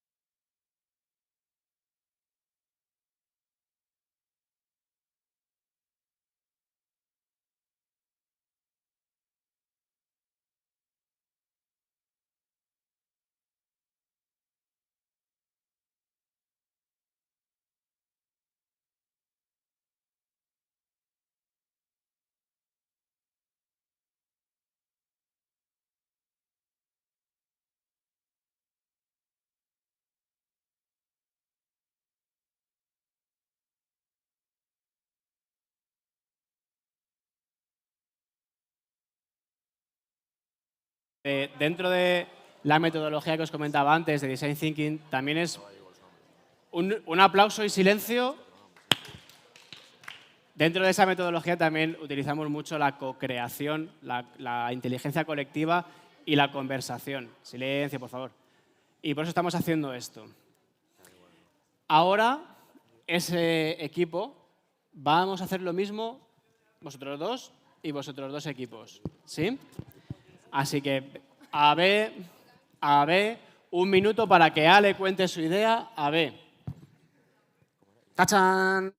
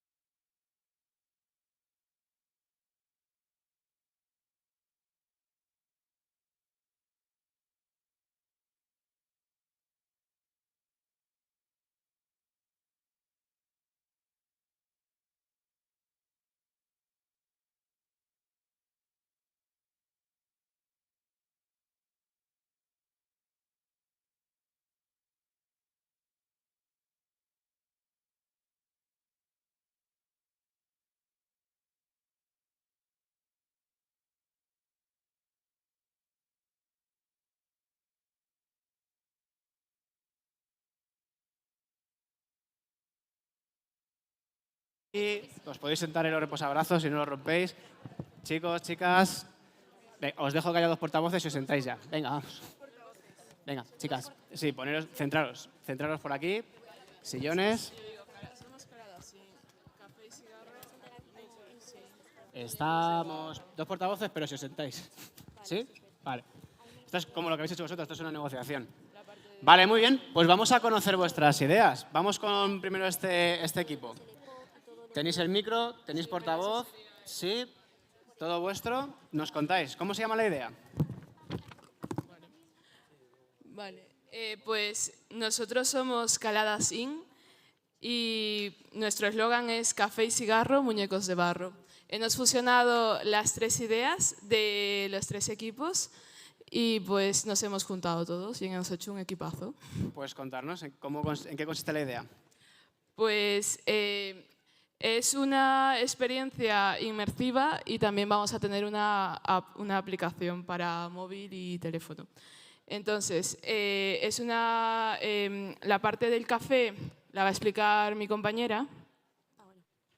Bueno, básicamente toda la experiencia empezaría, pues colocaríamos en una clase de niños de 13 a 14 años seguramente, que son como la aprobación así que empieza a experimentar. Cafés, o sea, tazas de café con los distintos componentes que tiene el tabaco, los distintos aditivos y bueno, pues los distintos componentes, porque realmente pues creemos que no somos conscientes de lo que lleva realmente un cigarro. Y bueno, se los pondríamos y les diríamos pues que les invitamos a un café. Y, silencio, por favor. Y bueno, a partir de ahí pues empezaría como toda la experiencia que ahora explicaré. Y pues por medio de la realidad virtual y con testimonios reales de gente que ha pasado por eso, porque siempre hay la parte de curiosidad que se siente al fumar, entonces que ellos se sientan en su piel por medio de las gafas, óstulos y unas camisetas que hay de realidad virtual, donde van a ver cómo es la vida de un fumador, incluso van a sentir cómo les oprime el pecho, todos los temas cuando tienes disnea porque tus pulmones ya no funcionan bien, si has tenido o las enfermedades crónicas que se generan por el tabaquismo, como el EPOC. Y además también tenemos la parte de la explicación, porque claro, esto lo haríamos en colegios, en institutos, gente que todavía no ha fumado para sensibilizarla de forma real y consciente. Y como una de las charlas de ayer, nos regiríamos por el rigor científico para que nuestras charlas y nuestra experiencia pues ayude realmente haciendo métricas y todo. Y la parte de la aplicación la va a explicar mi compañero. En un tweet, por favor, en un tweet la aplicación. Bueno, es que la aplicación, aparte de ser también para concienciar a los que todavía no se han adentrado en fumar, también la aplicación es para incitar a los ya fumadores a dejar de fumar. Y nuestro tweet era creación de una aplicación para fumadores, la cual te hará dejar de fumar rápidamente en un proceso divertido. Y ahora vamos a explicar pues, algunos puntos. En otro tuit. Se van los autobuses. ¿Qué? En otro tuit, que os lo expliques muy rápido porque se nos van... Básicamente es una app que recompensa al fumador por cada día que pase sin fumar y podrán recibir descuentos en restaurantes, tiendas por cada día que no fume. Y para inscribirte a la aplicación se necesita un verificante médico que verifique que eres fumador y esta app es como más dirigida a fumadores ya experimentados y, por ejemplo, el café es como ya para gente que, bueno, que a lo mejor está empezando o lo que sea. Y ya está, básicamente. Ok, o sea que habéis metido todo así, una coctelera y habéis tocado un poco todas las fases, ¿no? de la vida de un fumador. Muy bien, pues un aplauso muy fuerte, una ovación para ellos. Muchas gracias. ¡Qué maravilla! Pues siguiente equipo. Espero que hayáis llegado realmente a un lugar... Bueno, da igual. Vamos, contarnos. ¿Cómo se llama la solución vuestra? ¿Se me escucha? Sí. Vale. Sí. No hemos decidido un nombre, ¿vale? Porque consideramos que hemos abordado lo de tal manera este problema, que es el tabaquismo, que un nombre, una frase no nos daría para describirlo. Sí. Entonces, te comentamos la idea. Sí. Vale. Vamos a ver, que tengo un poco de calor, lo siento. Vale. Vale. La cosa es, el tabaquismo realmente es un problema de unas magnitudes tan grandes, ¿vale?, que afecta a tanta gente en tantos sitios que no consideramos que se pueda tratar de una forma pequeña, de una forma sutil. Entonces, lo que hemos decidido es que al ser de estas magnitudes debería ser abordado de manera estatal, ¿de acuerdo? O sea, que sea el Estado quien realmente se encargue de decir, vamos a comenzar a tomar unas medidas porque tenemos un problema muy serio y tenemos que hacer algo. Entonces, ¿qué pasa con el tabaquismo? Tenemos la causa, ¿vale? Bueno, perdón, tenemos el efecto, que es el tabaquismo, ¿de acuerdo? Sí. Y luego tenemos la causa, que consideramos que es la salud mental, problemas de salud mental, ¿de acuerdo? Deficiencias, carencias. Entonces, abordando primero el efecto, ¿de acuerdo? Porque es más sencillo. En el efecto hemos considerado que deberíamos centrarnos en el tabaco, como, por ejemplo, subiendo impuestos, ¿vale? Subiendo impuestos a tabaqueras, subiendo los impuestos del tabaco en sí, que sea más caro, ¿de acuerdo? Esto al final, quieras o no, va a dificultar más el acceso. Y luego también el hecho de multas. Sé que suena muy duro, ¿vale? Muy directo, pero con esto lo que queremos principalmente es proteger a una parte de la población que está muy olvidada, no bastante, lo siento, muy olvidada por parte de la gente que fuma, que consume tabaco, que son los niños. Todos tenemos en mente esta situación de estamos con la familia en un restaurante, en un bar, ahora en la terraza, ¿de acuerdo? Pero yo en un pasado me acuerdo dentro de un local, estar allí siendo niños o ver una familia, unos niños, y que al lado tengamos unos fumadores. Y siendo los niños fumadores pasivos con quizá 5 o 6 años. Y son los grandes olvidados. Claro, con las multas, ¿qué queremos conseguir? Que se proteja a esta parte de la población, porque es fundamental protegerlos, porque son el futuro y si se puede evitar, 1000 veces mejor. Entonces, multas, ¿cómo funcionarían? Por ejemplo, tenemos a los fumadores un radio y que en ese radio no hayan niños, porque a un fumador no le cuesta nada realmente alejarse, ¿de acuerdo? Que el niño te va por detrás, bueno, ese es otro tema, pero se entiende. Y después nos vamos al tema de la causa. ¿Cuál es la causa? Consideramos que un tema de salud mental. ¿Cómo abordamos esto? Pues concienciando, fomentando e invirtiendo sobre todo en salud mental, invirtiendo en sanidad e invirtiendo, pues eso. Y cuando hablo de invertir en salud mental no me refiero a la privada, me refiero a la pública, porque actualmente los costes de una salud mental privada, de una de calidad, son muy caros y no se pueden abordar por la mayoría de familias. Por lo tanto, salud mental, que se trabaje, se invierta en ella y que sea pública y accesible para la gente. Y el tema de concienciación, pues os lo explicaba Vanessa. Luego nosotros a todo esto queremos también añadir como una parte de prevención, de concienciación, ¿no? Y hemos identificado que aparte del problema de la salud mental, pues es muy importante, en primer lugar, generar referentes, reforzar el pensamiento crítico de las personas más jóvenes y, sobre todo, que haya una información disponible para estas personas de calidad. Entonces, la idea que se nos ha ocurrido, que este pequeño apartado de la idea general hemos decidido llamarla Influencers sin humos, consiste en no solamente rescatar aquellos influencers ya conocidos, aquellas caras ya conocidas que tengan un cierto compromiso con el tema de del consumo de tabaco, ¿no? Sino que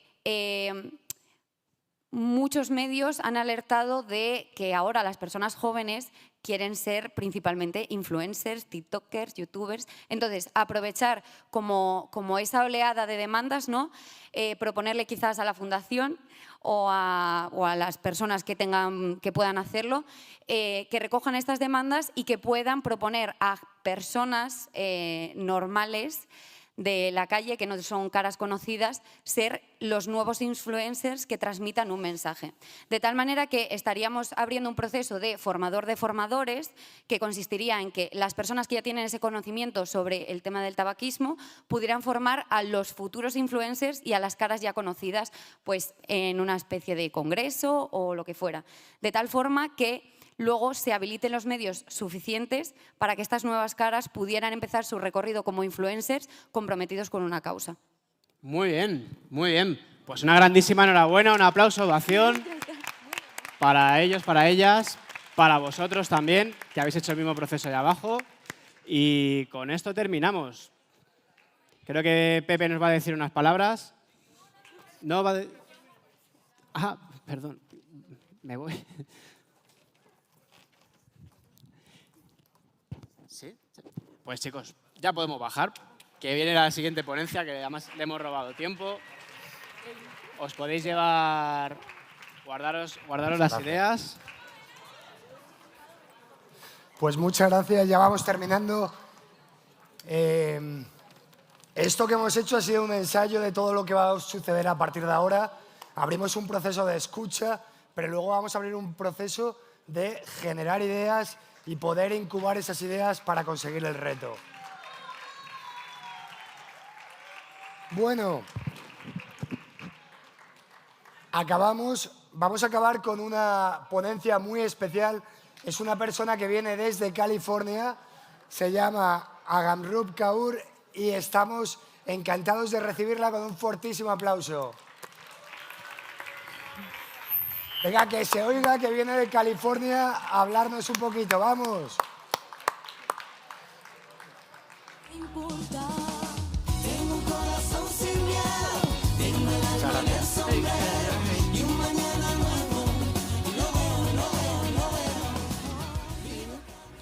Hello, it is a pleasure to be with you all today. It's inspiring to see you all on the stage talking about your ideas, and today I want to tell you a little bit about my story coming from California and a little bit about how I started, similar to all of you. I started as a 12-year-old, so a little bit younger than all of you, and for me it was actually a little bit different. All of you are very energetic, very passionate. I was the complete opposite. I was very shy growing up because I had moved around so many different times.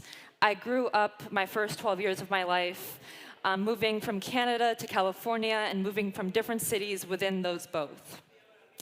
And moving around so many different times puts you in an environment where you're not able to understand what your identity might really be, where you try to fit in with others, and you might not really understand what you want to do, right? And so with that, I became very observant of my surroundings. I wanted to understand what everyone around me was doing, or I wanted to understand where I fit in. But this observance was actually good for me, where the shyness worked out for me because I became observant of this problem of tobacco in my community, where I noticed in the 6th grade, when I was 11 years old, in my classroom, there was this rectangular device being tossed around in the class.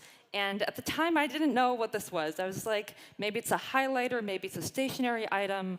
I will just continue to observe, right? And so I continued to do that for the next year until my health class teacher, because in California, every 7th grade student has to take a health class. And so my health class teacher tells me that this device is actually extremely harmful for these kids, where using this device has chemicals that have the potential to cause cancer, that have the potential to ruin your oral health, that have the potential to ruin your brain health. And for me, that struck me. I was very confused. How could something that's so available be so dangerous? How could kids be using this device that is so harmful for them and not knowing the consequences? And so that made me very, very angry. I didn't understand how I'd been in all these communities, I'd seen tobacco in all these communities, and no one was doing anything. And so for me, I told you I was very observant, but I was also very stubborn, and I still am very stubborn. And I see that in all of you. I see that passion coming from a place of wanting to be stubborn for your communities and wanting to be stubborn for your health. I can see that in the ideas you put forward amongst yourselves. And so I want to tell you a little bit about an idea that I came up with a few years ago, and similar to you, it was sort of out of the blue for me. I had decided I was going to make a documentary, and I was going to be bold about it, and I was going to tell people what I was seeing. And at the time, by the way, I had never made a video before. I had never edited anything before. I had never really made social media posts before, but I decided I was going to make a film. And so I did just that. I went on to contact organizations. I told them I wanted to speak to their vice presidents. I told Stanford University that I wanted to speak to their researchers. And I told people these things because I cared. I was willing to put myself in positions where I wasn't able to fit in because I'd already been used to that. I'd already been used to not fitting into places, and I was ready to do that again. I was ready to be stubborn to make a difference. And so I did just that. In the matter of 3 months, I completed this video. It turned out to be a film with 6 minutes long. It talked about e-cigarettes. It talked about the FDA, the Federal Regulation Committee in the US. And I talked about how the FDA had taken almost no action to protect our youth from these new devices. Right? And in a matter of a few months after that, I get news that I have received a national award for my documentary. So someone who had gone from never making a video before is now being honored for a documentary prize that is nationwide. And then a few months after that, my documentary airs nationally across the US. Every television channel played my documentary. And after that, I get asked by an Alaska senator, can I use your documentary to persuade my colleagues that we need to make policy? And so other states are now contacting me to use my documentary to speak to their senators, to make real policy change, to protect their youth. Something that I had been stubborn about, something that I'd taken a chance on myself with, I was now seeing an impact being made with. And so with that, I really want to tell you that you don't have to know what you're doing. You don't have to take an idea that you already know so much about to then be able to do. You're young, you're youth, you have the idea to be innovative, and you have the right to be innovative. Because you have a right to your health. The industry doesn't have a right to tell you that you can be addicted, that you can die because of these devices, that they do not have the right to be able to tell you that use these flavors because you'll be better off. That is not something that we will let them do, and I urge you to be stubborn about it. I urge you to be stubborn about your health. Tell the industry what you really believe. Tell the industry that you will stand up for yourself. And I think I definitely see that in this room today. I see that in the boisterousness that you guys have, and I see that in your energy, and to be honest, it really, really excites me to see that. I come from California, and I've been a part of all these different movements, from creating a documentary by myself, to leading protests, to working in research, and I see that possibility in all of you. And so I really, really urge you to continue on that path, to continue making these ideas, and know that the first one might not work. Your first idea might fail, and that's okay, because you have the time to continue to work, to continue to research, and to continue to build that idea. You have the time to learn from that. The first time I did my interview, actually, was with a lawyer. Mind you, I know nothing about law.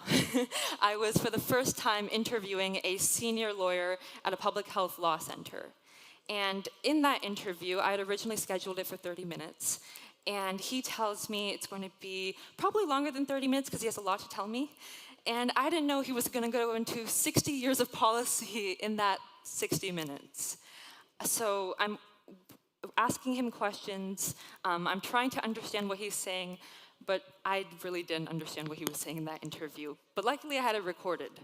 And I went back to that interview, and I watched every single minute. I pause every single minute, and I research about every single minute of all those terms, of every policy he mentioned, and I piece it together.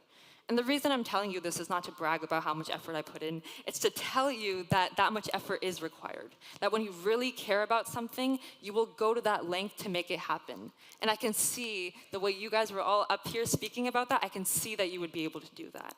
And those types of things are stories that you can tell later to other people to get them inspired. Where something that you do isn't going to just end with you. It's going to continue onwards with other youth amongst yourself. So I urge you to continue upon this idea that you have, to build it, and to continue being stubborn about it.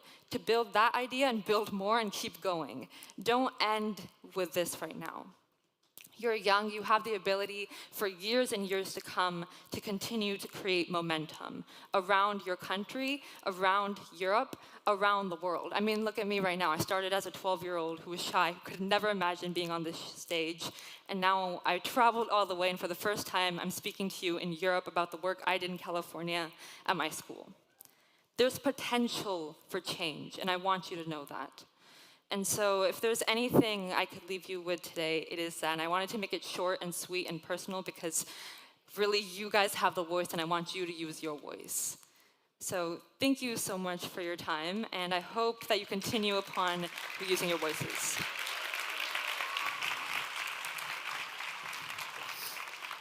Muchas gracias. Muchísimas gracias. Realmente es impresionante cómo ella llevó a cabo el documental. Creo que todos deberíamos verlo y volverle a dar un aplauso porque es espectacular. Gracias. Pues antes de acabar, me gustaría deciros, hoy empieza todo. Os vamos a contactar, tenemos vuestros contactos, vamos a escribiros y vamos a decir cómo empezamos este movimiento, cómo os podéis involucrar. Pero también queremos tener los oídos abiertos para escuchar todo lo que nos queráis decir. Vosotros tenéis que ser los protagonistas. Y para terminar, necesito un voluntario que no sea tímido. Ven para acá. Venga, tú, rápido para acá abajo. Un voluntario. Venga, vamos para abajo.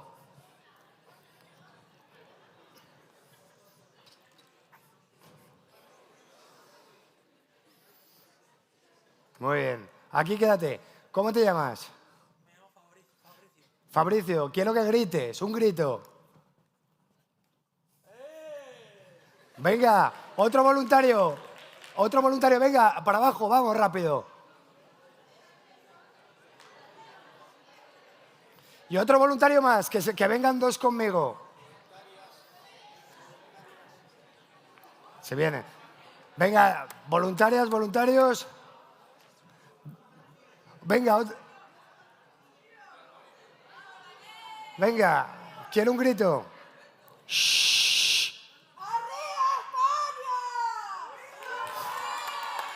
Venga, otro más. Ahora quiero, no, un grito los cuatro a la vez. Los cuatro a la vez. No, pero un grito que tiene que ser como si estuvieseis pidiendo, estáis en una isla y estáis pidiendo ayuda para que os rescaten. Venga, 1, 2 y 3. Venga, no se oye. Ahora necesito que todo el colegio ese grite también junto a ellos. 1, 2 y 3. Nada. No os van a venir a buscar porque no es suficiente. Quiero que todos los de arriba griten juntos. 1, 2 y 3.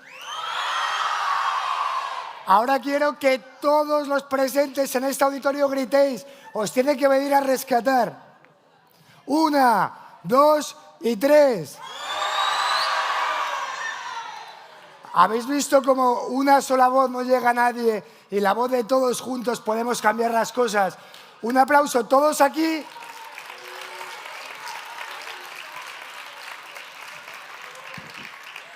Tenemos a un influencer, tiktoker, que se llama Pablo Oria, que ha venido aquí para apoyarnos.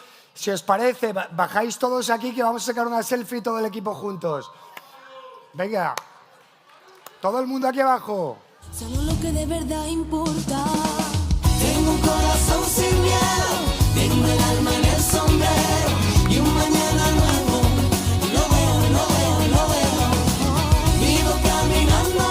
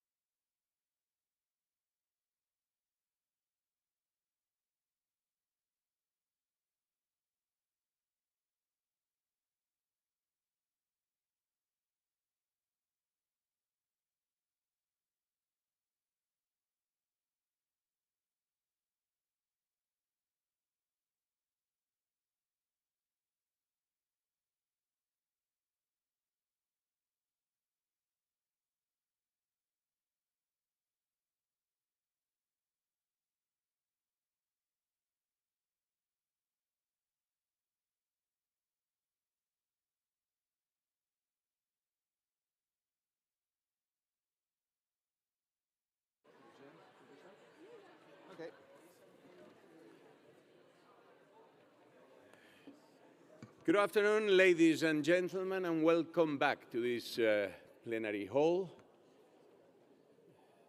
Thank you, thank you, thank you. Well, we go ahead with our agenda. And we now give way to a keynote lecture by José Miguel Gaona, Director of Neurosalud at the Center for Drug Rehabilitation and Smoking, expert in behavioral neuroscience and professor at the Rey Juan Carlos University in Madrid, focused on analyzing the breaks and conditioning factors that make it difficult to give up a habit like smoking, despite the fact that we're aware of the fact that it kills. This keynote lecture will be chaired by Lucian Thomas, Director of the Luxembourg Cancer Foundation and member of the Scientific Committee of the Association of European Cancer Leagues, and co-chaired by Nicolas Philippot, Vice President of the Association of European Cancer Leagues and CEO of the Cypriot Association of Patients and Friends of Cancer. Please. I'm really happy to chair a keynote lecture about a question we all have asked ourselves at some point of our life, and especially those working in tobacco cessation. So, if we know that smoking kills, why do we continue to smoke? What are the factors that influence people's behavior and how they interact with the smoking habit? The answer to this question will be given by Dr. José Miguel Gaona, who, as already said, is the Director of Neuroscience at the Drug and Tobacco Rehabilitation Center. He has also been a psychiatry professor at many universities. And during his prolific career, we can highlight his task being the mental health coordinator at the Bosnian and Rwanda war for UNHCR, the writer of many books and scientific papers in relation to human behavior and psychology. So he is one of the most recognized experts in behavioral neuroscience in Spain, and probably elsewhere too. So please welcome Dr. José Miguel Gaona. Yes, can I start? Yes, really? now it's Okay, your turn. Well, thank you. Well, first of all, I want to thank, of course, the organization, especially to Professor José María Martín Moreno, the chair of the 19th ECTO Scientific Committee, and member also of the Spanish Association Against Cancer. I also want to thank the Spanish Association Against Cancer, of course, Lucien Thoms, who is the chairman, and Nicolas Philippot, who is the co-chairman. Thank you very much, and thank everyone for being here. I hope everyone had some lunch and some food, and everything is calm and nobody sleeps. But I'll try to be a bit more dynamic. I'm a forensic psychiatrist, and all my life, after 25 years old or so, I have been working in relation to addictions. At the beginning with hard drugs, but I don't like very much the difference between hard and light drugs. I think, for example, if we think about a hard drug like heroin, nowadays in Spain, very few people luckily are killed by heroin. No, it's not like in the 80s or 90s that there were a few thou. But if we go down to the statistics in relation to tobacco, right now, every year, a lot of people, 15, 20, 25, 30,000 people are killed each year. And this, we are speaking about a legal drug. But to understand really a lot about why people smoke and why is it so difficult to quit smoking, we should go back to a few thousand years. If you don't mind, please, you can start the presentation. ¿Podéis poner la presentación, por favor? Okay, well, so that's the name of the presentation. If we know that smoking kills, why do we keep smoking? Factors that influence people's behavior and how they interact with the smoking habit. Well, let's start by the beginning. Well, it's a story of love, pleasure, and that's one of the tricky things about drugs. Everyone is saying always very bad things about drugs. And of course, they're very destructive. But why do people then take drugs if they are so bad? We'll make afterwards some thoughts in relation to this idea. It's very important, and I think it's one of the cues to understand this problem, okay? But it's not only a story of love and pleasure, it's also of relapse, intoxication, and death. To understand it, we have to go back to a place like Salt Lake City in Utah. I was there a few months ago, investigating a bit. And, well, when mammoths were already on Earth, there were already some people there that used to smoke tobacco. We are speaking about more than 12,300 years ago. Anthropologists and archaeologists have found seeds of a very native tobacco plant in that place. So we estimate that 12,000 years ago already people were smoking. How did they smoke it? Well, we'll take a quick look at it. All this is very important to understand what happens nowadays. Indigenous people of North America had 4 uses for tobacco: prayers, offering, and ceremonies. As medicine, as a gift to visitors, and of course, as an ordinary smoking tobacco. By the way, maybe you think that everything changed a lot in these 1,000 years. Really not.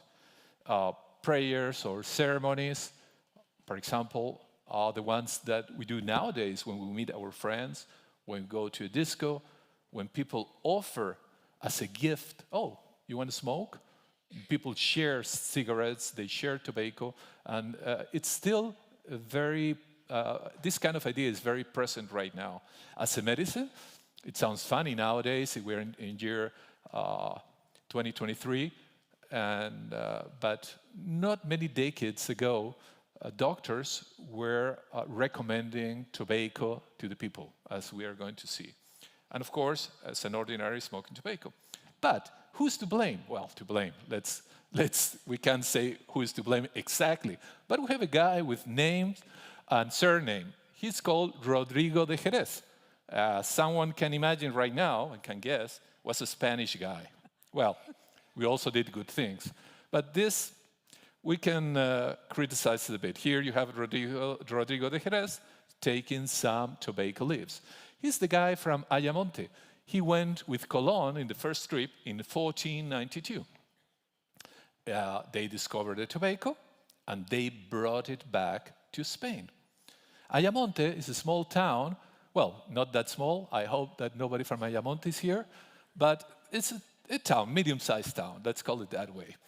It's close to the Portuguese borderline, and it's a place in nearby Huelva, Puerto de Palos, etc., where all the sailing ships were going, taking with the Elysian winds back to America, back and forth. And in fact, nowadays, he already has some tiles in one of the main streets remembering his existence. And Rodrigo de Jerez, this guy took all these leaves of tobacco and he got addicted when he was already in Cuba. Well, what happened? It's exactly what was written in 1493. Listen, he was throwing smoke out of his mouth and teaches his neighbors in Ayamonte this imported custom. But this fact causes alarm in the town. Jerez hid and retired to a corner of his home to smoke when his wife discovered him and decided to report him to the Inquisition. Only the devil could give a man the power to draw smoke out of his mouth. He spent 7 years in jail. Well, let's think for a moment what really happened. He was an influencer. Imagine, coming from America was like coming back from the moon. I mean, he was a guy that everyone admired, and suddenly he was smoking. Smoke is, imagine, for the first time, people in the Western world saw how someone was expelling smoke out of the mouth. My God, that was really incredible. So, we can say that the Holy Inquisition, or we can recognize it as the first member of the Anti-Tobacco League. In fact, many other people went to jail with this kind of laws of the Inquisition. To be honest, as you can know, we are already in the 21st century, they didn't have much success, even in the following centuries. So the Holy Office says we'll impose severe exemplary punishments, blah, blah, blah, but obviously didn't work that much. And then we have another guy in the 16th century, very few years afterwards, like 20, 15 years after Rodrigo de Jerez, a guy called, that many of you probably know, Sir Walter Raleigh. And he brought tobacco from Virginia into the British court. He was another influencer, was a sir. So he was, and this is important in human psychology, because he was a reference for many other people. If Sir Walter Raleigh used to smoke, should be something good, you know? And look, this detail. Look, that face of pleasure. I mean, he's not suffering. They didn't draw him suffering while he smoked. It really looks nice. He's there in his chest long, smoking. By the way, as you can see, someone on the left looks a bit horrified. You know, oh my God, what is he doing with his smoke? Okay, let's go on. Okay, along the rest of the centuries, tobacco was very present in our society. You can see Carmen, you know, from Georges Bizet, the opera. She was a woman that was selling cigarettes to the soldiers. But many other, in many other years, many other things that happen over the world also increased the tobacco consumption. Probably the most quantitative and qualitative jump was in the First World War. Then it really shifted, it skyrocketed. Why? It helped pass the time, giving them something to do. Forget death, maybe, get distracted, doing something.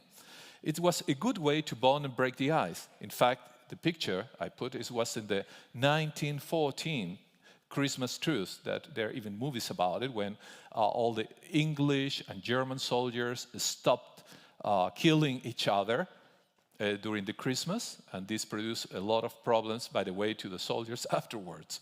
There was many of them were judged by the British, in fact. Well, it was a small pleasure. That was surely one which was grasped and obviously enjoyed. Okay.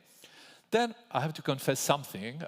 For the first time, I use artificial intelligence to do this conference. I told Lucien knows about it. But I asked myself, okay, what's the artificial intelligence that is so fashion nowadays, you know? Does artificial intelligence think about it? No? I asked, for example, okay, tell me notable historical smokers. Well, it took like 3 seconds to show me a lot of them. I mean, and let's be honest, who could imagine Sherlock Holmes without the smoking pipe? Winston Churchill without the cigar? Orson Welles, Hitchcock, Jean-Paul Sartre, even Ava Gardner, Greta Garbo, Marlene Dietrich. By the way, Greta Garbo was a big cigar smoker and also pipe smoker. And in those days too, being a woman, a smoking woman, a woman that smokes, it was something like outrageous, you know, was a rebel woman, because women do not used to smoke in those days. Well, and of course, my great-great-grandfather, professionally speaking, Sigmund Freud. Sigmund Freud used to say, pleasure is assumed to be the result of the discharge of the accumulated excitation, which will thus reduce the tension. And likely, he died of oral cancer. Very possibly because he was also a heavy smoker, apart from cocaine and other drugs, that in those days, as you know, they were recommended to many of our patients. Well, let's go on. Key social influencers. In the 50s, you could see a lot of doctors, were the tobacco companies, to be honest, but many doctors were involved. You can see more doctors smoke Camels than any other cigarette. Or, I don't know that number, to be honest, how did they get it? But 20,679 physicians say Luckies are less irritating. And dentists also recommended Viceroys, for example, with filter, because that. And the filter is not a stupid idea. I mean, when everyone started speaking about how dangerous tobacco was and is, then the producers, the companies start doing some tricks. Light tobacco, filters, and so on, so like to wash their consciousness, or let's say much better, to sell better their products.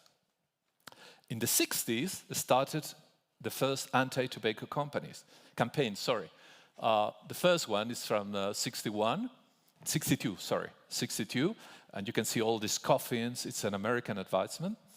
The second one is from the 90s, and the one down with the girl, it's from a few years ago, and it tries to influence the parents of children and to put them far away from tobacco. But did they have success? We'll see. The electronic cigars have really going up extremely. For example, 1,000% of e-cigarettes between youngsters. Nowadays, we see a lot of young people, but even teenagers and sometimes children smoking electronic cigars. We'll see right now, we'll touch this topic very quickly. But for example, in New York, part of the year I stay there, and I can see many times in the streets how teenagers, for example, they tamper those cartridges and they inject, for example, cannabis oil, so everything mixes, you know, the tobacco, the cannabis and so, but it's extremely really in fashion.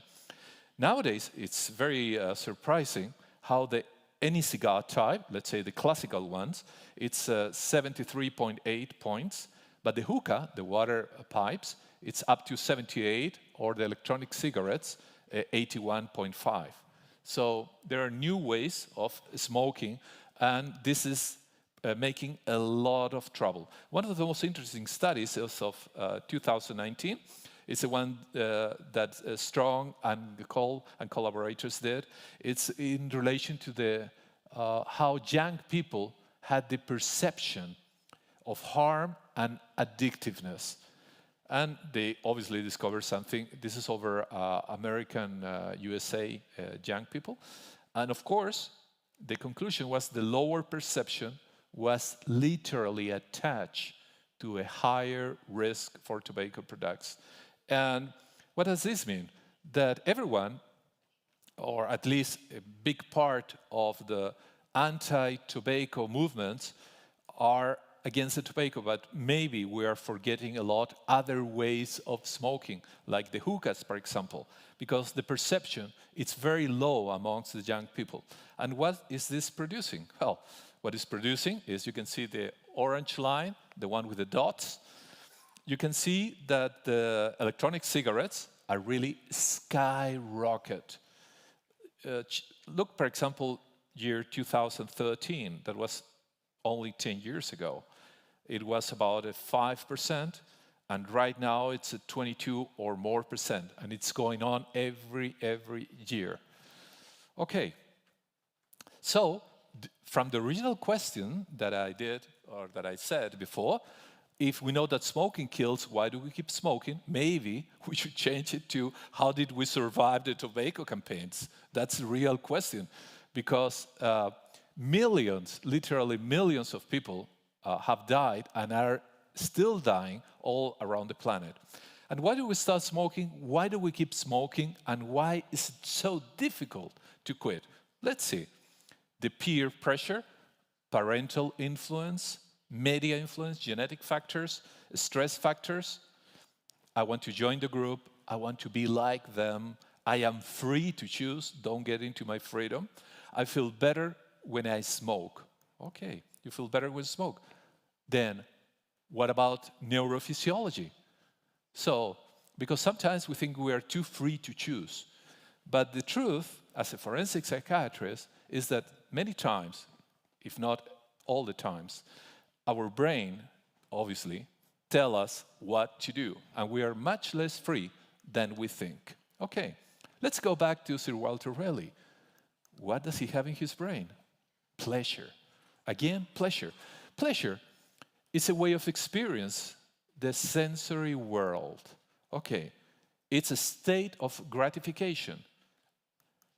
And what is gratification? A reward, a recompense. That's what at least it says the Merriam-Webster dictionary. Okay, pleasure, gratification, recompense. How? How does it happen? Okay, let's see what happens when we light a cigarette. Let's light a cigarette. Of course, everyone knows the nicotine. I mean, I just put it for visual purposes. Okay, but the nicotine and the main receptors that mediate the nicotine dependence, mostly one of them, the alpha-4 beta-2 nicotinic acetylcholine receptor subtype, produces on the neuron a direct action. This direct action shoots the dopamine and other neurotransmitters. And we have, again said, instant pleasure. Not only pleasure, but pleasure, stimulation, and mood modulation. This last one is very, very important. For example, as a psychiatrist, it's very seldom to find a schizophrenic that does not smoke. Everyone asks themselves, why do nearly, or at least, I don't know, 3 or 4 or even more of people with psychosis, schizophrenic psychosis, do smoke? Okay, what about the self-medication hypothesis? Again, I asked their artificial intelligence. Jessica, I supervise it, okay? Good. But what it said, it's the self-medication hypothesis. There you have. Okay. All this was written by the artificial intelligence program. The genetics and social factors. It was very interesting. And in fact, I am having a surprise at the end of the conference in relation to the artificial intelligence. Or at least, it's not very, very surprising, but a bit surprising. Okay. All this consumption drives to us, our brain, to neuroadaptation and obviously a tolerance. Okay. This tolerance, and here comes the first problem, or at least one of the few problems, the withdrawal syndrome. When we want to stop smoking, we have problems quitting smoke because there is a withdrawal syndrome. We don't feel good when we stop smoking. Okay, we have irritability, anxiety, increasing eating, dysphoria, hedonic dysregulation. Well, this is funny because all the symptoms, many, or at least many of them, are shared with many types of depression. And we'll see later, if we have time, the relation between antidepressants and, as you know, some anti-tobacco drugs were found or were discovered by accident trying antidepressants. And increased eating. And increased eating, especially carbohydrates. Why carbohydrates? Because carbohydrates put the glucose higher, and for other neurologic mechanisms that right now would be too long to explain, makes that the serotonin rises and makes you feel better. That's one of the main reasons, because many people gain weight many times when they stop smoking. They really treat themselves. They use the food as a medication. That's another thing that any professional has to take into account when you treat a tobacco addict, or many other drugs too, by the way. And this obviously takes you to the relapse, going back and start smoking again. And remember that an addiction is like if you have learned to ride a bicycle. You never forget it. You can control the non-consumption. But if you don't take the bicycle, if you don't drive your bicycle for a few years, and one day you go to Amsterdam or to the beautiful Luxembourg, and you think about, oh, I'm going to rent a bicycle, but so many years I haven't ridden anyone. Well, in 1 or 2 minutes, you're riding the bicycle like a champion, you know? Why? Because all the connections in your brain are already established. And that's another point we have to know in any addiction treatment. The person is very vulnerable to relapse because everything has been learned into the brain. And this has a lot of influence in another thing that I'm going to explain right now. Smoking is also reinforced by conditioning with a specific stimuli, with smoking, but the important thing is These stimuli, these conditioning stimuli, can be the taste, the smell of tobacco, moods, situations, and the environmental cues. Only a few days ago, I had an interview with a guy. I'm not going to say his name for obvious reasons, but it's a person that produces in Spain all these slot machines, you know, the ones that you put coins, and most of the time, obviously, you lose money. If not, there would be no business for the guy that produces it. But well, and we were speaking about the music and the lights that go with the machine. Okay, obviously they're not accidental. What they are doing is conditioning you. Let's say you have been playing. You are not still a game addict, but you like playing. One day you're with your friend at the bar, the cafeteria, you're having coffee, and suddenly the machine, 10 meters far away, starts with this kind of clinging music. Dun, ta dun, ta dun, ta dun. You don't hear it, you go with your conversation, but your unconscious hears it.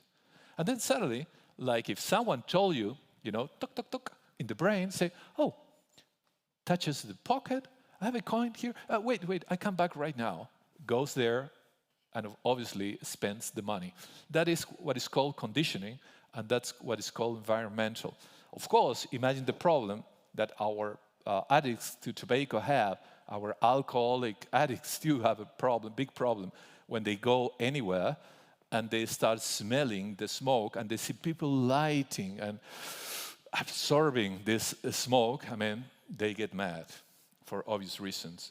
And of course, there are more reinforcements, as all of you professionals know. There are more than 600 different substances and additives that increase the color, harshness, odor, flavor.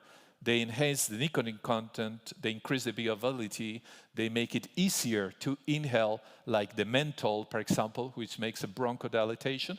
So the bronchial tree gets wider and the smoke gets easier into you, producing substances, altering the properties at the size of the smoke particles to make them more small and make you more addict. And then we come to a very interesting moment. It's the paradise lost theory. Okay, the functional magnetic resonance tells us that tobacco works very much on activating some reward circuits, the ventral striatum and the nucleus accumbens. These two neurologic structures are the ones that take care of our pleasure. Okay. This paradise lost theory, I mean, probably most of you will love it, was produced by Takeshi Ishimura in 2013. And it has to do with the following. And from my point of view as an expert in all these addictions, I think is one of the main things we have to understand to produce new treatments or new attitudes or develop any other kind of treatment to help more and more any kind of addict, of course tobacco addicts too. Okay, what happens in the lost paradise? The lost paradise means that nicotine, every time it's more and more important for you. And other pleasures, because the action over this nucleus of the nicotine, we get less rewards for food, money, sex, and so on. So there is like a disbalance in all our pleasure mechanisms. This change, and this is very important, what Takeshi Ishimura discovered, is that happens even with people that smoke fewer, 10 cigarettes or more, but with very small amount of cigarettes. So the person goes changing an attitude in relation to life. They have lower neurological responses to non-tobacco rewards. Everything gets less and less and less interesting. One of the extreme examples, we were speaking before the conference, is patients that we have, for example, addicted to opiates. Opiates, it's the most pleasurable drug, but it takes time to get addicted. Not much time, don't try it, because it's faster than you can even think. But opiates really change all your neurological metabolism because you have pleasure instantly. You don't need to do anything. You don't need sex, you don't need food, you don't need to go to dress yourself properly, you don't need to have a shower, to be clean, you need nothing. Because we all move because of pleasure. Tobacco smokers, heroin addicts, they are not people from an outer world. They're people like you and me that got in some trouble. That's true. But they look for pleasure. And these lower neurological responses disable smokers from sensing the pleasures of ordinary life, like food, money, and so. And smokers do not notice this. They go sliding down the hill. They produce an overestimation of tobacco. This is what is called a cognitive disorder. What's a cognitive distortion? Are thoughts that cause individuals to perceive reality in a non-accurate way. Okay, so at the end, the person thinks, I do not have many pastimes other than smoking. That's my favorite hobby, let's call it that way, or my favorite attitude in relation to life. Quitting smoking, well, this would reduce then, obviously, the happiness and pleasure and increase the difficulty of life. Then, in this cocktail, if we mix it with addictiveness, which is the pharmacological potential of the substance, and attractiveness, which are other kind of factors that we have spoken along this conference, like the smell, the ease of use, the availability that you can go to anywhere and buy it. In fact, Professor José María Martín Moreno gave an interview this week in one of the main newspapers in Spain, saying that it was a shame that in Europe you could buy the cheapest tobacco, of whole Europe. Well, you make it easier and easier for the person, and you make it more attractive for obvious reasons. So, I don't want to reduce everything to just the word pleasure, but it's one of the main things of this problem, the mechanisms of pleasure. Have you ever seen someone addicted to put your fingers into the electric outlet? Never. Why not? You got an electric shock. I know it sounds very basic, but it's just to make everyone understand that what drug addicts are looking for is for pleasure. For pleasure. This is very important to transmit it to the addicts, very important that the parents of the addicts, so they can understand the intimate mechanisms of this kind of addictions. So people can say, okay, I prefer to go on smoking or not. I prefer to think that it's very possible. In fact, there are many people that quit smoking. It's not an easy job, and there are many other facts that I don't have time to put here in this conference, but maybe now in the late questions, maybe we have a bit of time. And here is the last reflection of the artificial intelligence. You said, well, at first said, as an intelligence language model, I do not have a personal opinion. Okay, but people may continue to smoke due to addiction, social pressure, blah, blah, blah. And here comes something interesting. Additionally, quitting smoking can be challenging, and some may feel that benefits of quitting are not immediate. Very interesting. Or significant enough to make the effort. I think that's one of the cues. And this time, the artificial intelligence was a bit more creative than the last one, okay? Well, I'm finishing. All this has been about science, social, psychological, behavioral, neurological facts, but everyone here, we should face something that is called reality, a place where theories meet life or death. Not everything are statistics, not everything is they are graphs. I want to introduce you to my friend. I want to dedicate this conference to my friend, Dr. Jesus Candel. He was called Spearman. He was a doctor in Granada, a big fighter for health issues, so that everyone had health treatments and so on. So he died only a few months ago. He died of a lung cancer. And I prefer that everyone remembers him anyhow like this. Thank you, everyone. This is what I think. Thank you.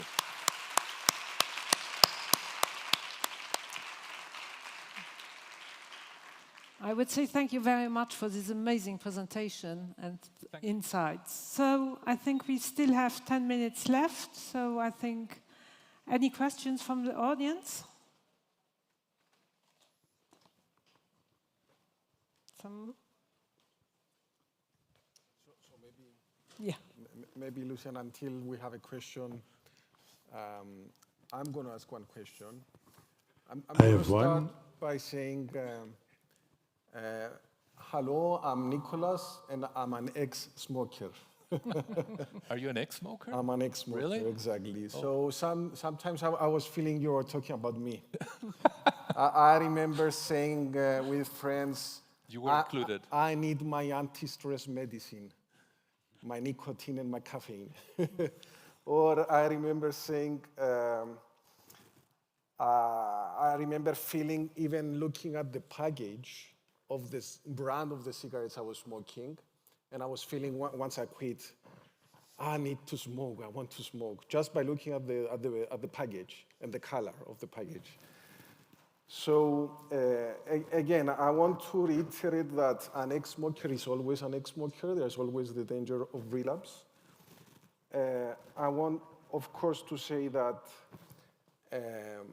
I started smoking when I joined the army. So that's still a problem in some countries. They are incubating smokers, and this is a big fight we have with our government in Cyprus as well, to ban smoking from the army. But again, I'm curious to see what the next steps. I mean, it's a pleasure, as you said, and it's all in the mind. So how do we perhaps change the mindset into making people loving more their bodies, respecting more their bodies, and finding pleasure out of other things and not tobacco and nicotine? Well, in relation to respect the body, I think that's something very cultural, no? In many societies, and when some people, for example, right now the problem we are having with the cannabis, no? And I say the problem because we're having a problem with the cannabis. I'm not speaking about any moral facts in relation to cannabis. In fact, even my patients, and I've said it a few times, even when I was studying medicine, I used to smoke cannabis for a while. I don't have any problem to admit it, but I quit it because all my memory obviously was being very damaged. So if you are a professional, if you are in a society, in a Western society, that you have to study and do a lot of things, it's not very much recommended. Respect to the bodies is something, as I said, something very, very cultural. It has a lot to do, and here, as you know, people that study addictions, it has a lot to do with your parents too. Many times, if your parents smoked, children, statistically, children also smoke. I have a personal story too to tell. My grandfather, for example, quit smoking because he didn't want to show me that smoking was good. To be honest, I've never been a smoker, luckily, no. But it has a lot to do these cultural aspects. I think we are the aim of this conference is to have in the year 2014, no, generations with no smoke. As Professor Jose Maria Martin Moreno was saying the other day in this nice interview, there are places like New Zealand that were banning tobacco, for example, to people that were born after year 2009, as remember, no, Jose Maria, and other very important, very courageous strategies. We'll see how things are going, but I think the family is one of the main, the nest of these kind of things, you know. Yeah. Any question? Thank you so much for your amazing lecture. Pleasure. I would like to thank Nicholas also for sharing the ex-smoker experience. It's a traditional. And I have a question which is for the audience. How many of you are ex-smokers? Can you raise your hand? So, many of you. So, it's very interesting. We have many ex-smokers here, and probably your lecture mean a lot. The experience is out there. So it was my question. Thank you. Should we ask how many smokers are? No. That's dangerous. That's dangerous. Yeah. That's dangerous. Well, but the true thing, to be very positive, is that it's not easy to quit smoking, but it's absolutely 100% possible. I mean, here you have a live example, and many other people. It's the first thing is that you have to want to do it. That's the first thing. And here is a psychological trick somehow, and I think that we all need to be the captain of our souls, like in the poem. You know, we need to be the captain of our treatment. What we see in the clinic is that many times the patients come to us and they rely their responsibility on us. I mean, I want to quit smoking, but I'm not going to do much. Give me some pills, give me some treatment. Sometimes we use transcranial magnetic stimulation. Sometimes we use different kind of drugs, of medications. You know, but the professional feeling I have is that many times the person wants to quit smoking, but they don't want to accept the responsibility. They want that something else or someone else force them to stop smoking. And that's not a good attitude. Psychologically, it's not very good.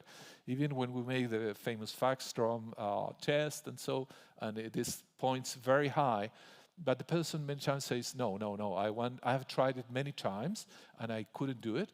And this gives a bad attitude toward the treatment because it's like, I'm a failure. I have failed so many times that I don't think that this next time I'm going to be able to do it.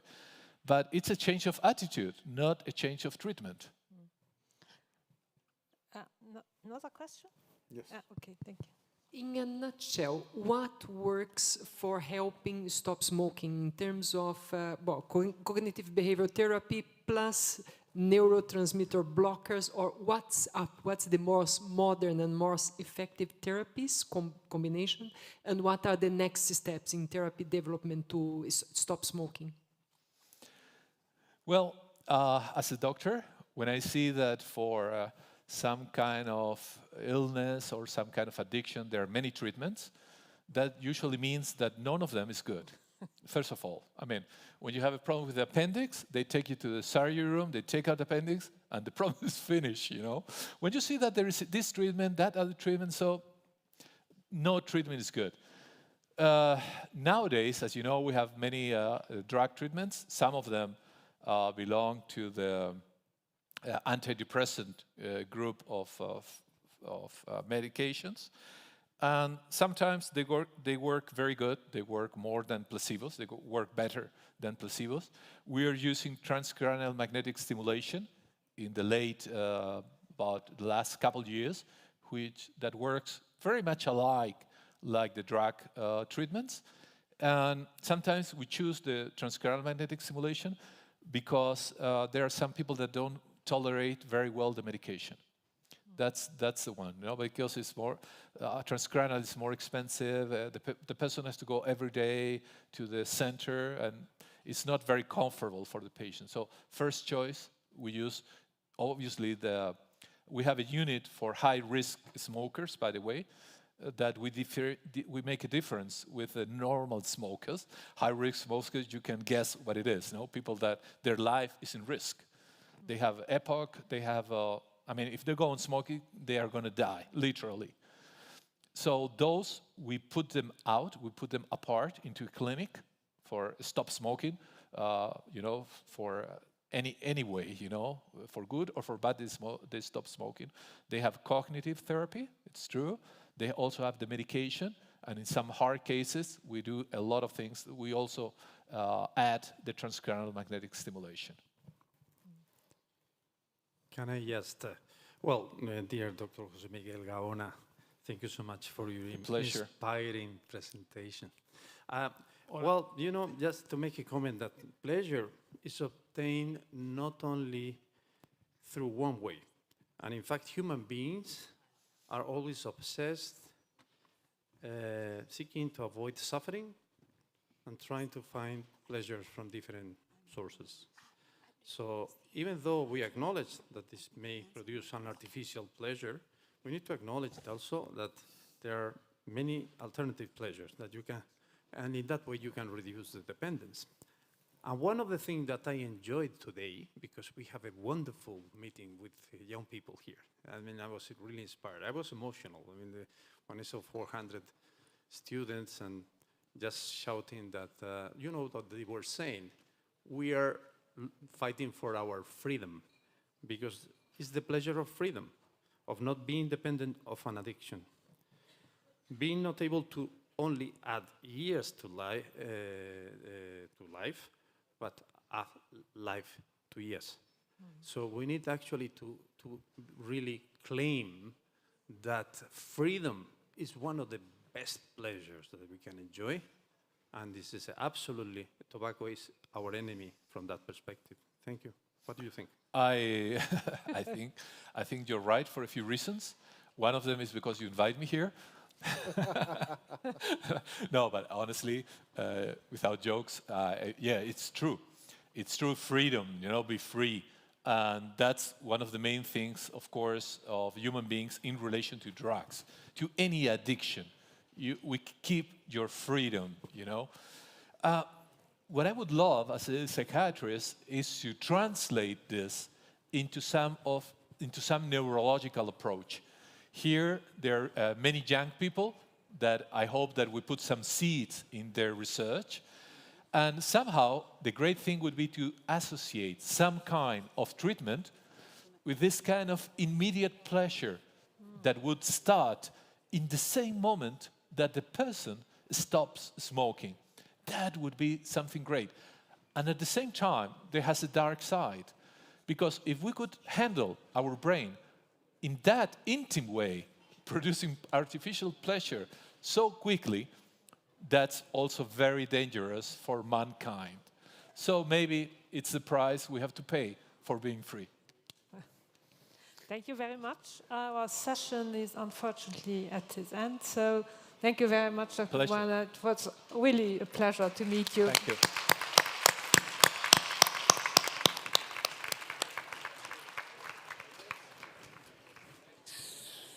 Next session here in the plenary hall will take place at 5:15. See you later. Thank you very much, Professor Gaura.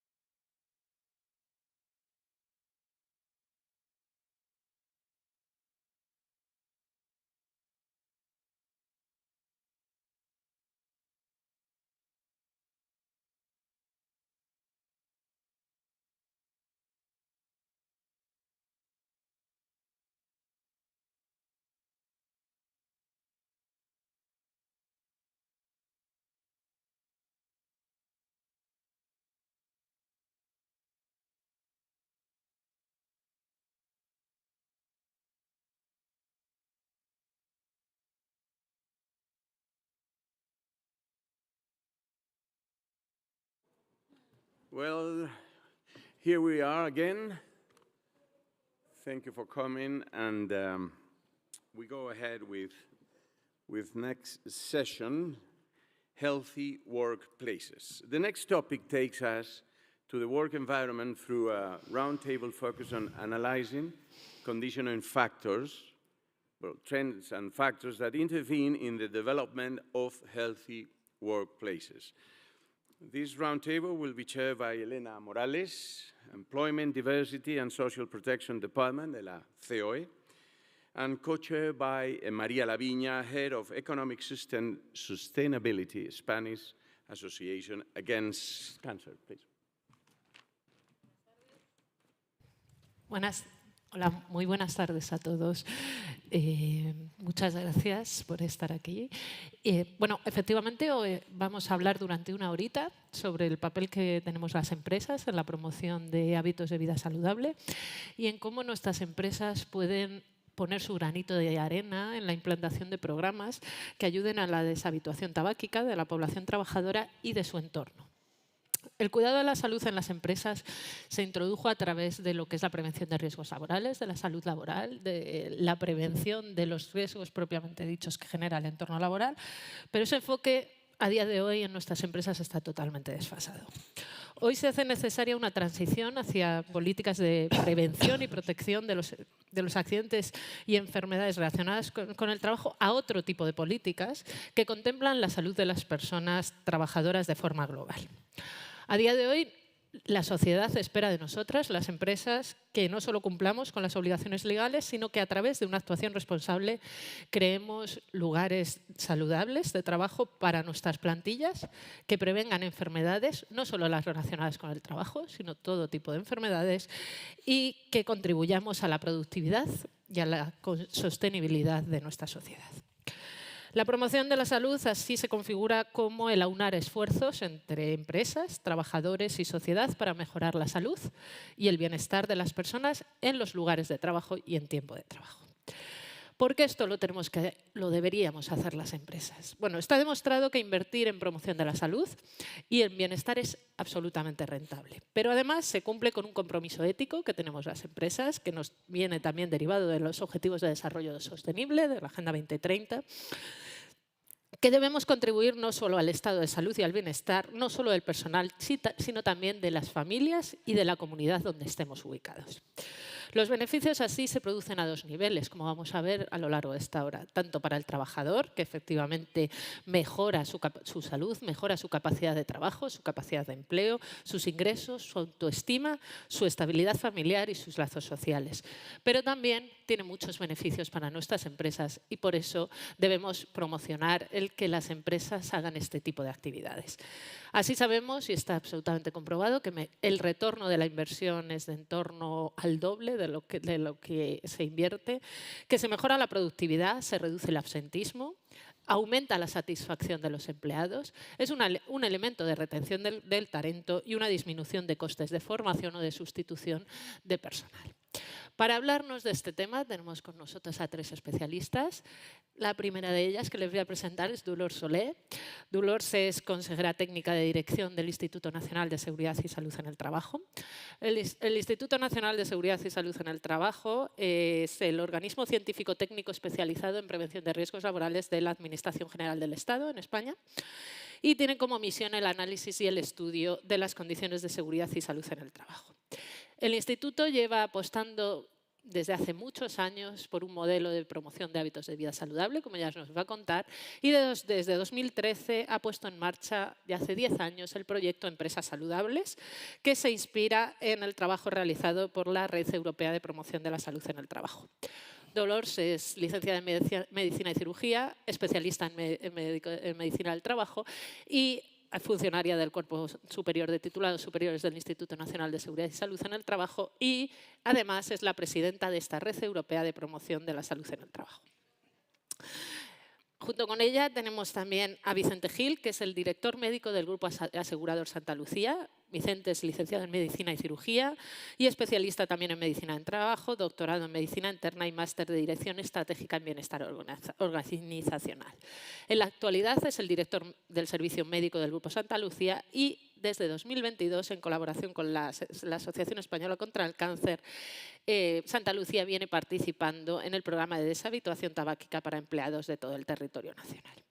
Y finalmente tenemos con nosotros a Elia Ginés, de Cultura, Compromiso y Experiencia del Empleado de Banco de Santander España, que es licenciada en Ciencias de la Información y cuenta con más de 25 años de experiencia profesional, principalmente en el sector financiero, en el que se incorporó en 2001 en el área de comunicación interna, donde pasó a recursos humanos. A lo largo de estos años ha crecido y aprendido tanto personal como profesionalmente en el mundo de las personas y hasta ahora ya les digo que forma parte de la parte de Cultura, Compromiso y Experiencia del Empleado de Banco de Santander España. Banco de Santander también trabaja con la Asociación Española Contra el Cáncer con el proyecto que nos va a comentar Vivir a todo pulmón. Dolores, por favor, cuando quieras. Vale, de acuerdo. Muchas gracias. Hola, buenos días, buenas tardes a todos y a todas. Espero no quedarme sin voz. También es un problema profesional porque llevo hablando durante muchos días, con lo que espero que no me quede sin voz, que no se me vaya la voz durante esta pequeña charla.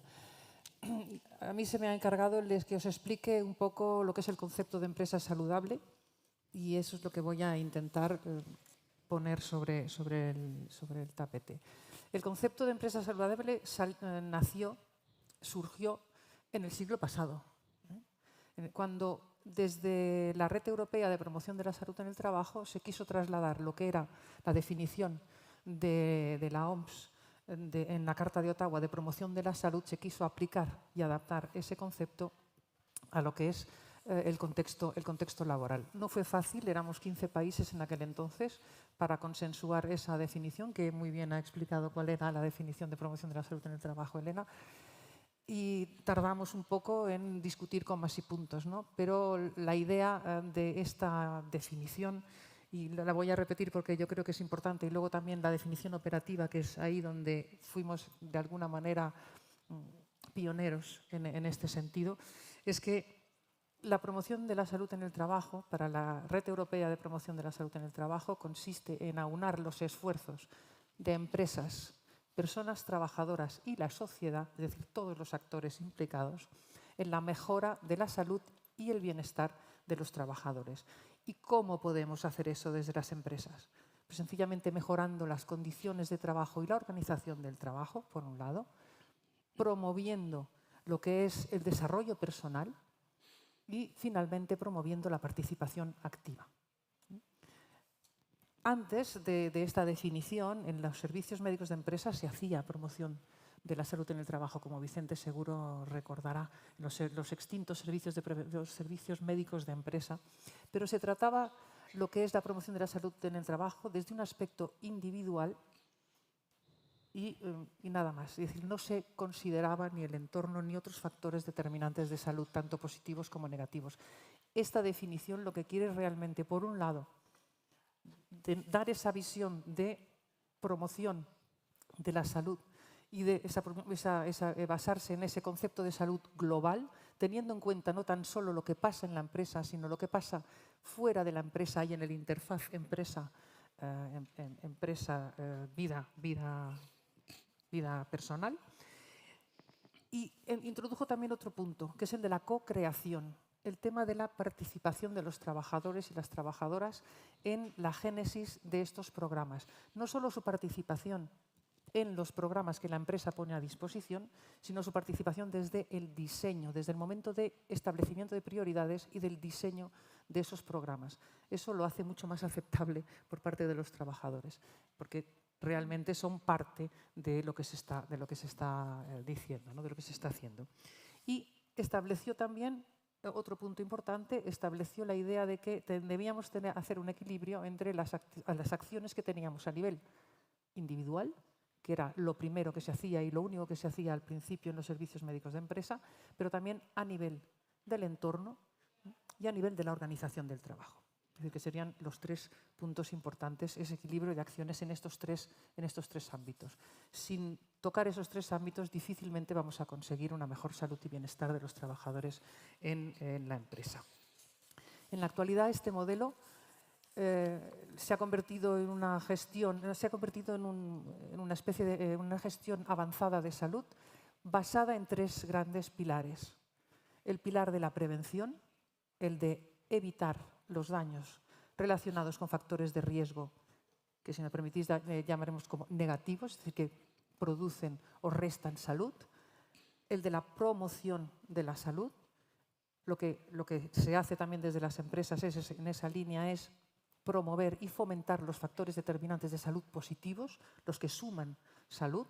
Y finalmente, un tercer factor y una tercera línea, que es el acompañar al trabajador o a la trabajadora que tiene una enfermedad crónica o que presenta algún tipo de trastorno de salud, acompañarlo en esa experiencia, mantenerlo en su puesto de trabajo, si quiere, evidentemente, mantenerlo en su puesto de trabajo y adaptando el puesto de trabajo a esta persona, reinsertándolo y facilitando también su vuelta al trabajo en las condiciones de salud óptima. Es decir, que sería un poco la idea de lo que es la promoción de la salud en el trabajo, porque muchas veces al principio, cuando hablábamos de promoción de la salud en el trabajo con los empresarios o con los sindicatos, nos decían así, y no por el tema del tabaco, el tema de la nutrición, no, es algo mucho más amplio y sin culpabilizar a nadie. Es decir, un poquito la idea iba por ahí. Muchas veces preguntamos a las empresas, y bueno, vosotros, que no es el caso de las dos que están aquí, está claro, ¿estáis haciendo temas de promoción? ¿Tenéis un programa de salud, de bienestar en el trabajo? Sí, claro que sí. Lo que hacemos es poner fruta para que tengan fruta a disposición, ponemos un fisioterapeuta y tal. Eso no es promoción de la salud en el trabajo, esto no es una buena gestión de la salud de los trabajadores y trabajadoras en la empresa.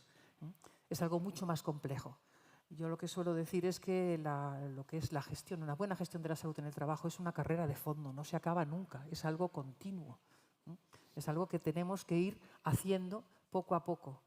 Que es difícil a nivel de empresa, pero hay que hacer las cosas poco a poco. Y lo primero que hay que hacer es una programación del tipo estratégico, una transformación de la cultura de la empresa. Y lo vemos cuando van cambiando el nombre también de recursos humanos, ya no son recursos humanos, son recursos es el departamento de personas, el departamento de bienestar. Es decir, eso cala, son los valores que tiene la empresa que se muestran también en cómo se llaman a las personas que manejan y gestionan lo que son las personas. Principio, el tema de transformación, el tema de participación, de toma de decisiones compartidas, no de arriba abajo, sino de entre todos co-crear el programa de salud e irlo mejorando. Partir de las necesidades de la empresa, tanto observadas como percibidas por los trabajadores, para cumplir con las expectativas de todos los actores que hay en la empresa, desde el CEO hasta lo que es el trabajador de a pie o de la cadena o de la tienda, por ejemplo. Hacer una buena planificación teniendo muy claros los objetivos específicos, objetivos que nos van a decir el qué, el cómo, el cuándo y el dónde se han de hacer las cosas, sino poco podremos hacer en este tipo de programas en la empresa. Todo eso bañado de una estrategia de comunicación que facilita precisamente el tema de participación, y eso nos lo van a explicar muy bien también las dos empresas que están aquí, ¿no? Sino también que permite que los trabajadores sepan lo que se está haciendo, participen en lo que se está haciendo y conozcan los logros, pero también a lo mejor las cosas que van mal para poder solucionarlo entre todos. Y finalmente, evaluar lo que estamos haciendo y una vez evaluado, ver si podemos mejorar o no estos temas. Yo para acabar tengo solo un último mensaje y va un poco ligado a lo que ha estado explicando Elena en cuanto a lo que son los beneficios. Los beneficios de los programas globales, integrales de promoción de la salud en el trabajo se producen evidentemente a nivel de las personas, pero se producen también a nivel de la organización y de la empresa y de sus resultados. Lo que suelo decir es que la empresa saludable no es una empresa saludable, es una empresa lista. Es una empresa lista, ¿por qué? Porque se ha visto a lo largo de la evolución de todo lo que hemos estado haciendo desde el punto de vista de promoción de la salud en el trabajo y de estos programas, se ha visto que se ha demostrado que la empresa, este tipo de programas ayudaban pues, a hacer la empresa, por un lado, más competitiva y más rentable. ¿Por qué? Porque se limitan o se disminuyen los costes relacionados con la mala salud, pero también se aporta una mayor productividad, se aporta incluso lo que es la promoción de la creatividad de los trabajadores, están más satisfechos, hay una mayor productividad y hay una mayor innovación, una mayor calidad del producto y un largo etcétera. Por un lado, es lista por eso, porque realmente las empresas tienen un objetivo importante a cumplir, que es el objetivo económico. Si no, nos quedaríamos... Sí. Si En la economía capitalista es así. ya no tendríamos trabajadores, exacto, y trabajadoras. La hace también responsable no tan solo porque realmente cumple con la normativa de prevención de riesgos laborales, y ese es el punto cero de lo que es una empresa saludable. Si no cumple con la prevención de riesgos laborales, no es una empresa saludable para nada, pero también porque contribuye a conseguir aquello que la sociedad de ahora nos estamos poniendo como objetivo, que es un objetivo de un futuro para todos y además un futuro sostenible. Entonces, bien, es otro punto importante. El otro es que se las hace más resilientes, y eso nos lo ha enseñado la pandemia. Las empresas que tenían programas ya instaurados de promoción y de la salud y del bienestar en el trabajo han sabido responder mejor a los retos que les planteaba la pandemia. ¿Eso qué significa? Que con los cambios que se están produciendo y que se irán produciendo, estamos en un cambio continuo en las empresas y en la sociedad en general, pues a esas empresas las hace mucho más preparadas para hacer frente a esos cambios. Cambios ante epidemias más silentes, como es el aumento de los trastornos a nivel de salud mental en nuestros trabajadores y trabajadoras, el aumento de lo que son las lesiones musculoesqueléticas, que ya no podemos seguir haciendo lo mismo que hacíamos siempre en prevención de riesgos laborales, hay que hacer algo más. El aumento de las enfermedades cardiovasculares, más de un tercio de los accidentes mortales en las empresas son por enfermedades de tipo cardiovascular, ictus e infartos, es decir, las hace más resilientes, eso es importante. Y también las hace más resilientes a los cambios y están más preparadas para los cambios. Teletrabajo, inteligencia artificial, etcétera, etcétera. Es decir, toda una serie de cosas que seguiremos viendo ahora, ¿no? Y por otro lado, hay dos cosas más, las hace más atractivas. ¿Más atractivas para quién? Para futuros trabajadores y trabajadoras, y más atractivas también para los trabajadores que están en la empresa, con lo que no se pierde talento, sino que se fideliza talento. Y más humanista. Yo diría que al final una empresa saludable es una empresa humanista que desde lo que es la visión y valores coloca a las personas en el centro para mejorar la salud y el bienestar de no solo los trabajadores y trabajadoras, sino también de sus familias y de la comunidad en la que se asientan. Yo creo que es importante que todos nos animemos y que desde las empresas se animen a realmente poner en valor estos programas. Y bueno, aquí yo creo que vamos a tener un ejemplo importante. Efectivamente. Vale, Muchas gracias, Dolores. Aquí tenemos dos ejemplos de buenas prácticas en las que además han trabajado con la Asociación Española Contra el Cáncer. Vicente, Grupo Santa Lucía, uno de los mayores grupos aseguradores de nuestro país. ¿Cuál ha sido vuestra experiencia en deshabituación tabáquica, en promoción de hábitos de vida saludable y bueno, vuestra experiencia en la implantación de estos programas? ¿Qué beneficios, qué problemas habéis tenido? ¿Cuál es vuestra experiencia en general? Buenas tardes, pues muchísimas gracias por permitirme participar. Ante todo, gracias a todas las personas que están aquí atendiéndonos. Es un placer poder explicaros un poquito nuestra pequeña experiencia. El Grupo Santa Lucía ha cumplido ya 101 años de historia, casi los míos, y el tema es que es un proyecto interesantísimo en el que me he involucrado gracias al grupo. Nosotros en 2017 nos acreditamos como empresa saludable, hemos renovado la acreditación en el año 2022 y en 2019 se produjo un hito antes de la pandemia. El Servicio de Prevención de Riesgos Laborales cambió por completo y pasó a denominarse Área de Bienestar y Salud. Fue un cambio de paradigma, un cambio de filosofía. Entonces, ¿qué se pensó? Poner, ya se estaba haciendo, pero en ese momento se puso al trabajador en el centro de todas las actividades de la empresa. O sea, fue un cambio radical. Y como el movimiento se demuestra andando, voy a poneros 3 ejemplos sencillos. En primer lugar, se crearon los servicios médicos de empresa. Nosotros teníamos servicios externalizados, pues internalizamos, y tuve el honor de ser el director del Servicio Médico de Santa Lucía, que sigo siendo, con lo cual creamos servicios médicos de empresa on-site en la empresa y desde entonces pues, estamos estudiando y analizando la salud individual y colectiva de los trabajadores. Con todos los factores de riesgo asociados tenemos muchísima información y es lo que estamos haciendo, estudiándolo para adoptar medidas, que ya de hecho lo estamos haciendo desde hace tiempo.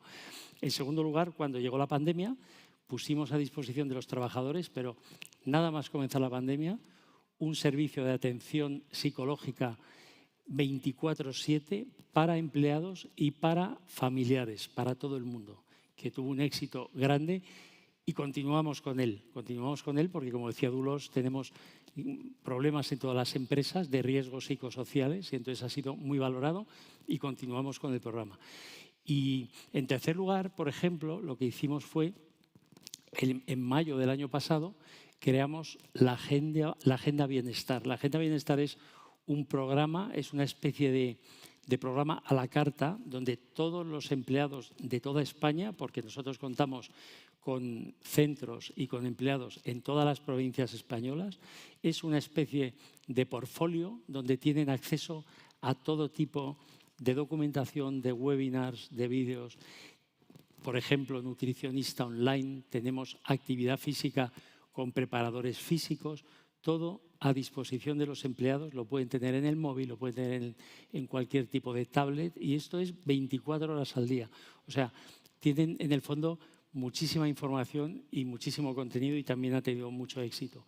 O sea, verdaderamente es un poquito, nosotros, aparte de muchas otras cosas, estamos haciendo todo este tipo de cosas y aparte, por ejemplo, a nivel de todo lo que os comentaba de medicina del trabajo, que nosotros hemos ido al revés que muchas empresas, hemos asumido la especialidad y la vigilancia de la salud, otras empresas lo externalizan.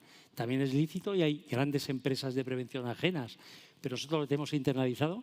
Entonces, lo que hemos hecho, que es una cosa muy bonita, pues hemos dicho factores de riesgo cardiovascular, como muchas empresas, pero nosotros hemos atacado muchos factores porque, como decía Dulos, los ictus en personas jóvenes en edad trabajadora son muy frecuentes y los infartos son frecuentes. Entonces, ¿qué hemos hecho? Factores de riesgo cardiovascular. Y dentro de la lucha contra estos factores o de potenciar los hábitos saludables, hemos creado un programa con la Asociación Española Contra el Cáncer, que es un poquito, yo diría innovador, que voy a decir yo porque soy una parte del programa. Lo que hacemos son grupos de personas, grupos de 8 personas que están atendidas por el servicio médico, en este caso por mí, y por un psicólogo de la Asociación Española Contra el Cáncer.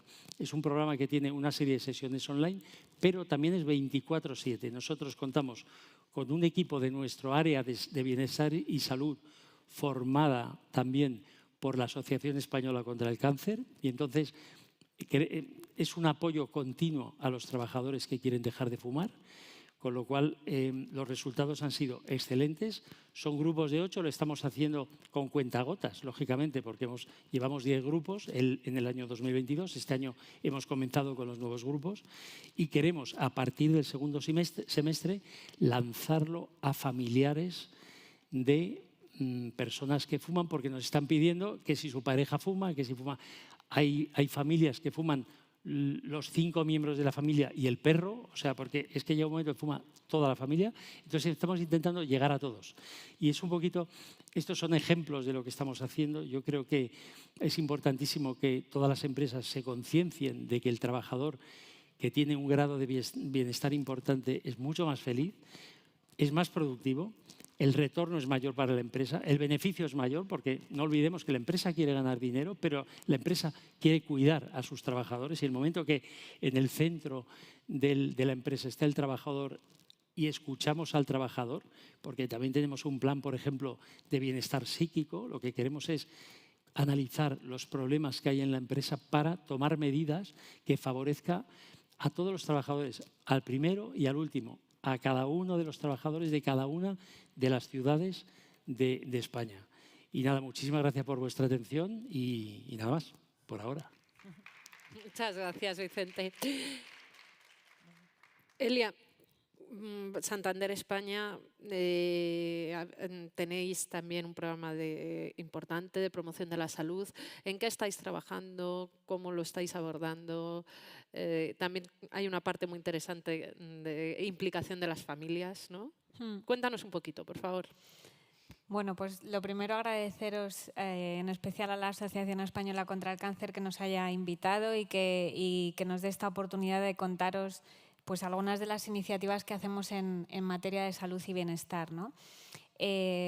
Mis dos compañeros de mesa han mencionado algo muy importante, que es poner al empleado en el centro, ¿no? Mi primera reflexión un poco es qué es para nosotros la salud y el bienestar de nuestros empleados, de nuestros profesionales. Y en realidad es una responsabilidad, ¿no? Es una manera de cuidarles y de agradecerles y de devolverles pues, bueno, la dedicación, el trabajo y el esfuerzo que hacen cada día. Y sobre todo, si podemos llevarlo también a la parte familiar, pues mejor todavía, ¿no? Una reflexión sobre lo que hemos comentado y si os dais cuenta, sale ahora mismo en todos los foros en los que hablemos de salud y bienestar, es cómo la pandemia nos ha cambiado, ¿no? Y nos ha cambiado como personas y nos ha cambiado a las empresas en la forma de trabajar la salud y el bienestar. Y esto me sirve un poco para contextualizar el programa que quería compartiros. Nosotros, durante la pandemia, en el año 2020, analizamos un poco qué es lo que estaba pasando, qué secuelas nos estaba dejando la pandemia. Las noticias de la Organización Mundial de la Salud nos alertaban de bueno, pues un descuido de las enfermedades comunes, un colapso del sistema sanitario y bueno, pues con toda la información que teníamos, tanto interna como externa, nos propusimos poner foco en enfermedades comunes, ¿vale? Que durante la pandemia bueno, pues habían dejado de atenderse, por así decirlo. Y así nace Tu Salud lo Primero, que es un programa que lanzamos en 2022 y que nos ha servido de paraguas para luego seguir lanzando otros, sobre todo poniendo foco en enfermedades comunes, como la diabetes, la hipertensión y el riesgo cardiovascular, sobrepeso, bienestar emocional y cáncer de pulmón. Hasta este momento hemos lanzado ya un programa que es Tu Peso lo Primero, que trabaja el sobrepeso y la obesidad y las enfermedades que están relacionadas con este sobrepeso. Hemos lanzado también una parte de sueño y descanso que trabaja más la parte del bienestar emocional con el nombre Tu Bienestar lo Primero. Y lo que yo vengo a compartiros principalmente es Vivir a todo pulmón lo primero, que es un programa que pone foco en el cáncer de pulmón. Y lo característico de este programa es que tocamos la enfermedad desde tres perspectivas, ¿no? Creando como un círculo completo, tratando de llegar a todos los públicos, tanto al fumador, al no fumador, como al entorno, ¿no? A la familia, intentando abarcar, como digo, bueno, pues todos los públicos. ¿Y cómo lo hemos trabajado? Pues en un primer momento hemos trabajado la detección precoz del cáncer de pulmón con un programa al que nos hemos sumado con la Clínica Universidad de Navarra y un programa llamado Programa Aire, y este programa lo que consiste es en, a través de una prueba no invasiva, dábamos la opción a todos los empleados que quisieran participar en este programa, así como familiares, que se pusieran en contacto a través de nuestro portal BeHealthy, que es nuestro principal canal de comunicación de la estrategia de salud y bienestar, bueno, pues que accedieran a una página que se diseñó expresamente para nosotros y a través de un formulario que recababa una serie de requisitos para poder participar en el programa. Mediante una prueba no invasiva se consigue detectar de una manera precoz un posible cáncer de pulmón, ¿vale?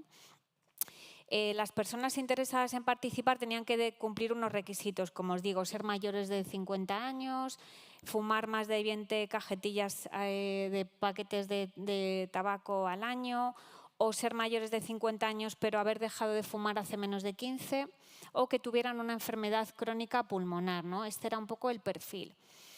Entonces, lo que hicimos fue, que esto también lo mencionaba antes Dolors, que es muy, muy importante la comunicación. Lo que hicimos fue, a través de una sesión de awareness, de concienciación, lanzamos el programa, contamos en qué consistía y los empleados y familiares que querían participar accedían a esta página, introducían una serie de datos y a partir de ahí se activaba un proceso a través del cual desde la Clínica Universidad de Navarra un profesional llamaba por teléfono al empleado familiar, contrastaba que la información que había introducido en el formulario fuera correcta y que pudiera participar.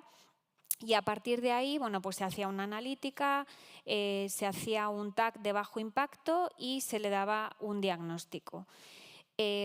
Aquí acababa un poco la labor de la clínica. Una vez en los casos en los que el diagnóstico no fuera favorable, el empleado podía optar con continuar con ellos o acudir a su centro hospitalario público o privado para continuar con el tratamiento.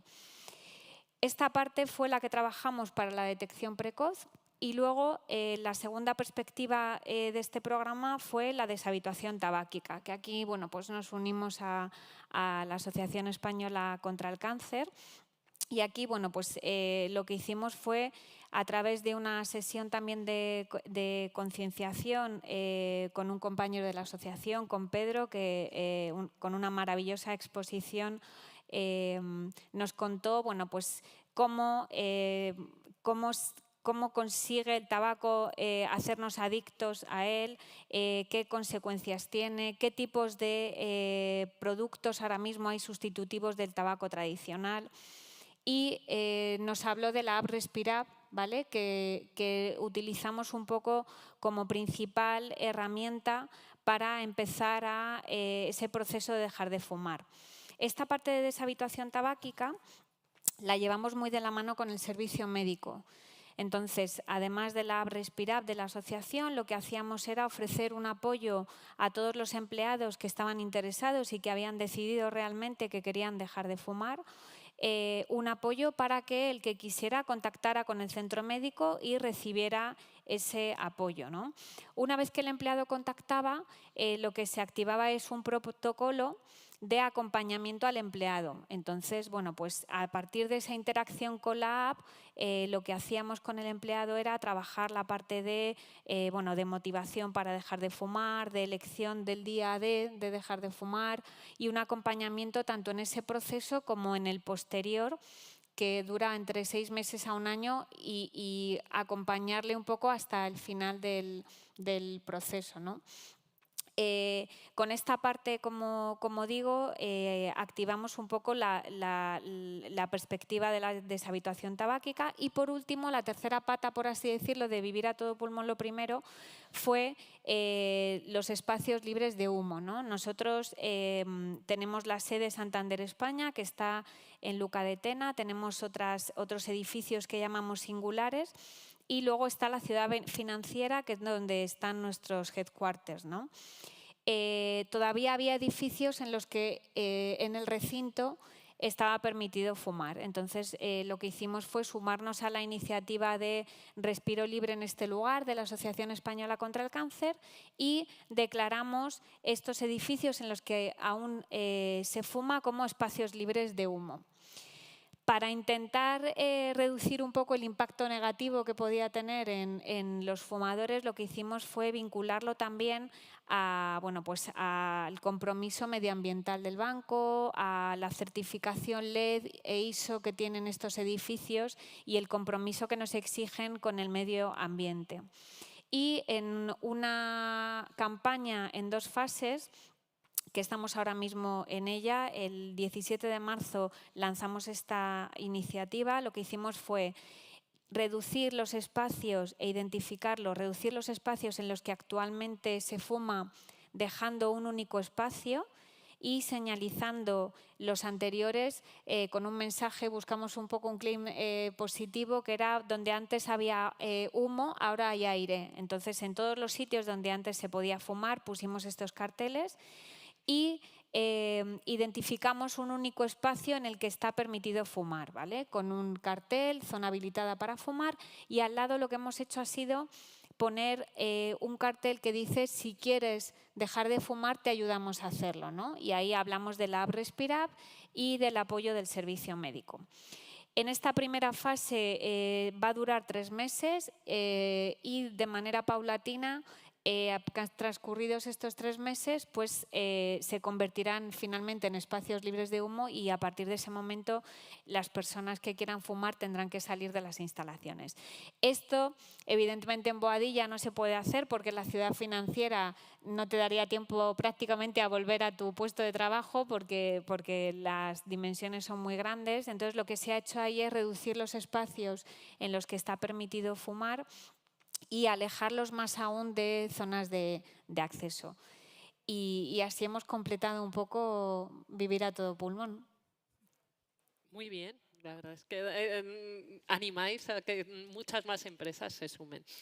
En este ánimo de intentar, ¿no?, que esta nueva filosofía de promoción de hábitos de vida saludables se extienda, ¿nos podríais dar, Elia, Vicente, datos cuantitativos, totales o porcentuales sobre el impacto de estos programas que tengáis?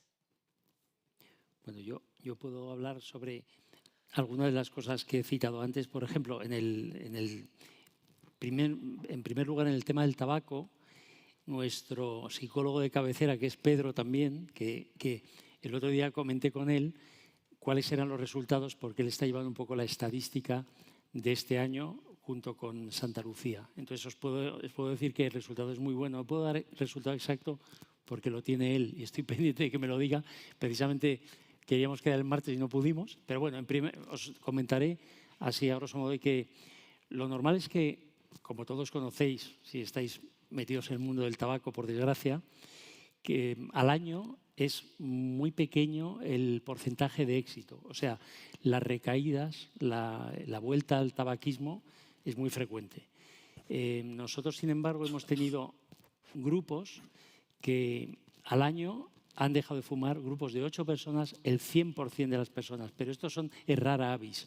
Los resultados normales es que aproximadamente el 10% de las personas al año dejen de fumar y eso es un verdadero éxito. Por eso estamos este año pensando en cambiar, hemos cambiado de hecho la forma de seleccionar a las personas, a los trabajadores y a partir de junio a sus familias, porque queremos que sean grupos homogéneos, porque nos hemos dado cuenta que la colaboración entre grupos, el hacer grupos que realmente sean similares, no socialmente, pero similares en sus características tabáquicas, hace que tengan incluso grupos de WhatsApp y temas que estén muy unidos y que incluso perdure una especie de amistad, aunque estén en distintos puntos de España. Y es muy interesante y nos lo estamos pasando muy bien porque es algo muy divertido el ver cómo la gente agradece, cómo la gente está feliz de haber dejado de fumar, porque realmente es para nosotros importantísimo el cortar ese factor de riesgo de raíz. En cuanto a otras cosas, por ejemplo, el tema de la agenda bienestar, de la participación, estamos en 3.200 trabajadores que ya han accedido a la agenda bienestar, que es un 42% de la plantilla, y que hay 30.000 visualizaciones y muchísima participación. Y otra cosa importante, aparte de los datos que quería nombrar, pero algo importante es involucrar a las familias de los trabajadores, de todos los empleados y a la sociedad. O sea, nosotros lo que queremos ser es un germen y es lo que deberíamos hacer todas las empresas, que la familia aprenda a tener hábitos saludables, los hijos, los abuelos, todos, tener hábitos saludables y trasladarlo luego a la sociedad. Si todas las empresas hacemos eso, y ojo que hay, me parece son, no quiero exagerar, pero 3.300.000 empresas entre grandes y pequeñas. Parece mentira, en España hay mucha empresa, mucha pyme, empresa pequeñita, empresa grande. Y si todos ponemos un poquito de nuestro lado, pues avanzaremos. Y yo no quiero presumir, pero la verdad que el Banco Santander y nosotros fuimos partícipes también de la campaña de vacunación. Fuimos 2 de los 5 centros que la Comunidad de Madrid nos autorizó a montar un centro de vacunación totalmente con gasto pagado por nosotros. O sea, lo único que nos facilitaba la comunidad eran las vacunas y vacunamos a miles y miles de personas porque queremos también un retorno a la sociedad de todo lo que nos está dando. O sea, al final los números, podría hablar de absentismo, pero es un poquito privado. Eso es un tema que el absentismo mejora porque la gente es más feliz, la gente mejora su salud, la gente está más contenta de trabajar en una empresa que se preocupa por el empleado, y eso a cualquier empresario hay que decírselo. Nosotros hemos apostado por ese modelo y creo que ya no nos vamos a desviar del camino a lo largo de los siguientes 100 años, que espero estar por lo menos 90 más para poder seguir en esta labor que a mí me parece fantástica. Elia, vuestros Pues, resultados, mira, nosotros vuestros datos. Nuestros datos. Bueno, a ver, yo solo una cosa, los datos al final, cuando trabajas en salud y bienestar, yo siempre digo que los datos son muy relativos. Es verdad que hay que medir, que hay que cuantificar, pero es verdad que cuando empezamos este programa decíamos que con que hubiéramos conseguido que una persona hubiera dejado de fumar ya hubiera sido un éxito, ¿no? En el caso del programa AIRE con la Clínica Universidad de Navarra, traigo los datos, han participado 272 personas, de las cuales 190 son empleados del banco y el resto, 72, son familiares. Es decir, que hemos logrado también impactar en las familias. Y luego, en cuanto a deshabituación tabáquica, en HQ han sido, cuando hablo de HQ es Ciudad Financiera, han sido 8 las personas que se han puesto en contacto con el centro médico y de ellas 5 personas han mostrado interés en dejar de fumar. 3 ya lo han hecho y 2 nos decían que estaban pendientes de la fase de elegir el día D, ¿vale? Y luego en Santander, España, que esto, bueno, esto es como todo, me toca más el corazón, ¿no?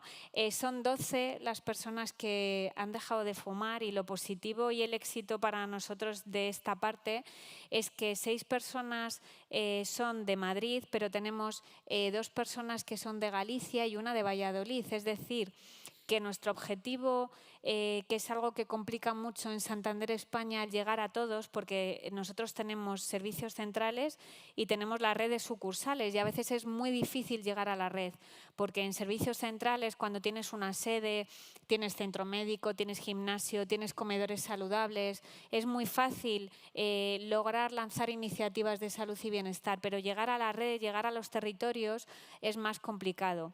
Entonces, bueno, para nosotros sí que ha sido un éxito y tenemos estas 12 personas en Santander, España, que han dejado de fumar. Así que de momento es verdad que hay que esperar, que con esto hay que ser muy cautelosos porque puede que recaigan, pero de momento para nosotros la verdad es que ha sido un éxito total. Estamos muy contentos, sí. Dolors, tenemos aquí 2 grandes ejemplos, pero ¿cómo podemos tener un efecto multiplicador? ¿Cómo existen las redes de empresas saludables de las que hablabas? ¿Qué función tienen para las empresas estas redes? ¿Cómo podéis darles apoyo? Yo creo que lo suyo es, estas redes lo que hacen es poner a disposición un lugar de encuentro y de intercambio de buenas prácticas, de intercambio de soluciones, pero también de problemas. Entonces eso es lo que en principio lo que se está haciendo desde el Instituto y desde la Red Europea de Promoción de la Salud en el Trabajo. Crear esas redes de empresas que nos ayuda, pues eso, a generar materiales para ellas y con ellas en los temas de tabaco, pero también de nutrición, de ejercicio físico, de conciliación de la vida laboral con la vida personal, etcétera, de toda una serie de guías, de recomendaciones, el hecho de acompañarlas, de reconocer el trabajo, porque cada empresa está muy sola, no sé si estáis de acuerdo conmigo, pero cada uno está en su empresa y cuesta un poco, pues eso, ir más allá, ¿no? Y se encuentra uno muy solo, como les pasa también a los prevencionistas los de prevención de riesgos laborales. Entonces aquí lo que damos es un lugar de encuentro a través de seminarios, un lugar de encuentro cada año donde reconocemos el trabajo hecho por algunas empresas que presentan sus programas. Hacemos proyectos en los que contamos con ellas, tanto a nivel europeo como a nivel nacional, para que vayan viendo y vayan participando de la generación de esas recomendaciones y de esas guías. Hacemos formación. Y luego hay una cosa importante que es lo que me habéis hecho pensar, y es la importancia, el dar a conocer la importancia de las asociaciones como la de la Asociación del Cáncer, porque tenemos muy pequeñas empresas, muchas pequeñas y medianas empresas, muchas micro también, pero también las grandes lo necesitan, por eso. Entonces, la idea es que no se conocen esos activos en la comunidad. Entonces, lo que hemos hecho también es recoger esos activos. Hemos empezado con salud mental porque ahora es un problema importante Y bueno, pues eso, el poner de manifiesto y darles ideas y recursos y gente y asociaciones donde ir. Es que si hacemos tantas cosas, que intentamos hacer tantas cosas que un poco va por ahí, desarrollar proyectos de investigación, etcétera, etcétera. Yo creo que... Bueno, y otra cosa importante es esto, los modelos de buenas prácticas. Porque a mí no me creen, porque yo estoy detrás de una mesa. Me creen, pero no me creen. Pero cuando alguien del mismo sector, del mismo tamaño de empresa, les explica lo que hacen y les da los resultados y ven que realmente son empresas excelentes, bueno, pues eso, el ejemplo arrastra. Y otro tema que estamos intentando poner en marcha es el mentoring de este tipo de empresas con otras empresas que están empezando. Es decir, acompañar a las empresas en ese camino, en esa carrera de fondo de la que he estado hablando. Efectivamente, sois todo un ejemplo y que ayudáis a esta dispersión del concepto y dispersión de la mejora de la salud de la población trabajadora. Bueno, ya nos queda muy poquito tiempo, así que vamos a ir cerrando, porque no nos da tiempo a dar otra ronda de preguntas. Pero yo me quedaría con esto. Efectivamente, nuestro reto ahora quizás sea las grandes. Lo hacéis muy bien. Hay que seguir. Lo hemos visto en vuestros dos ejemplos. Seguís ampliando el marco de los programas de bienestar, pero ahora tenemos que llegar un poquito a las pequeñas, ¿no? Que se animen, que sepan que es importante ser responsables con la sociedad como empresas, que debemos poner, lo habéis repetido los tres, ¿no? Debemos poner a los trabajadores, a la población trabajadora en el centro de nuestras empresas, ¿no? Son nuestro mejor valor, nuestro mejor activo y es en donde tenemos que esforzarnos especialmente. Yo les puedo decir que yo llevo 8 años sin fumar después de efectivamente participar en un programa de promoción de hábitos de vida saludable, de deshabituación tabáquica en una empresa. Y que para mí además tiene un valor, el valor del grupo, ¿no? En una conferencia anterior muchas veces se empieza a fumar por el grupo, ¿no? De la adolescencia. Pues lo mío fue al contrario. Yo ya en población adulta trabajadora, con mis compañeros dejé de fumar. Todos los que dejamos, como estuvimos juntos al principio, seguimos siendo fumadores y por mucho tiempo lo seremos. Así que, desde luego, a partir de ahí empecé a creer mucho en los programas de promoción de hábitos de vida saludable y de deshabituación tabáquica en el ámbito de las empresas. Al fin y al cabo, estamos 8 horas al día en las empresas y, desde luego, somos una gran plataforma para crear concepto de salud y para mejorar la salud de nuestra población trabajadora. Muchísimas gracias a los tres. Gracias a vosotros. Gracias. Gracias. Muy bien, ¿no? Sí, hemos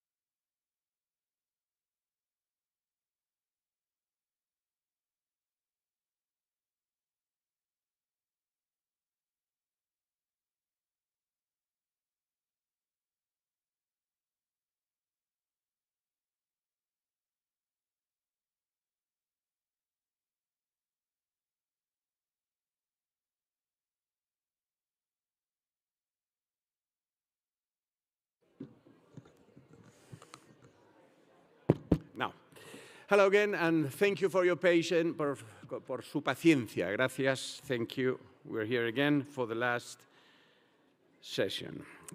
We now switch gears to end the second day of this ECTO conference by taking a closer look at innovation through a roundtable focus on assessing the tobacco problem from new perspectives.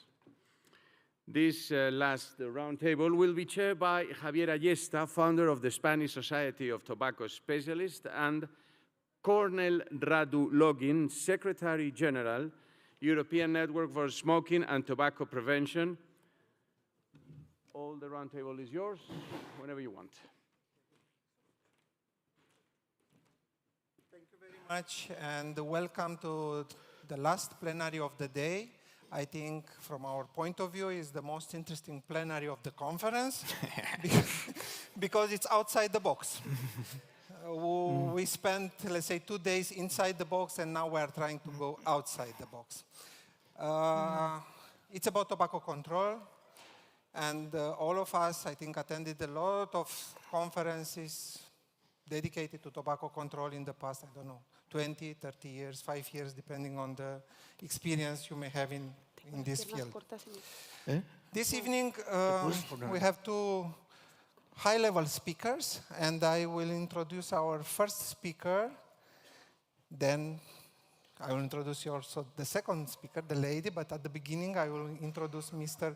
Nacho Viloch. He is a well-recognized expert in innovation, in sustainability commitment to the transformation of people and the 2030 agenda. He has more than 30 years professional experience, and it's a content generator on innovation. He started and promoted a lot of projects and was a mentor, inspirer in entrepreneurship and everything related to new technologies. So, just not to make you waiting long, please tell us what about is this box? It's outside, it's inside, it's new technology. What is this? Well, hello? Yeah. I do believe we are in a change of era. In a change of era, probably you remember the Renaissance was this transition from the dark age, from the middle age to the modern age, a middle age with global pandemics, with pests, with wars, and now I think we believe we are in this new Renaissance and we are changing the era. We have an amazing technologies, same as 500 years ago by Gutenberg. We were able to print and to democratize knowledge and wisdom. Now we have very powerful technologies and tools to democratize knowledge, to democratize intelligence, to democratize artificial intelligence. We are making artificial intelligence too accessible and too easy. But anyway, there are no limits today for understanding the science and technology and what can we do with that. Yeah, but here we are at the Tobacco Control Conference and we are discussing about public health, tobacco control, dependencies. We have in front of us a very innovative industry. They are on the market with new product, new technologies. So what we can do? Can I show my presentation and we will discuss it? Unfortunately, I think it's not ready. But it's not. Is it ready? It's not? Maria. Can I? Oh, no, not okay, not yet. Okay, not yet. No problem, no technique. Well, this industry has been manipulated, has been hacking. Yes, is ready? Yeah, okay. Finally. You are lucky. So, yes. Do you remember when smoking was cool? It has been cool for many years. All the idols, the stars, were teaching us to smoke. Humphrey Bogart, James Dean, Marilyn Monroe, Rita Hayworth. Smoking was aspirational. It was elegant. If you want to socialize, smoking was the thing you have to do. And do you remember what smoking was hot? This is not so from the times of black and white. It comes in color also. And I'm sure everybody in this room remembered this basic instinct moment when Sharon Stone crossed her legs, and she was being questioned by murdering, and she light up a cigarette, and she told the police told them, "You cannot smoke here." And she said, "Are you going to charge me for smoking?" So she didn't mind at all. So and it was a reference. And so it was Uma Thurman, and how many Spaniards in the room? How many people from Spain? Well, you know, fumando espero al hombre que yo quiero, or fumar es un placer, smoke is a pleasure, is sensual. This was the hottest erotical role model in the Spanish censorship, Sara Montiel, and she was saying that smoking was a pleasure, and she was smoking while waiting the man she loved. And she was the role model for my mother, for my parents' generation. And of course, they wanted to be like Sara Montiel. They wanted to be so charming, and they wanted to smoke. So, and remember when the doctors were recommending cigarettes? They were recommending certain brands of cigarettes, saying that it was soft for your throat, and it was healthy. It was not healthy, but it was good for your voice and for your throat. And they were recommending that. Actually, when I was discussing to the panel, I remember when I was 12 years old and I had brackets, I have all irons in my mouth. The orthodontist that put the brackets on, he was smoking while doing the operation, the good thing. So imagine a 12-year-old boy, eyes open, and the doctor was manipulating and smoking and then doing his thing. And I remember that awful taste and awful smell, and I thought it was because of the iron. No, it was not iron. It was the smoke. But it was like that in the 70s, at least in Spain. We are not born smokers. We are not naturally born smokers. I know that some babies, some children from mothers that have been smoking during pregnancy, they might have some nicotine in their, but we are not born. We are educated. We are trained. We have been manipulated to become smokers, to become heavy smokers, because it was aspirational. It was because we are in front of a very, very powerful industry. Cornel, you mentioned an innovative industry. I don't know if innovative. They have been doing this for many, many years, associating values to smoke. If you want to be the macho man, you want to be the Marlboro man and ride a horse, you have to smoke Marlboro. If you want to feel the taste of adventure, then you have to smoke Camel. And if you want to be just cool and have fun, Winston tastes good, like a cigarette should. Then you have to smoke Winston or any other brand. I remember when I was 18 years old, I wanted to go to the Amazonia in a Land Rover, the Camel Trophy. And I started smoking Camel because I wanted to be in the Camel Trophy. I want to feel the taste of adventure, like anybody with 18 years old. And we have been educating, and they have been conditioning our brains with all these values and messages. It's cool, it's hot, it's sexy, it's aspirational, it's the taste of adventure. If you want to be a real macho, that's what you have to do.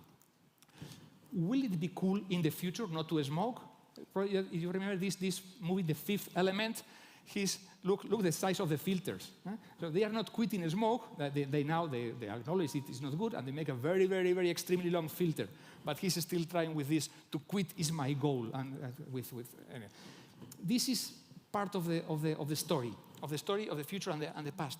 And I think what we have to make is to achieve this, and I think it's possible to achieve this 2040 tobacco-free generation. We have to rewire, we have to hack the brains of the new generation to say that it's not cool to smoke. What is cool is not to smoke. And we can do that thanks to technology. There is another big industry in order to quit smoking. When I was doing some research for this conference, I found the 30 best quit smoking blogs and websites, and you can find the top 35 and the top 100. So there is a big movement because it's really tough. Once you get hooked to smoking, once you get hooked on this, let's call it poison, it's very, very difficult to quit, and for many people it is impossible. So the challenge, and I do believe that technology and science can make it happen, is to hack our brains, to recondition, to reprogram all these emotions, all these emotions, all these algorithms, because it is not a matter of nicotine. Actually, let's go one step backwards. You know what this monkey is doing? And actually, this is a monkey. It's not an ape. It's not a chimpanzee, a gorilla, or an advanced orangutan. He's using that very simple game with a brain interface. He's not blowing. By the way, he's just smoking banana juice. Is what he likes. But he has been monitoring his brain he has been associated to, they have understand what areas of his brain, or its brain, are activated when manipulating the joystick, then unplug the joystick, reverse the signal, and he's manipulating, he's playing with that game just for the reward of a banana with their brains. So if we can manipulate, if we can read, if we can reprogram our brains in order to manipulate, to manage complex computers, then this should be easier. This can be done, this reconditioning, rehacking our brains. Because smoking is not about nicotine. Of course, nicotine creates addiction. But it's about dopamine, it's about oxytocin, it's about endorphins, it's about serotonin, it's about all these biochemical these connectors, these biochemical algorithms that stimulate, that reward. The dopamine is the hormone of reward. Because I have had a hard work day, now I deserve a cigarette. It's my reward, and I smoke a cigarette. Because that's this after work, after sex, after whatever, cigarette is a reward for the effort. So what we can do is, now that we understand, because one of the major advances of technology is that now we are understanding our brain. We are understanding how it works. We are understanding the biochemistry of our brain, which specific areas are activated. And this is relatively new. This is very new because psychology, psychiatrists, we knew empirically that if you damage your left side or your right side, then you might have some problem with speech or with movement. We know that the right side of the brain manages the left side of the body and vice versa. We knew that. But now we can see that in real time. Because if you get, and many of you are doctors, if you get one patient into one of these tunnels of magnetic resonance, that's a really stressful thing. But when you have a very, very light and very imperceptible neurological device that can understand, can read your patterns, then you can reprogram them back. So let's focus on this, on what we can do about this reward, these hormones of happiness, and probably changing those rewards, I do believe we can rehack our brains. We are doing that in other industries. Let's go out of the box. Let's get out of because smoking is not the only bad habit in our society. How about sugar? How about diabetes? For me, the real global pandemic is the diabetes. There are 500, 600 million of people, 50% not diagnosed, and it's increasing. And there is a very, very powerful industry, a very powerful lobby behind this.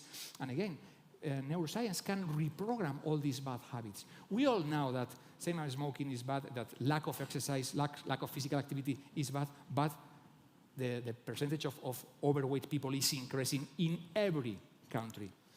So can we fight against powerful industries? How can we fight with these multinationals that spend billions of dollars in advertising, in lobbying? Yes, it can be done. And let's again think out of the box.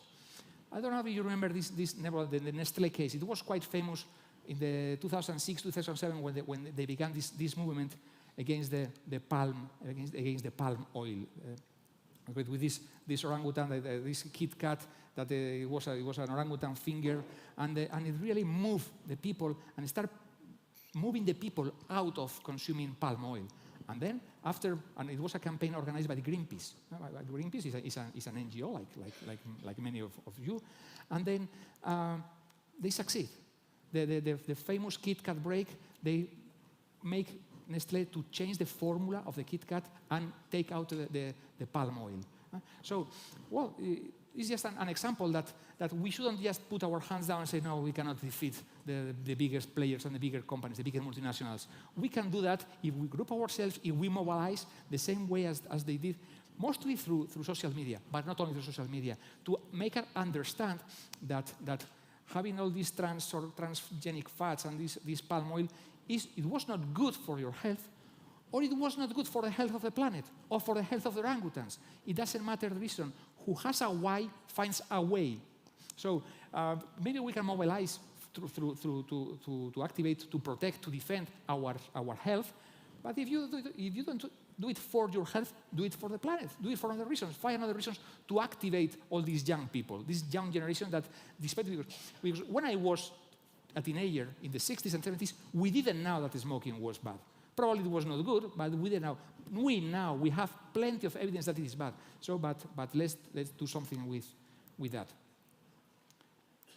And we have technology to change these habits. We have technology accessible, popular, easy to wear, and cool. And think of all these wearables, these small devices we have that measure the quality of our sleep, how many steps we take per day, how many hours we are resting, how much activity we are having, and the sentence this very, very simple device send me a reminder if I have been for 20 minutes without moving.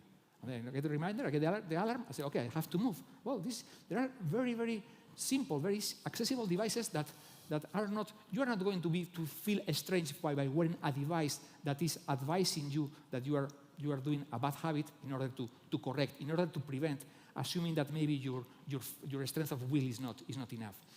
And we are having apps every time, everywhere. All of us, I'm sure all of you has a more or less sophisticated smartphone with plenty of apps. These apps can help you to reinforce and to recondition and to rehack and to take into account, to take responsibility and to measure, to have data about how much you are doing well or how much you are not doing well. I'm sure some of you are using these apps for intermittent fasting, and they track the timing for whatever reason, but they can help you to build these good routines. And actually, I was checking. These are 5 of the top apps that have Quit Tracker, Quit Body, Smoke Free, Quit Now, Easy Quit. Most of them are free. Other ones you have to pay a little bit. And there you can have, and they help you to remind you. They give you some rewards. They help you to sustain these good habits that you are building. The same as we are using in other industries. We don't have. This is not rocket science. It's very basic. It's very easy, and that's why I do believe it can work. But let me go a little bit further. Well, we have been talking about neuroscience and hacking our brain. Let's talk about hacking our DNA. The genomics is another exponential technology that has grown amazingly in the last 10 years. Decoding the first DNA took 10 years and $3 billion. Now you can have your DNA decoded in minutes and by very, very few dollars.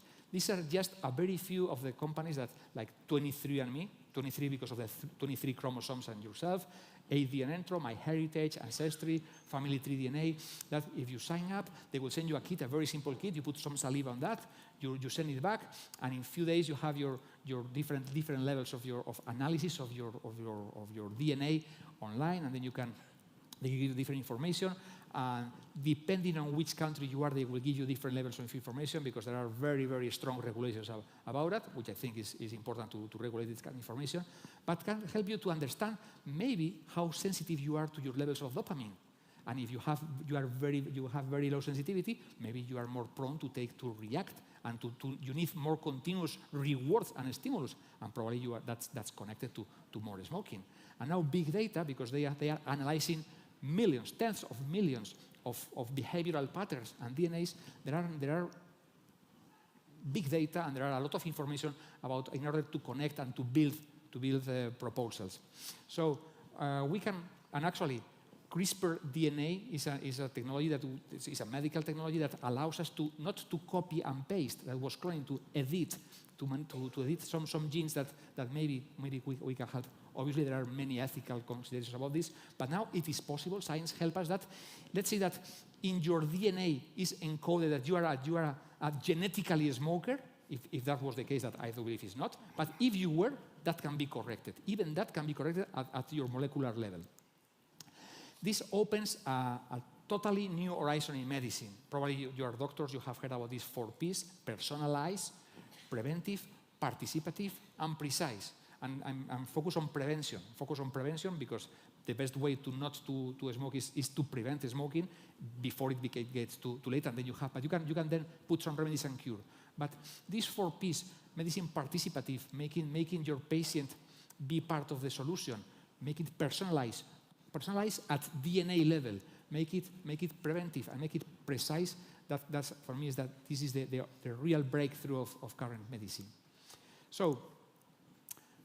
And if we cannot do that, let's see how artificial intelligence can help us. Actually, these 4 images were generated by Midjourney, by artificial intelligence, when I was asking this so-called artificial intelligence in order to give me a vision of the future of humankind smoking.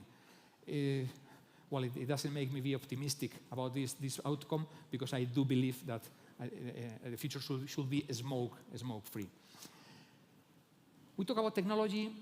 We are talking about some exponential technologies. I've been talking about neuroscience, neurons. I've been talking about biology, about cells. I've been mentioning bits and bytes information. And it's this convergence, the convergence of NVIC, nanotechnology, biotechnology, infotechnology, and cognotechnology. The convergence of neurons, cells, atoms, and bits and bytes. There have been amazing, if you put the radar on, if you put this nano bio info convergence in your radar, you are going to be surprised of the amazing developments there have been in synthetic biology. And so today there are no limits for nano printing nano micro printing at the size of microns, or how is it possible to hack our brains, to manipulate our neurons, and to rewire our cells and to rewire our DNA. Let me, as the Colonel said in my introduction, I am committed with the Sustainable Development Goals, with Agenda 2030. Actually, the target number 3 is the health, and that's the reason that brings us all here. But if you are not doing it for the health, if you want to mobilize, to activate the young people, and they are not being concerned, I'm surprised that teenagers still smoke today and still start smoking. But even if they do it for their health because they still look it's cool and hot or whatever, maybe they can do it for the planet. Same as happens with the orangutans and with the Kit Kat and with the Nestlé and the palm oil. So quit smoking is good for you, it's good for society, it's good for the planet. Let's find a reason. Who has a why finds a way, and then start building a momentum on that and rewiring our brains. Actually, I just forgot to mention one gentleman in the room. He was showing me, it's called Sick of Smoking. He was showing me before we came in, because he understood that I was working into this, a very, very cool virtual reality application that what it does is when you're smoking, they bomb your brain with bad emotions, with bad feelings. So even if you are a heavy smoker, once you are using this virtual reality set and the brain cannot distinguish what is real, what is virtual, what is augmented, really change all the biochemistry, change the emotions, and the people, those heavy smokers, according to what he said, and I do believe him, they are going to quit immediately because they will associate smoking to a very, very bad and unpleasant situation. So I do believe that designing a smoking-free future, I do believe that having this tobacco-free generation is possible, but not through these guys. I mean, there are plenty of evidences that they have been for many years part of the problem. They are not being part of the solutions. And there is a big multi-billion business. I was surprised when the other day I was doing some research about how many billions of dollars they invest in helping politicians to take the right decisions. And so we have to activate ourselves, and I do believe it is possible. The future, we don't have a crystal ball to predict the future. We don't have a crystal ball to adivinate it. But the future, we can create, and we design our own future. And I do believe that if we have a positive vision, if energy flows where attention goes, if we focus our attention on the solutions, I do believe we can find the solution. Obviously, if we put the focus on the problem, maybe we will still be cultivating the problem for many years to come. Anyway, this is a lot of theory, but I think it's time to see it working, to see it in practical, to see it in life. And that's why I have here Maria. Maria is going to show us what they are doing at BitBrain in order to make this happen. Thank you very much for your attention, and I hope this is enlightening. Thank you.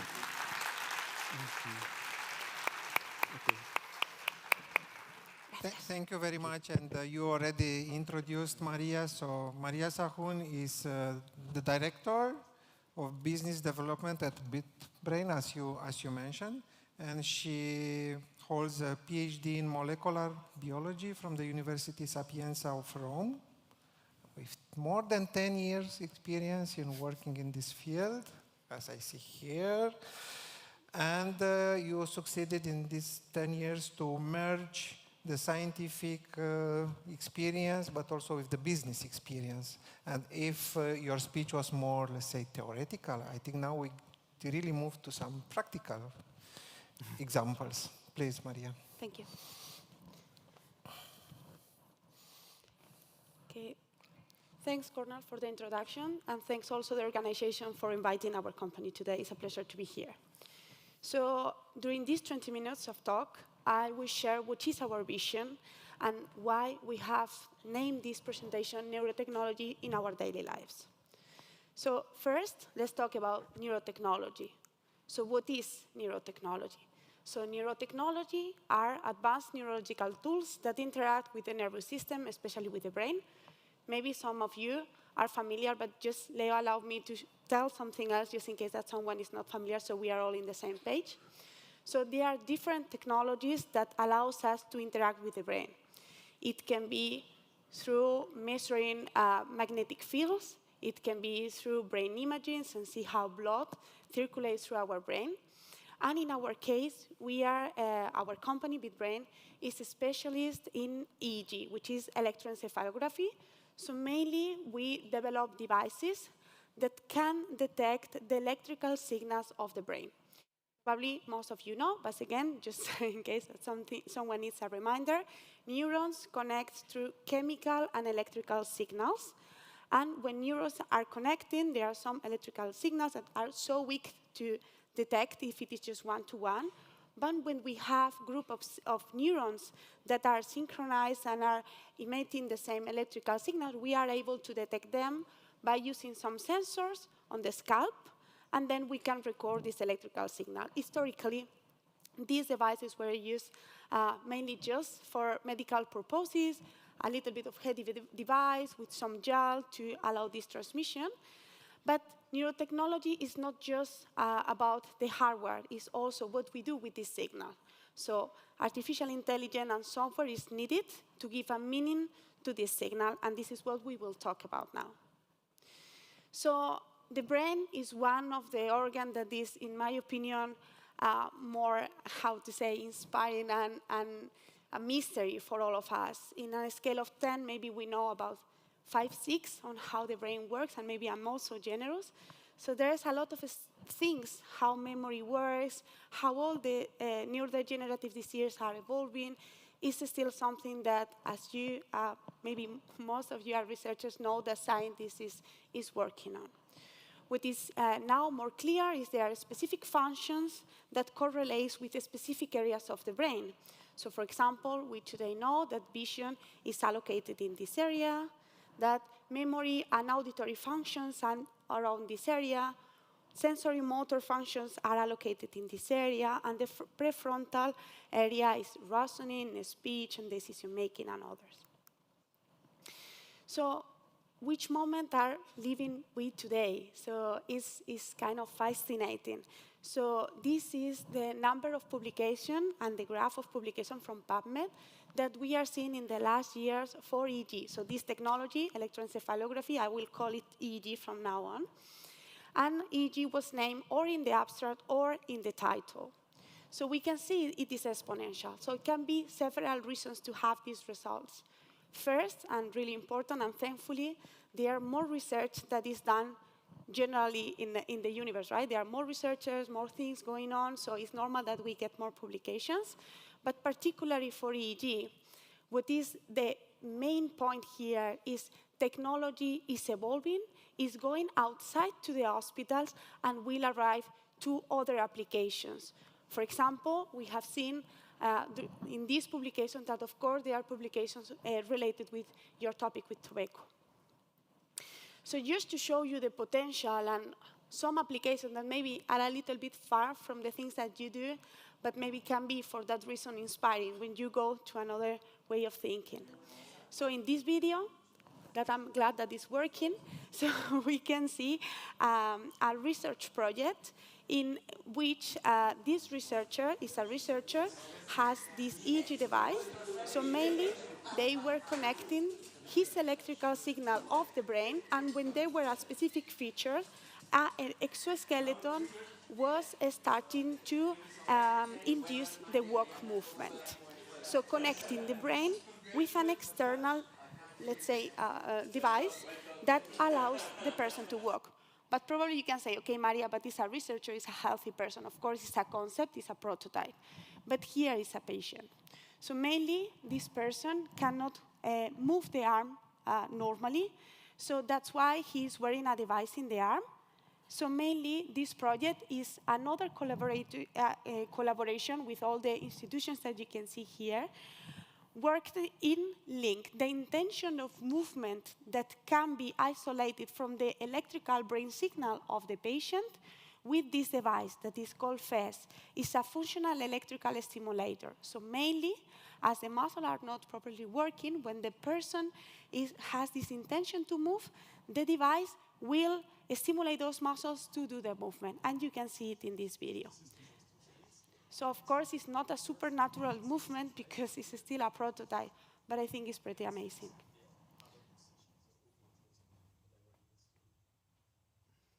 Okay, now happen, and he can bring the spoon to the mouth.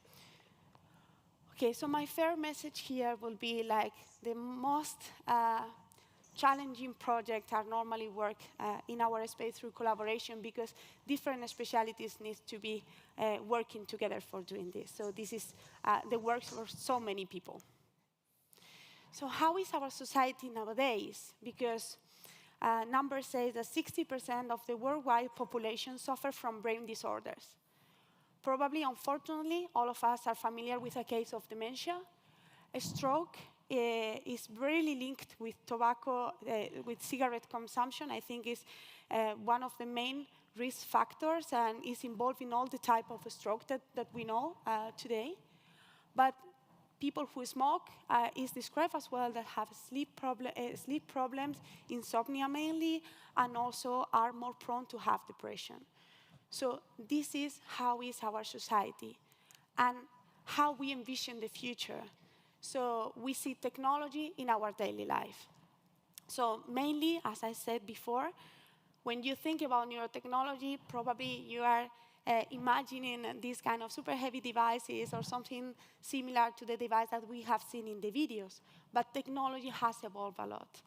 So in our case, I'm showing, of course, the things that we know the most, which is our technology.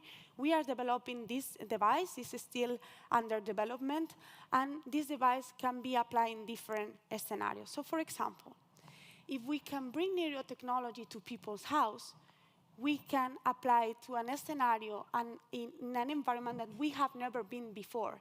So imagine that elderly people could train their mind in the same way that some people is doing physical exercise. Okay, we want to get older and be on shape and be healthy.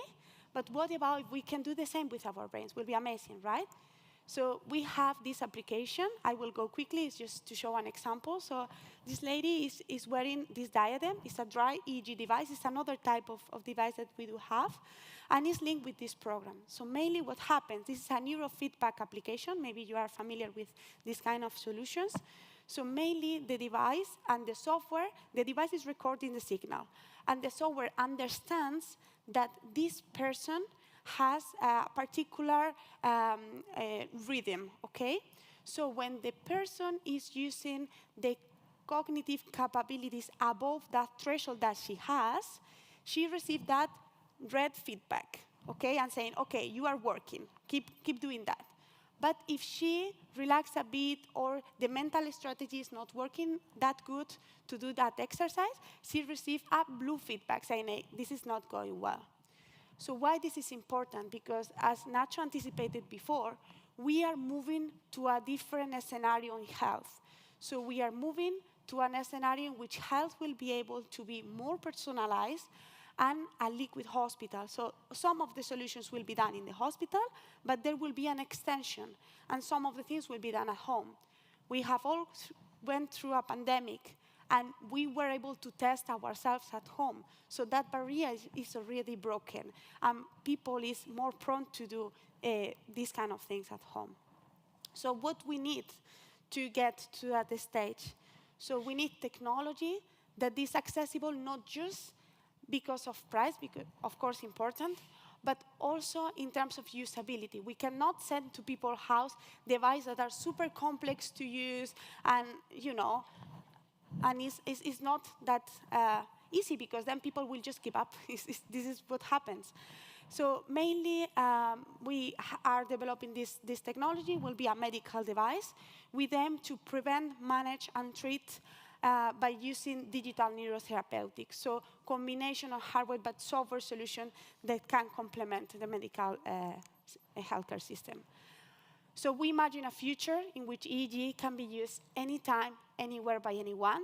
And I think the best way to see this is to see this video in which a 12-year-old is placing the technology by himself.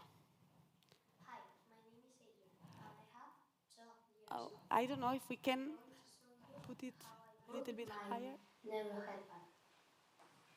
First, I put this part in the front.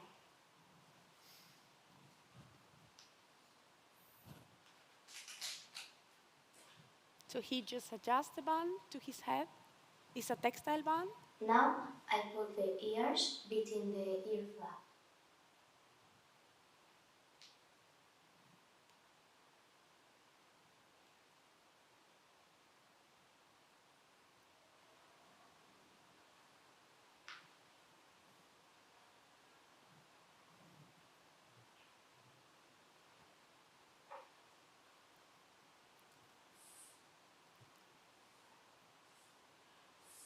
Now I'm going to wait to the green lights.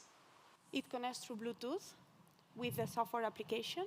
And now you can see we are in the second 57. So less than 1 minute, a 12-year-old kid is placing a neurotechnology by himself.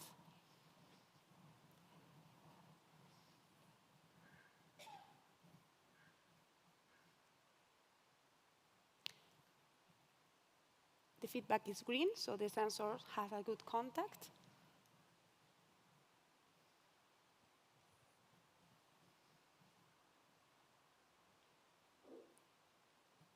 And that's all. And that's all. So 1 minute and a half, a 12-year-old kid is placing technology. So this is how we see the future. So we see a future in which we will study our sleep through a device that maybe we can wear at home. So we are in our own room and routine and environment, and we can maybe through algorithms classify the different stage of the sleep and understand whether we are sleeping well or not. And also, there is a lot of pressure in the healthcare regarding this kind of study. So it will be a way in which we can help more people to access to this treatment so they can live better through this. Of course, dementia is a problem that impacts all of us and society in the years to come. With other applications, why we do have a neuro... you have placed it. No pasa nada. With your permission, I am very curious. I've been working on innovation. I am a beta tester, natural born beta tester, and I have to try. When I see a new device, a new guide, I have to try. And I can say that this is very, very comfortable, very light. Very, I wouldn't mind to be seen with this in the street. And probably someday it will be cool to have one of those. And I can tell you, I can go windsurfing with this. Muchas gracias, Nacho. So yeah, maybe you have never think on a device in your head because it was a big challenge to develop this technology, and other companies are working in things like this. So other applications could be epilepsy, could be depression, and of course, smoking and EEG. So I'm not an expert. We don't work with smoke in our company, but I have seen in literature when, before coming to this Congress, is that neurofeedback has been already applied to studies in which they are addressing how stop smoking is impacting people and how the craving phase can be supported with other technologies. As far as I know, and again, I'm not an expert, it's just to give you a little bit of a link with your topic, it looks like there needs to be a little bit of standardization on how they use neurofeedback, which kind of protocols used, and so on. But even if in earlier stages, you have already studies linking these technologies with the topic of interest. As this talk was to bring you to another way of thinking and innovation and out of the box, I'm bringing other examples of different companies that are innovating and finding solutions through technology, through other problems that we have seen already in society. So for example, NeuroPace, this company, this is the claim that they use, there's a smarter way to treat epilepsy. So mainly this device is an implant, so it's not external as the one that we have seen so far. So it is an implant, but how it works. When there is normal electric activity in the brain, the device just ignores. But when there is a seizure episode, it stimulates in a way that it can balance and compensate somehow. This data can be sent to the doctor, and the doctor can reprogram it.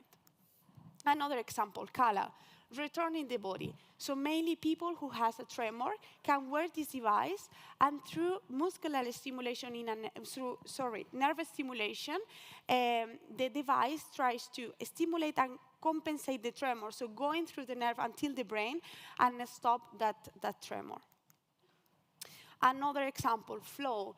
They say depression treated differently. It's all about thinking differently as how things has been done so far.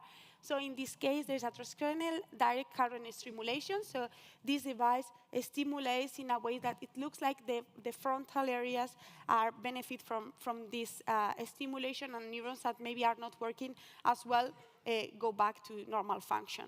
And Mindbeagle, another example of technology that can be used in a way that can help the physicians to understand the status of non-consciousness from a patient by using vibrator in both hands and see whether people is or not responsive. So technology is evolving in a way that is just amazing and fascinating. This is just some examples, but I'm sure that you will see in your market, in your field of study, technology coming in different ways very soon.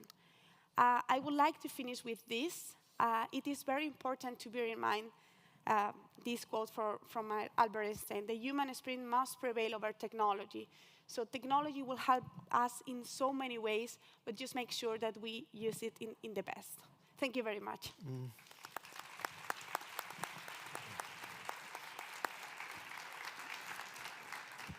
Thank you very much, Maria. And I will let Professor Ayesta to start the debate, because he took a lot of notes. Well, this doesn't exactly mean anything, but well, there is no doubt that technology will change quite a lot, and in fact, things have changed quite a lot. It's really, I mean, in our life and whatever is it. I was really surprised with one of your sentences. It's not that said 60% of the population have a brain disorder. That whenever I heard this, I hear that it's announced of the 30s, that it has been used also by the tobacco industry, that said every woman has a figure problem. I mean, well, that's not exactly the case. Well, in some cases, I mean, there is clearly some of us have mental problems, no doubt. I wouldn't say that 60%, and I'm not absolutely convinced that mental problems can be perfectly described as brain disorders. That is a bit broader. Of course, there is something underlying, no doubt. Nevertheless, I fully agree with what you have said, and I thank you what you are doing. My first question is regarding technology. In fact, we are in the field of changing behaviors. That's changing behaviors that usually we consider disorders. That's an important point. And since we are in the field of changing behavior, that's the field the tobacco industry is. Well, the tobacco industry and other commercial determinants of health. That is important. We are speaking about tobacco, but this is a whole field. So they are in the field of changing behavior or inducing behaviors, and of course, with the help of how our brain works, well, addictive substances work in that way that is prevented.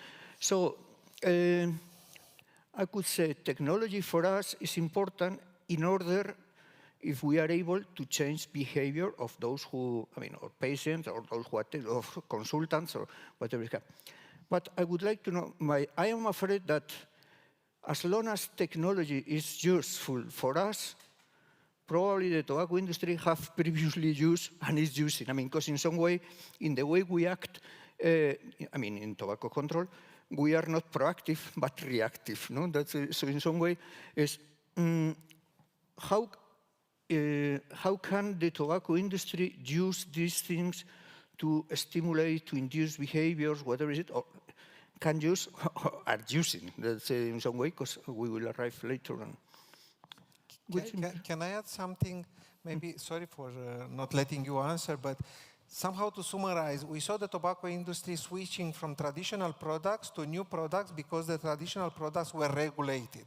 So they need to keep the market, to keep the profit, to keep the customers, and they arrived on the market with new, let's say, products. Now we are trying to regulate the new products. What they will do next? They will come with virtual smoking? Definitely, they will be going one step ahead. Regulation is always one step behind.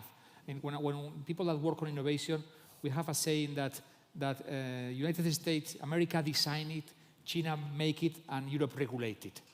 So, thanks God, in Europe we have regulations. So, but anyway, but regulation always happens after that. So we don't have a preventive regulation. Maybe, but maybe I think somehow, and this is a tricky question, but maybe we are dancing the music they play.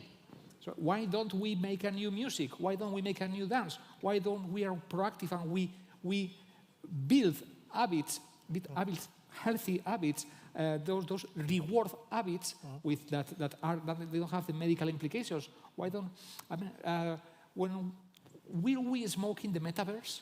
Will our avatars smoke? Maybe we can teach our avatars in the metaverse to smoke, so our avatar gets the reward and my lungs don't get the punishment. Maybe my virtual identity can enjoy this kind of, and I can have the reward of seeing my avatar smoking and socializing while I don't get the poison and I get the benefits of other placebo substitute, healthy substitute. Or we teach our politicians to adopt predictive legislation, not reactive legislation. I am quite skeptical about politicians all over the world. It's a matter of experience, but seeing what we have around. But anyway, what we can, and please bear in mind, and please do some survey. It's public information of how many billions of dollars the lobbies of sugar, the lobbies of cotton, the lobbies of tobacco. We talk very much about the rifle association, the guns lobbies. That's peanuts compared with other lobbies. So maybe, and so that's why politicians look in the short term of whatever they get votes. So I rather mobilize. We are 8 billion people in the world. And if we do our part, our thing, we don't need the politicians to solve the problems. Okay. And then, yeah, regarding what you have said, there is no doubt when the devices that you have seen, they are really used in helping different people, but in some way changing behavior. How could you do this? So I think first we need to understand the human behavioral model, which is a big other topic. So mainly, most of the audience will know that we think with two different systems, which is System 1 and System 2. This was described by Daniel Kahneman in 2002. The book is Thinking Fast and Slow, and probably most of you have read it. So mainly, what we know now is we take a lot of decisions with the non-conscious system. So first, we can use technology to better understand humans, to understand how some stimuli impact us. So why it is important to understand people? Because if we understand how we react to a prevention campaign or how we react to an avatar smoking, we will know better how to do next. Because the avatar smoking, for example, it can be for the good, but it can be for the bad. So it will be nice to explore that and do some research. So, for example, it could be that the avatar will smoke instead of myself, and then it's good because I'm not smoking and the avatar is smoking. But what if the concept of tobacco starts to be linked as a positive thing? Even if it is in the metaverse, we don't know if it will then come back to us.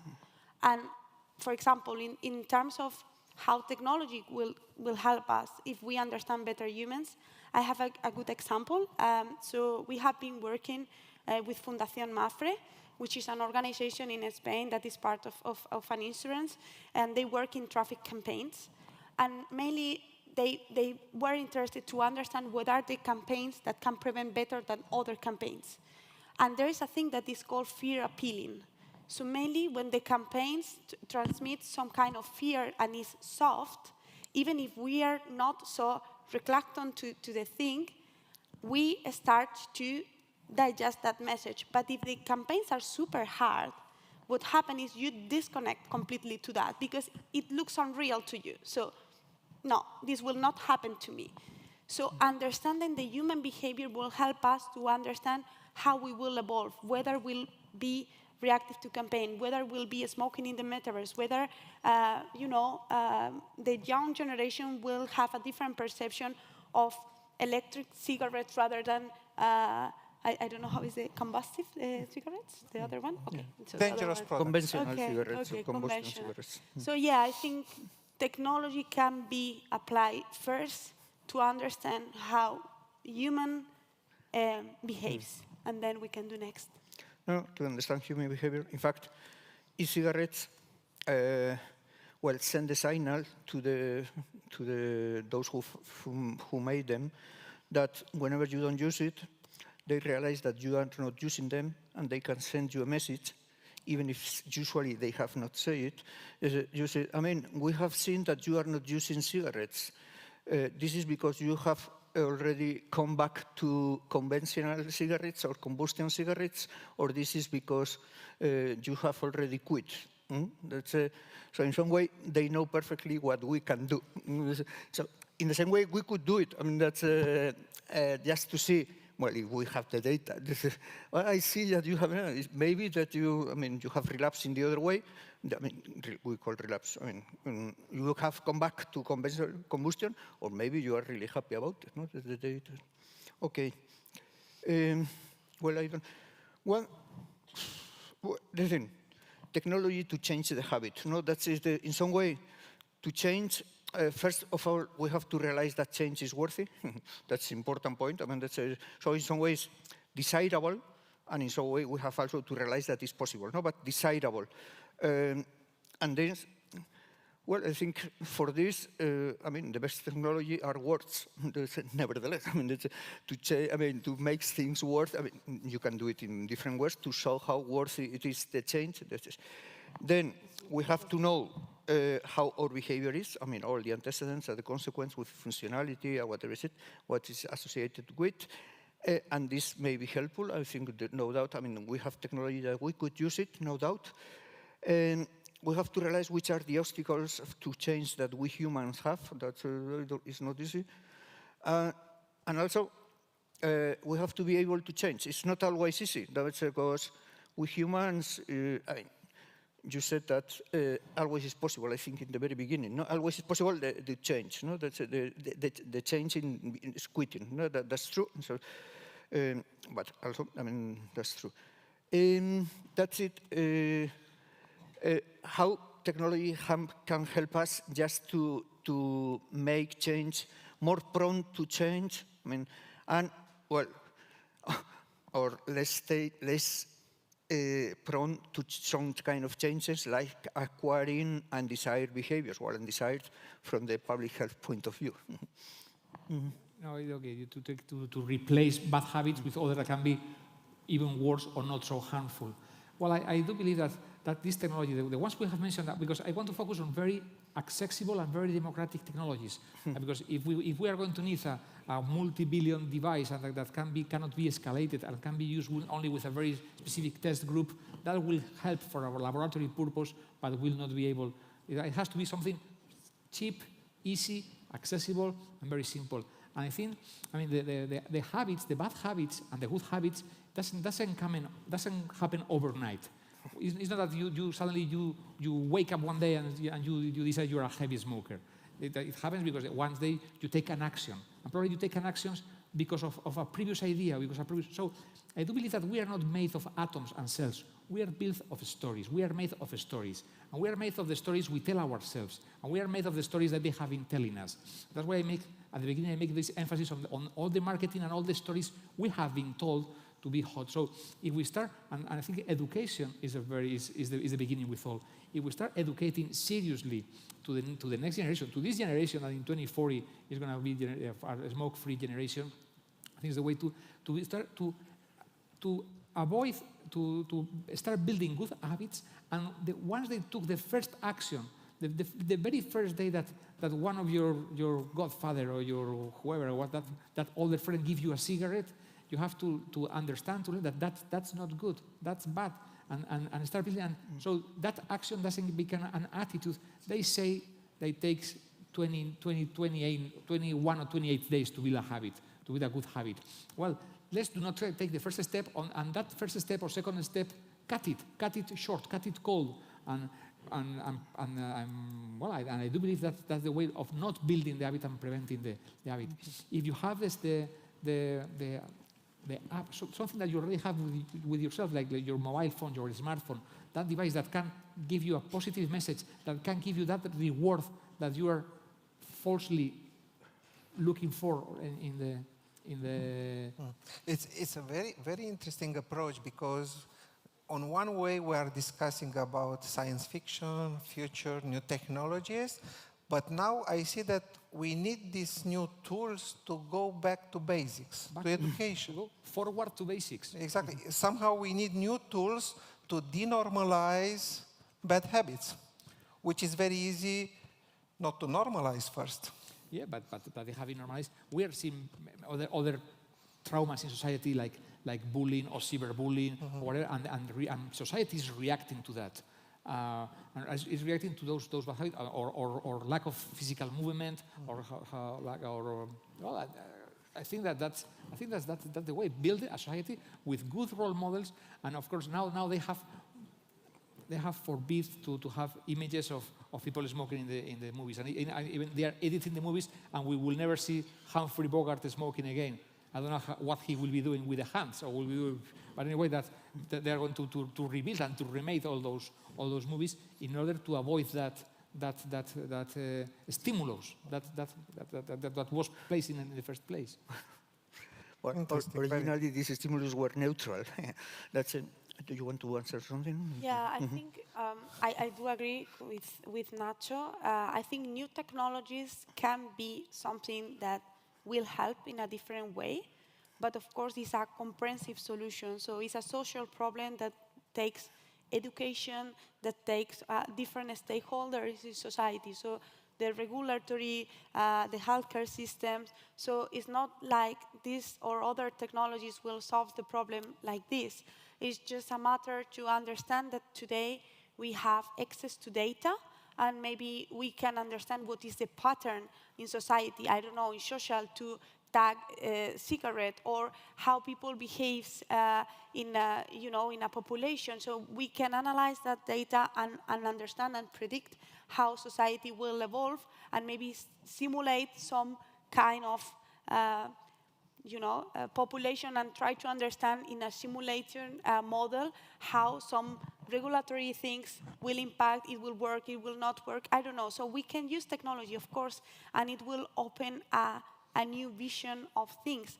But it doesn't matter that technology, in my opinion, will replace all the other parts of in this case, prevention. So it's the same when we talk about neurotechnology. Neurotechnology will help a lot and will open a door to people who has no access to healthcare in that moment. But it doesn't mean that people will not go to the hospital and do other treatments and use other tools. It's just complementary. And I think this is why also society now is so afraid, because they see technology like replacing a model that they have seen, and everything is completely new and uncertain. No, it's, I at least this is how I envision future. Okay. I think that we still have some time for questions from the audience. I think it's important. Okay, yeah, I think it will be important. Wow. Okay. Thank you very much for your presentations. Have been beautiful, both of them. I have two questions. One is, given the, let's quote, classical saying of the modern neurobiology that neurons that fire together wire together, how can we use this technology in smoking cessation? And the other one is rather technical. I understand it's from polysomnography that it's easy to register EEG when people is just sleeping, but how can you use this technique in awakened patients? I mean, how you overcome interference of muscle movements, especially the ocular ones, and so on. It's a matter of software or what? It's a really good question, and I got that you know the technique. So I will start with the second one. I haven't explained this because I thought it was not needed, but with pleasure. So mainly, you are completely right. So the electrical signals in the brain are weak, and then we need to amplify it. So the amplifier is here in this pocket. If you want, I can show you later. So always EEG amplifies the signal. What that it means that we amplify that signal, and we amplify, as you're asking, all other artifacts that might happen in the head in the meantime. So this is blinking, this is biting, this is other muscles movement, and that's why in all the videos that you have seen, people is moving, but it's a controlled movement. So we cannot today record an EEG and move the head like this, or run, or jump, because the amount of noise and artifact will be that high that you will not be able to clean the signal. This is not our technology, this is just the state of art as today. So said that, I back to your question, just a little bit of background so everyone can follow. So said that, we use these devices both in sleep and awake. So mainly this one has the amplifier in the front, so you can sleep, and in a way we have it in the back. It's with a control experience. So I haven't shown the software, but the software mainly guides the user on how to place it, and also give a little bit of a guidance that you cannot do certain things. A part of the guidance and a part of the protocol, let's say, that we will guide the user, then there is a software that, of course, will clean the signal in a certain way. So this regarding the device. The device is compared with a polysomnography now in some clinical trials that we are implementing in the next months. And then I think you asked something else that I cannot remember, sorry. About the saying of neurons that fire together, wire together. Using this saying, how can we use these devices? I mean, for instance, in a matter of implement effortlessly habits working. Wow. I know.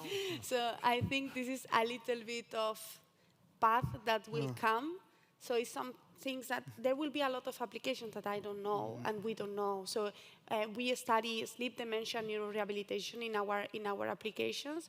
But for example, what I can see is, I don't know, there will be a way in which, of course, if the person wants to quit the smoking in this case, they can have, I don't know, an app, as you mentioned, link it with a device, and they can go through, I don't know, a program of neurofeedback or a mindfulness or something that exit them from that status of craving or that moment or anxiety, and maybe help them through neurostimulation, for example. If there is a way in which it could be, I'm unsure about this, but allocated what are the areas of the brain that drives craving when there is an addiction, and then during this phase that I think is 3 months, and then there are some stages that has been deeply described.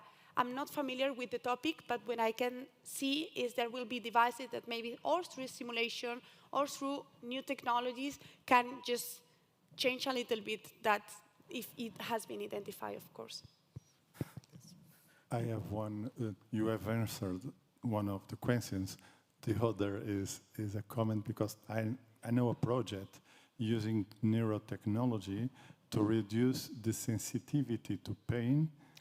Yes, and patients, the aim is to lower in cancer patients the need of morphine and other.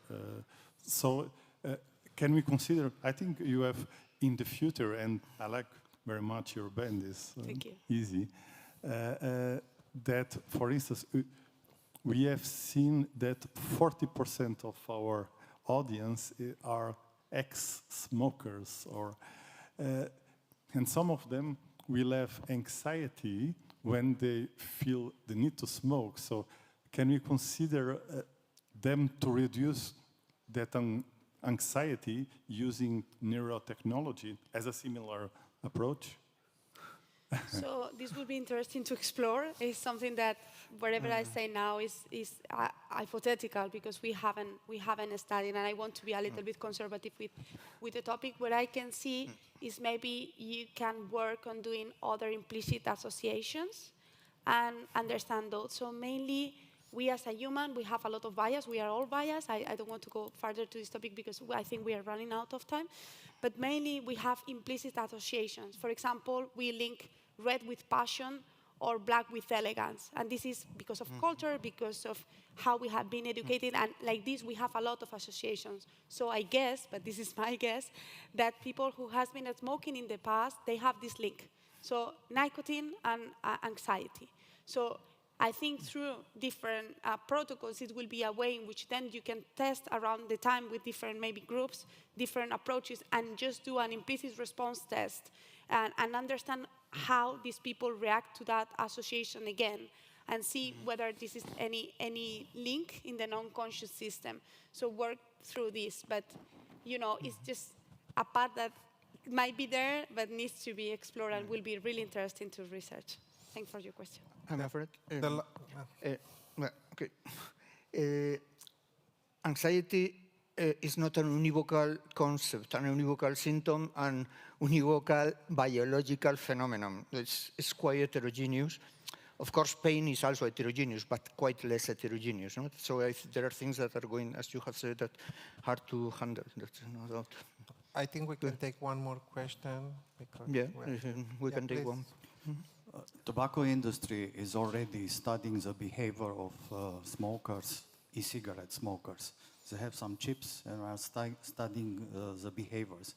Can we imagine in the future an identification of phenotypes in childhood, studying the behavior or the prone of this child to certain brands or to certain other heavy cigarettes consuming possibilities? Can we use this technology in the future? Well, yes, I think the technology, the technology, you can give a knife to somebody and you can cut the best hamburger or you can murder somebody. So let's not focus on the technology. You can give a pencil to Picasso and he will make a beautiful painting, and if you give it to a chimpanzee, he will just make some strokes. So the technology can be used for good or for bad, for evil, and I do believe that the same technology can be applied. But my point is that let's do not dance their music. Let's not follow the play. Let's jump ahead of them. Let's jump in front.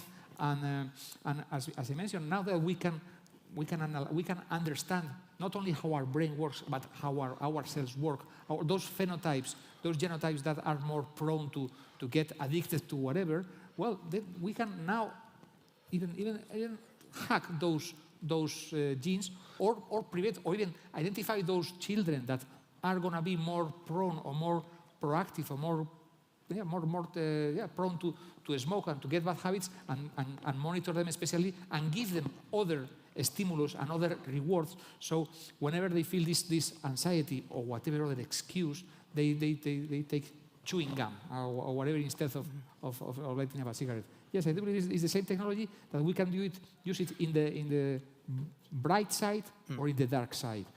Okay. Then regarding this, I was sorry for the delay.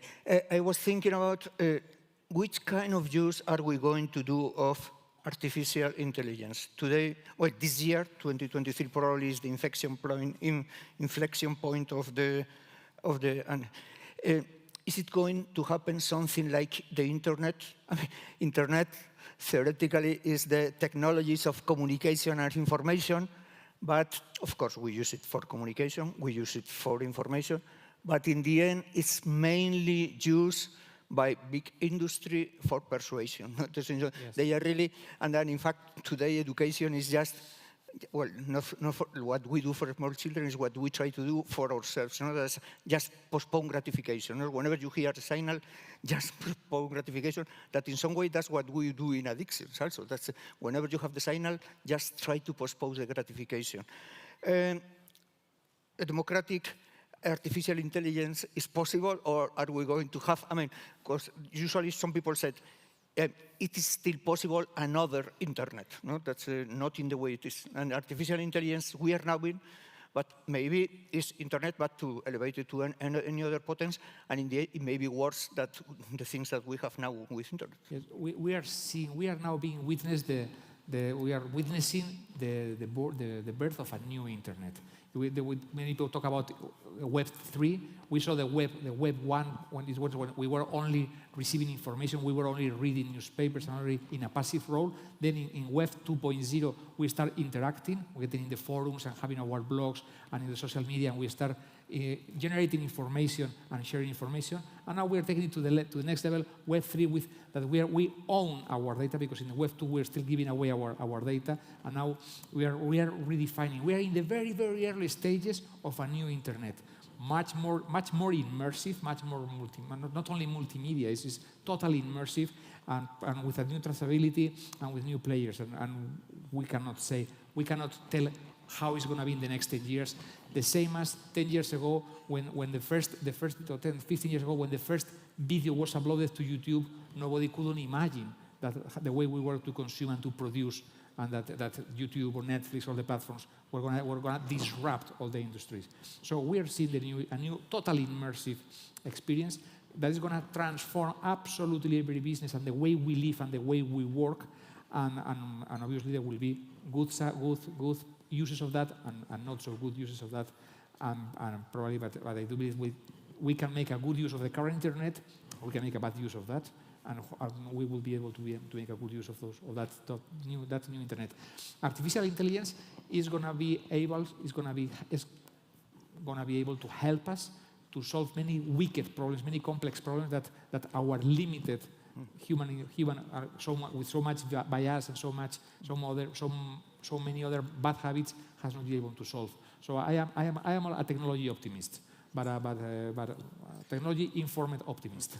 In any case, what we have now on the market is something that was developed 2, 3, 4 years ago, and the new technologies are ready, and they will be launched at the right moment, at the right time, at the right cost. I think we have to close the session now. Yeah, it's late, and it's late. So thank you very much. Okay.